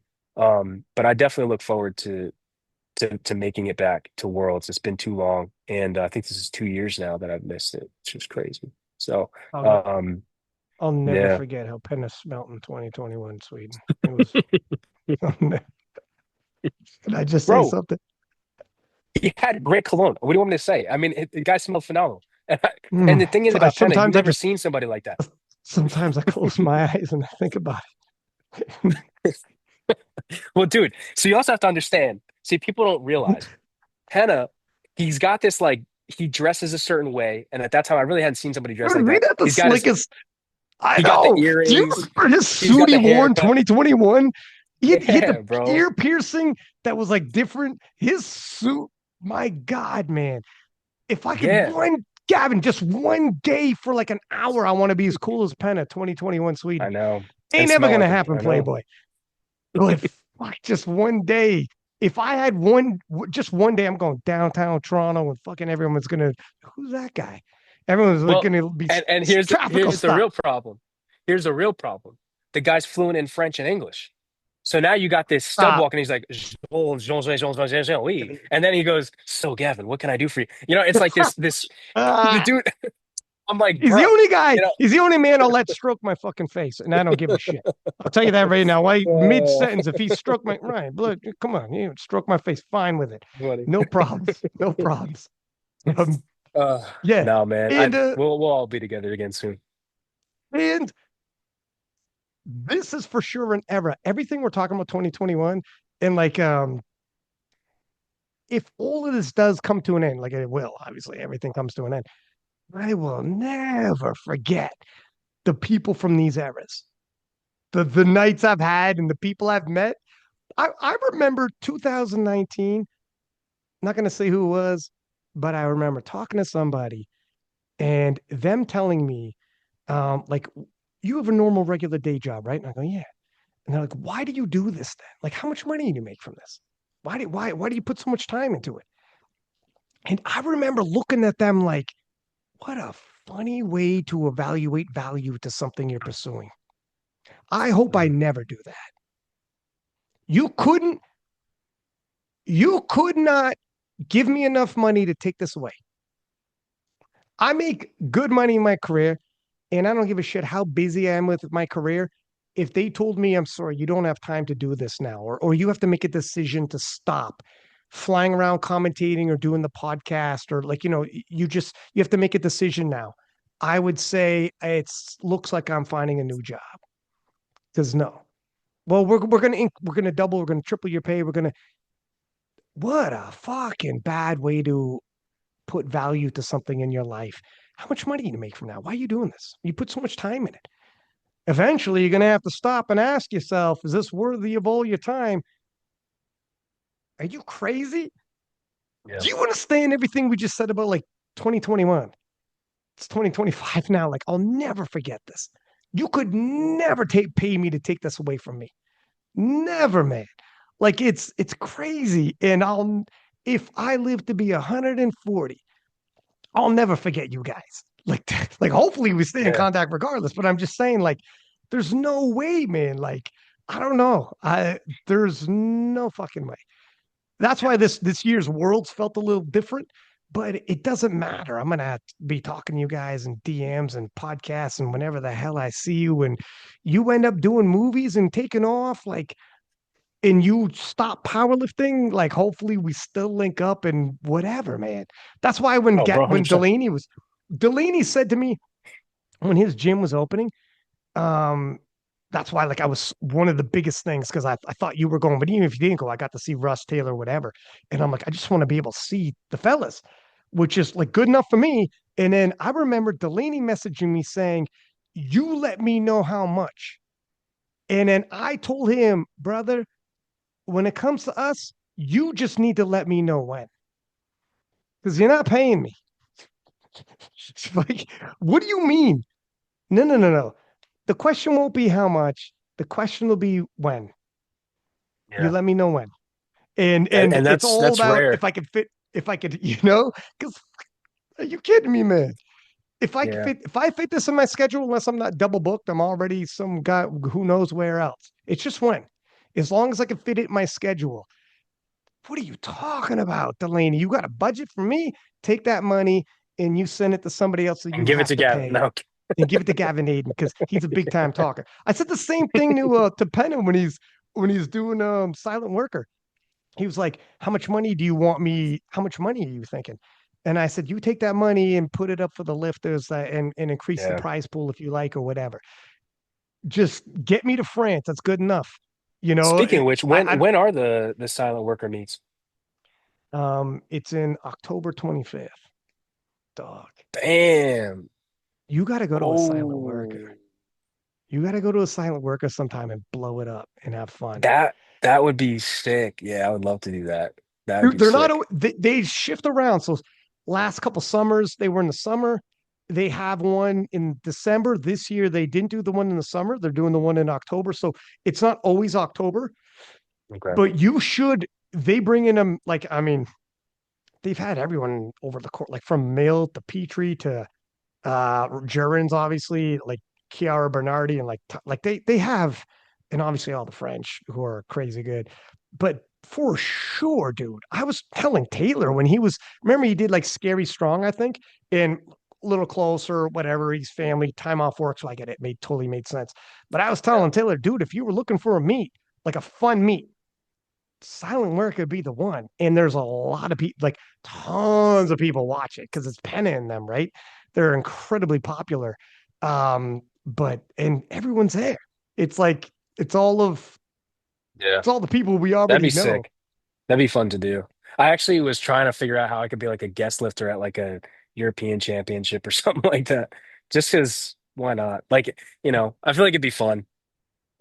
Well, Ray Williams, I'm pretty sure Ray did Asians. They do have guest lifters.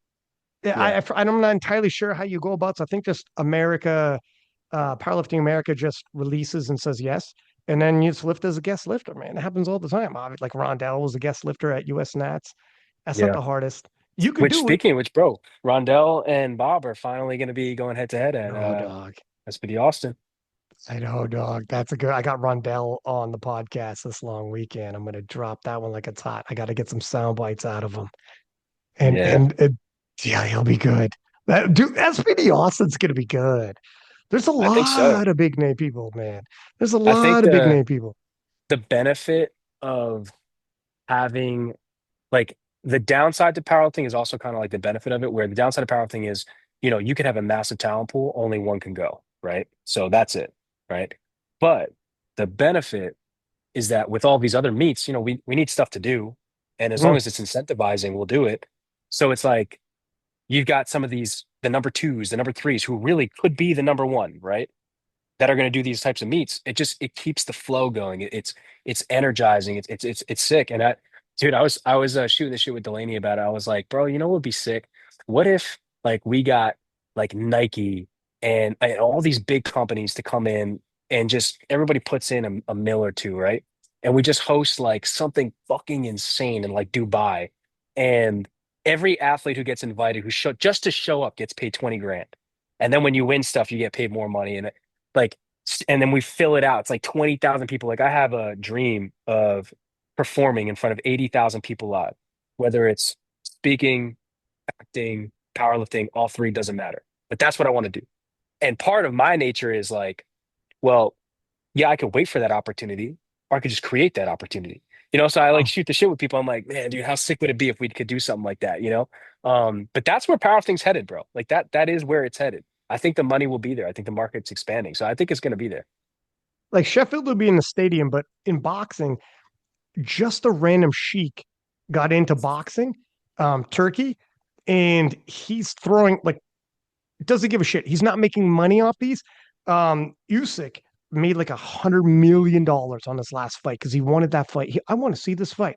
The guy's got more money than he knows what to do with. He's like, I give a shit. I'm gonna take a bath on this, but he's like a multi-billionaire with a B. He's like, fuck it. I want to see this fight. Makes the fight happen. How much? How much, Gavin? I don't know. I got a schedule. How about 100 million? You free up your schedule? Done. Good. I'll get. How about the other guy? The other guy was Dubois, who was like, he's good, but he made 70 million. Like he ain't 70 million good, my man. Mike Tyson was making like 30 million. You know what I mean? Like Yeah. these guys, but the Turkey El Sheik's like, I want to see this fight. I want to see that fight. How much? Make it happen. He's just a billionaire who can make whatever dreams he wants happen. In jujitsu, actually, EDCC is like a massive. It only happens every 2 years, and it's all the world champions. It's kind of like anyway, it's kind of like their version of the Olympics. A sheik just said, you know what? Every 2 years, I want all the world champions to come to Abu Dhabi and compete. And he just throws up crazy prize money. Does the same thing. Craig Jones got a guy who's another wealthy billionaire, and the billionaire, and they make like they take a bath on it, but the billionaire said two divisions, heavyweight and lightweight, and million each for whoever wins. And fucking it's on YouTube. Like there's no pay-per-view, there's no, just like, fuck it, I just want to see it. They're just Yeah. fans. Everything changes if the right person is like, oh, powerlifting's kind of cool. Yeah, Yeah. like it's. I I think I'm going to know. do this. I think I'm going to throw down. I don't give a shit. What, $1 million is a lot to you guys? Because that's nothing to me. Sure, $1 million for the winner, for the best lifter at Yeah. Worlds. I'll sponsor it myself. It's like, oh, gee, damn. Okay, I guess we're going to Saudi Arabia for this Worlds. Like That's what things I'm like that saying, happen. dude. It's totally possible. It's totally possible. And I think that it kind of has to happen if the sport's going to grow and progress. You know what I mean? Like there's a balance. You want to stay true to the tradition, of course. Like that is the difference between, let's say, IPF Worlds and the Sheffield. No different than like Olympics boxing versus like, seeing a match between Mayweather and somebody else. But at the same time, like the only way it grows is if there's money. And the only way to make money is if there's a show. And the only way there's a show is if you put on the event. And that's how it is. You gotta put on Mhm. the event. So to me, I mean, I think it's worth it. And I think it'll get there 100%. My goal and what I try and tell myself, maybe it's a coping mechanism for my losses, but I try and tell myself like all of this has been preparing me for those moments, for when we are in the Olympics. And that's what I'm gearing up for. So yeah, maybe I'm not winning these, but all this is meant to prepare me for that because my calling is higher, my calling is greater, my purpose is greater. And that's how I look at it. Um, and it's the same thing. Like I said, if there's this massive, massive event like Sheffield, it was amazing to do two Sheffields there. Like so grateful, right? Um, but now hearing like, okay, the next one after this upcoming one is in a stadium. Well, I would rather do a stadium than the one I just did Sure. twice. So to me, it's like, okay, I may have had this plan in my head, but that's not his plan. I have to trust his plan.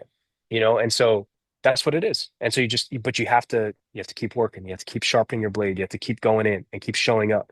And I do believe if you do that, it becomes inevitable. So yeah, man. So hopefully some inspiration for the ones coming up, bro, because it's huge now. It's no different than like when I was in high school and in college, there was no NIL money. Like that didn't exist in college sports, right? That was a big deal.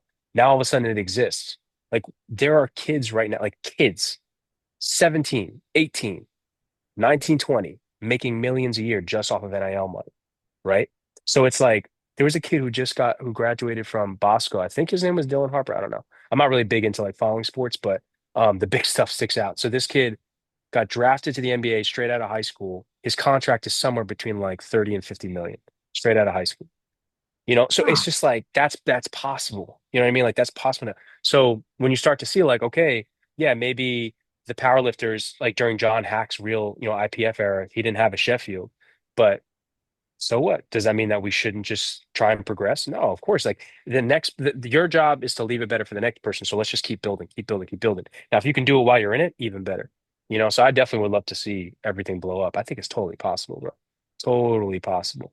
100%. Especially because of social well, media. with everything blowing, like we're going to be in a stadium, etc. You were in the first Sheffield.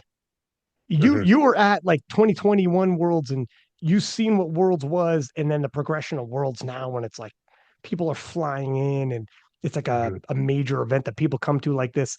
Like like you said about all these events coming in the future have to ride off the backs of these events. Like it's steps getting bigger, progression getting bigger.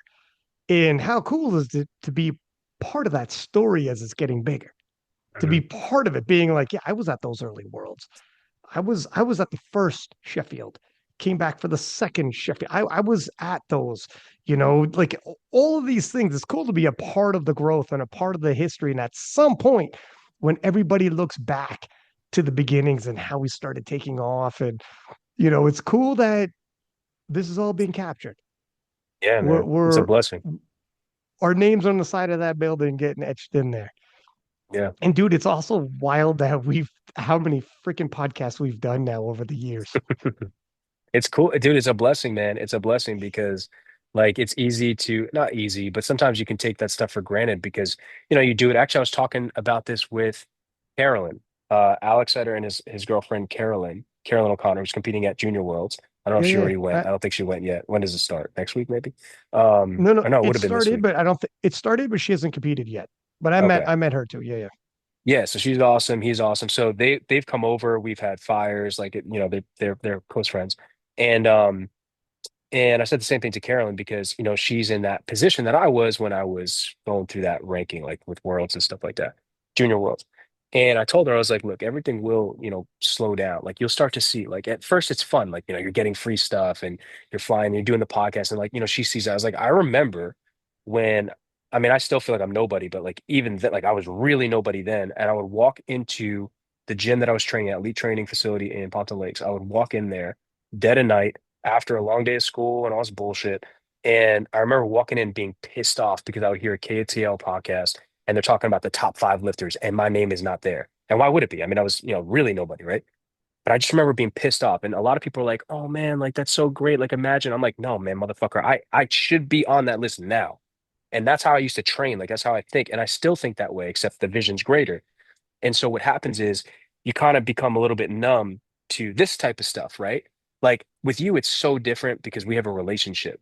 But any other podcast and stuff, like, bro, a lot of times these people don't care about me. They don't care about me or what I do. They don't even know what I do. They don't even really know what powerlifting is. They think it's the thing that you fucking clean up and then jerk overhead, right? Or it's a snatch. Mm, That's not powerlifting, right? Which is fine. Like I get it. Not everyone needs to be privy to it.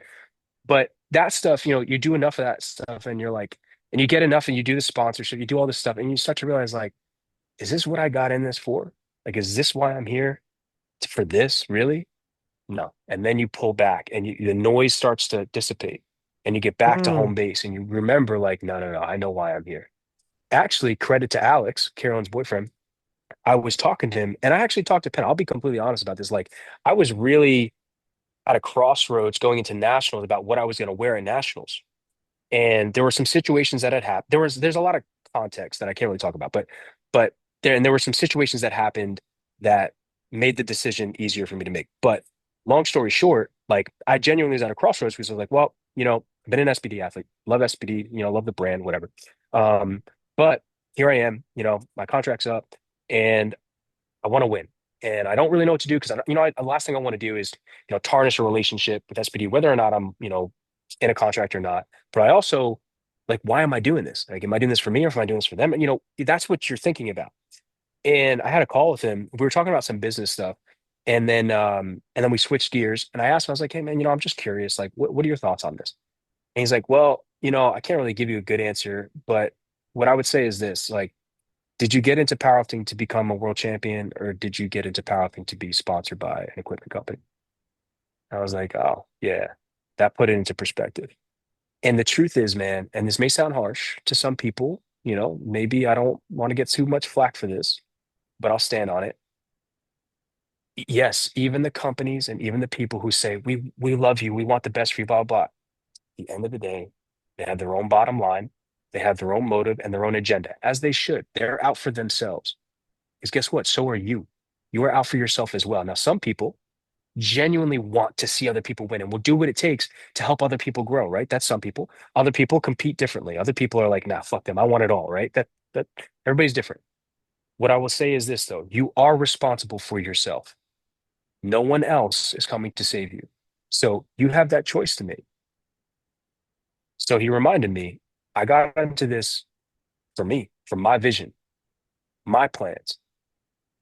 If I show up to nationals to appease anybody, whatever, and I fall short, I did it on somebody else's terms. But if I fall short on my own stature, on what I stood on, I get to sit with that and at least I get to own it fully because it truly is mine. And that helped me make that decision. To this day, whether or not it was the right decision, I don't know. But it was my decision, and that's what mattered. And it's a lot like that. So like, these podcasts, like I love getting on a podcast with you. It's been a minute since we've done one. I almost feel like with KOTL, I kind of have to earn the podcast. Like I have to earn the reason to be on here, which I think is really special. Like, I don't know if you see it that way, but part of what you do is a business, right? Like you need to have people on who are hot, who are being talked about, who are going to drive engagement, buzz, all that stuff. Also stuff that's going to feed the community, right? But at the same time, sometimes it's just good to have good conversations with good people, right? And so I think from your side, it's tough to balance that. So, I don't envy you. That's hard to balance. But from my side, it's like I kind of have to earn a podcast with KOTL every time, right? It's not just given. It's like, well, why am I having you on? Like respectfully, why am I having you on? What have you done? What are you doing now? Yeah, I know you did that, whatever in 2021. Yeah, I know you went to Chevy, whatever. That's in the past. What are you doing now? Why should I have you on? So that's how I see it. And that's how I view this type of stuff. And so I think it can be easy to like get a little bit, you kind of get lost in the sauce for a little bit, especially when you're younger, because you're like, oh, the sponsors and the media and da da da da da. And then you recenter and you're like, man, fuck all that, bro. Because let me tell you something, when the chips are down, when nothing's going my way, when I am failing, when I am falling, I can almost guarantee you, A, nobody else they don't give a shit. They don't care about you. They'll also contribute to it. They don't care because it's a what have you done for me lately culture. That's how it is across the board in every industry. That's just how it is. So you go through that enough, and that's when you start to realize, like, I'm gonna be in my lane. I told Petrie this going into national. I was like, look, man, this was just before the championship. Like, to be honest with you, bro, like, I'm just in my own lane, man. I blocked out all the noise. Like, you can do whatever you want. I support you. I want to see you do well. They can do what they want. He can do it. Doesn't matter, man. Like, I'm in my own lane. I know where I'm going. That's it. That's all I care about. And that's it. I truly meant that. I'm in my own lane. And so I encourage athletes to do that. I'm not saying, deny opportunity, but be smart and always think about, yourself and think about the decision you're making because you have to deal with those consequences, period. So yeah, when I was having that conversation with Carolyn, like she 100% is one of those ambitious athletes that like, I want to be the best, the ultimate, the absolute best, period. And I want to do it the right way. And I want to be on KOTL. Like I want to be on the podcast. I want to do all stuff. I'm like, I promise you that will come. I promise you. But don't do it for that. Because once it comes, like it's special, but it's not, it comes and goes. Like, so what? Okay, so you did a podcast. Like, okay. And then what? Guess what? Next day you got to train anyway. And I promise you, the podcast ain't gonna help you with your training. You know what I mean? So it's it's nice to do, but it's not about that. You know what I mean? And then as it comes, you start to become more, you get used to it. And you, again, it can be easy to take for granted, but you try not to. You try and cherish every moment. And again, with you, it's very different. Like the dynamic is very different. And a lot of this for me is just as our relationship. I'm always grateful to be on here, always honored to be asked. Like I said, for me, I feel like I have to earn it. Um, and like I said, I just encourage younger athletes, especially who were in the position I was in, where it's like, man, I want to be the one that I want to be the name that people are speaking. I still feel that way. I totally understand that. Just remember, like, that's less about being on the podcast and more about being worthy of being on the podcast, if that makes sense. You know what I mean? Like if I earned my spot on KOTL, but I never got the KOTL, that's okay because I know I earned my spot. It's about that. Yeah, yeah, It's yeah, not yeah, about, yeah, yeah. you know what I'm saying? And so You paid your that's yeah. dues, and everything else comes in, settles on its own naturally. Yeah. Yeah, yeah, 100%. Well, Yeah. that's what kind of like a few people have said is because you're wondering, have I made it? Have I got enough recognition? And all of a sudden you start getting a DM saying, would you like to do a podcast? And it's like people, it's not so much doing the podcast as like, okay, I am getting recognized.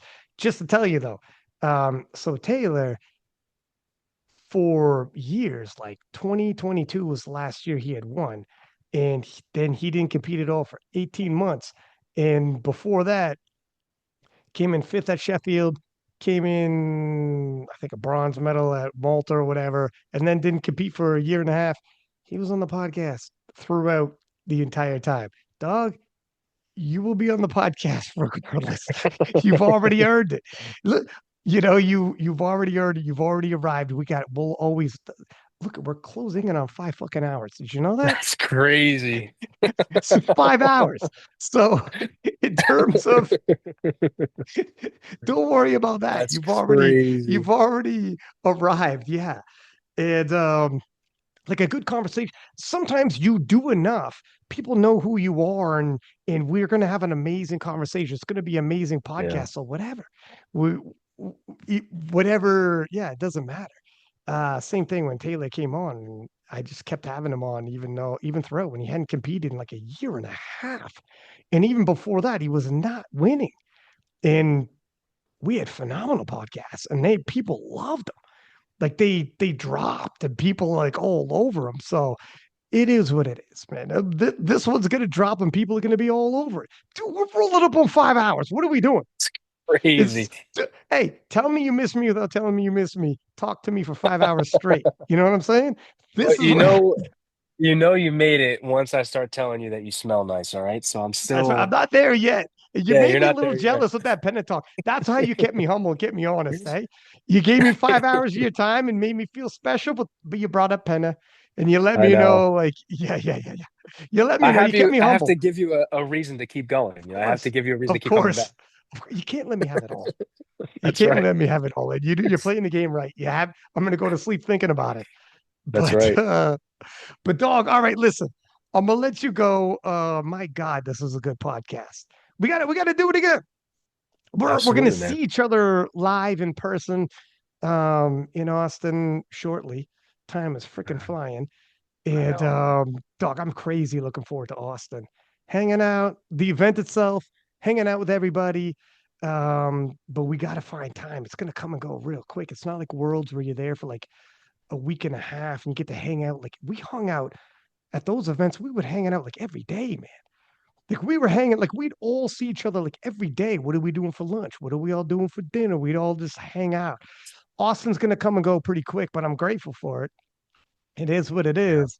But yeah, we'll do And some then more podcasts. Nationals is not too long after that, I don't think. I don't know if they have a calendar up for it yet, but it's got to be like April, March, something like that. So it'll be like Mm, 3, 4 months. Yeah, we'll be nothing. It'll fly by. it'll be nothing. It'll be nothing. That's right. Actually, yeah, yeah. So, anyways, man, all right. Let's keep in contact. I really did fucking miss you. I'm glad we had this conversation, and I'm glad I'm gonna see you in Austin, dog. I'll see you soon. Likewise. Likewise. And everybody listening, as per usual, please do subscribe, give us high ratings, and until next time, six pack Lapadat, six up, and we are out.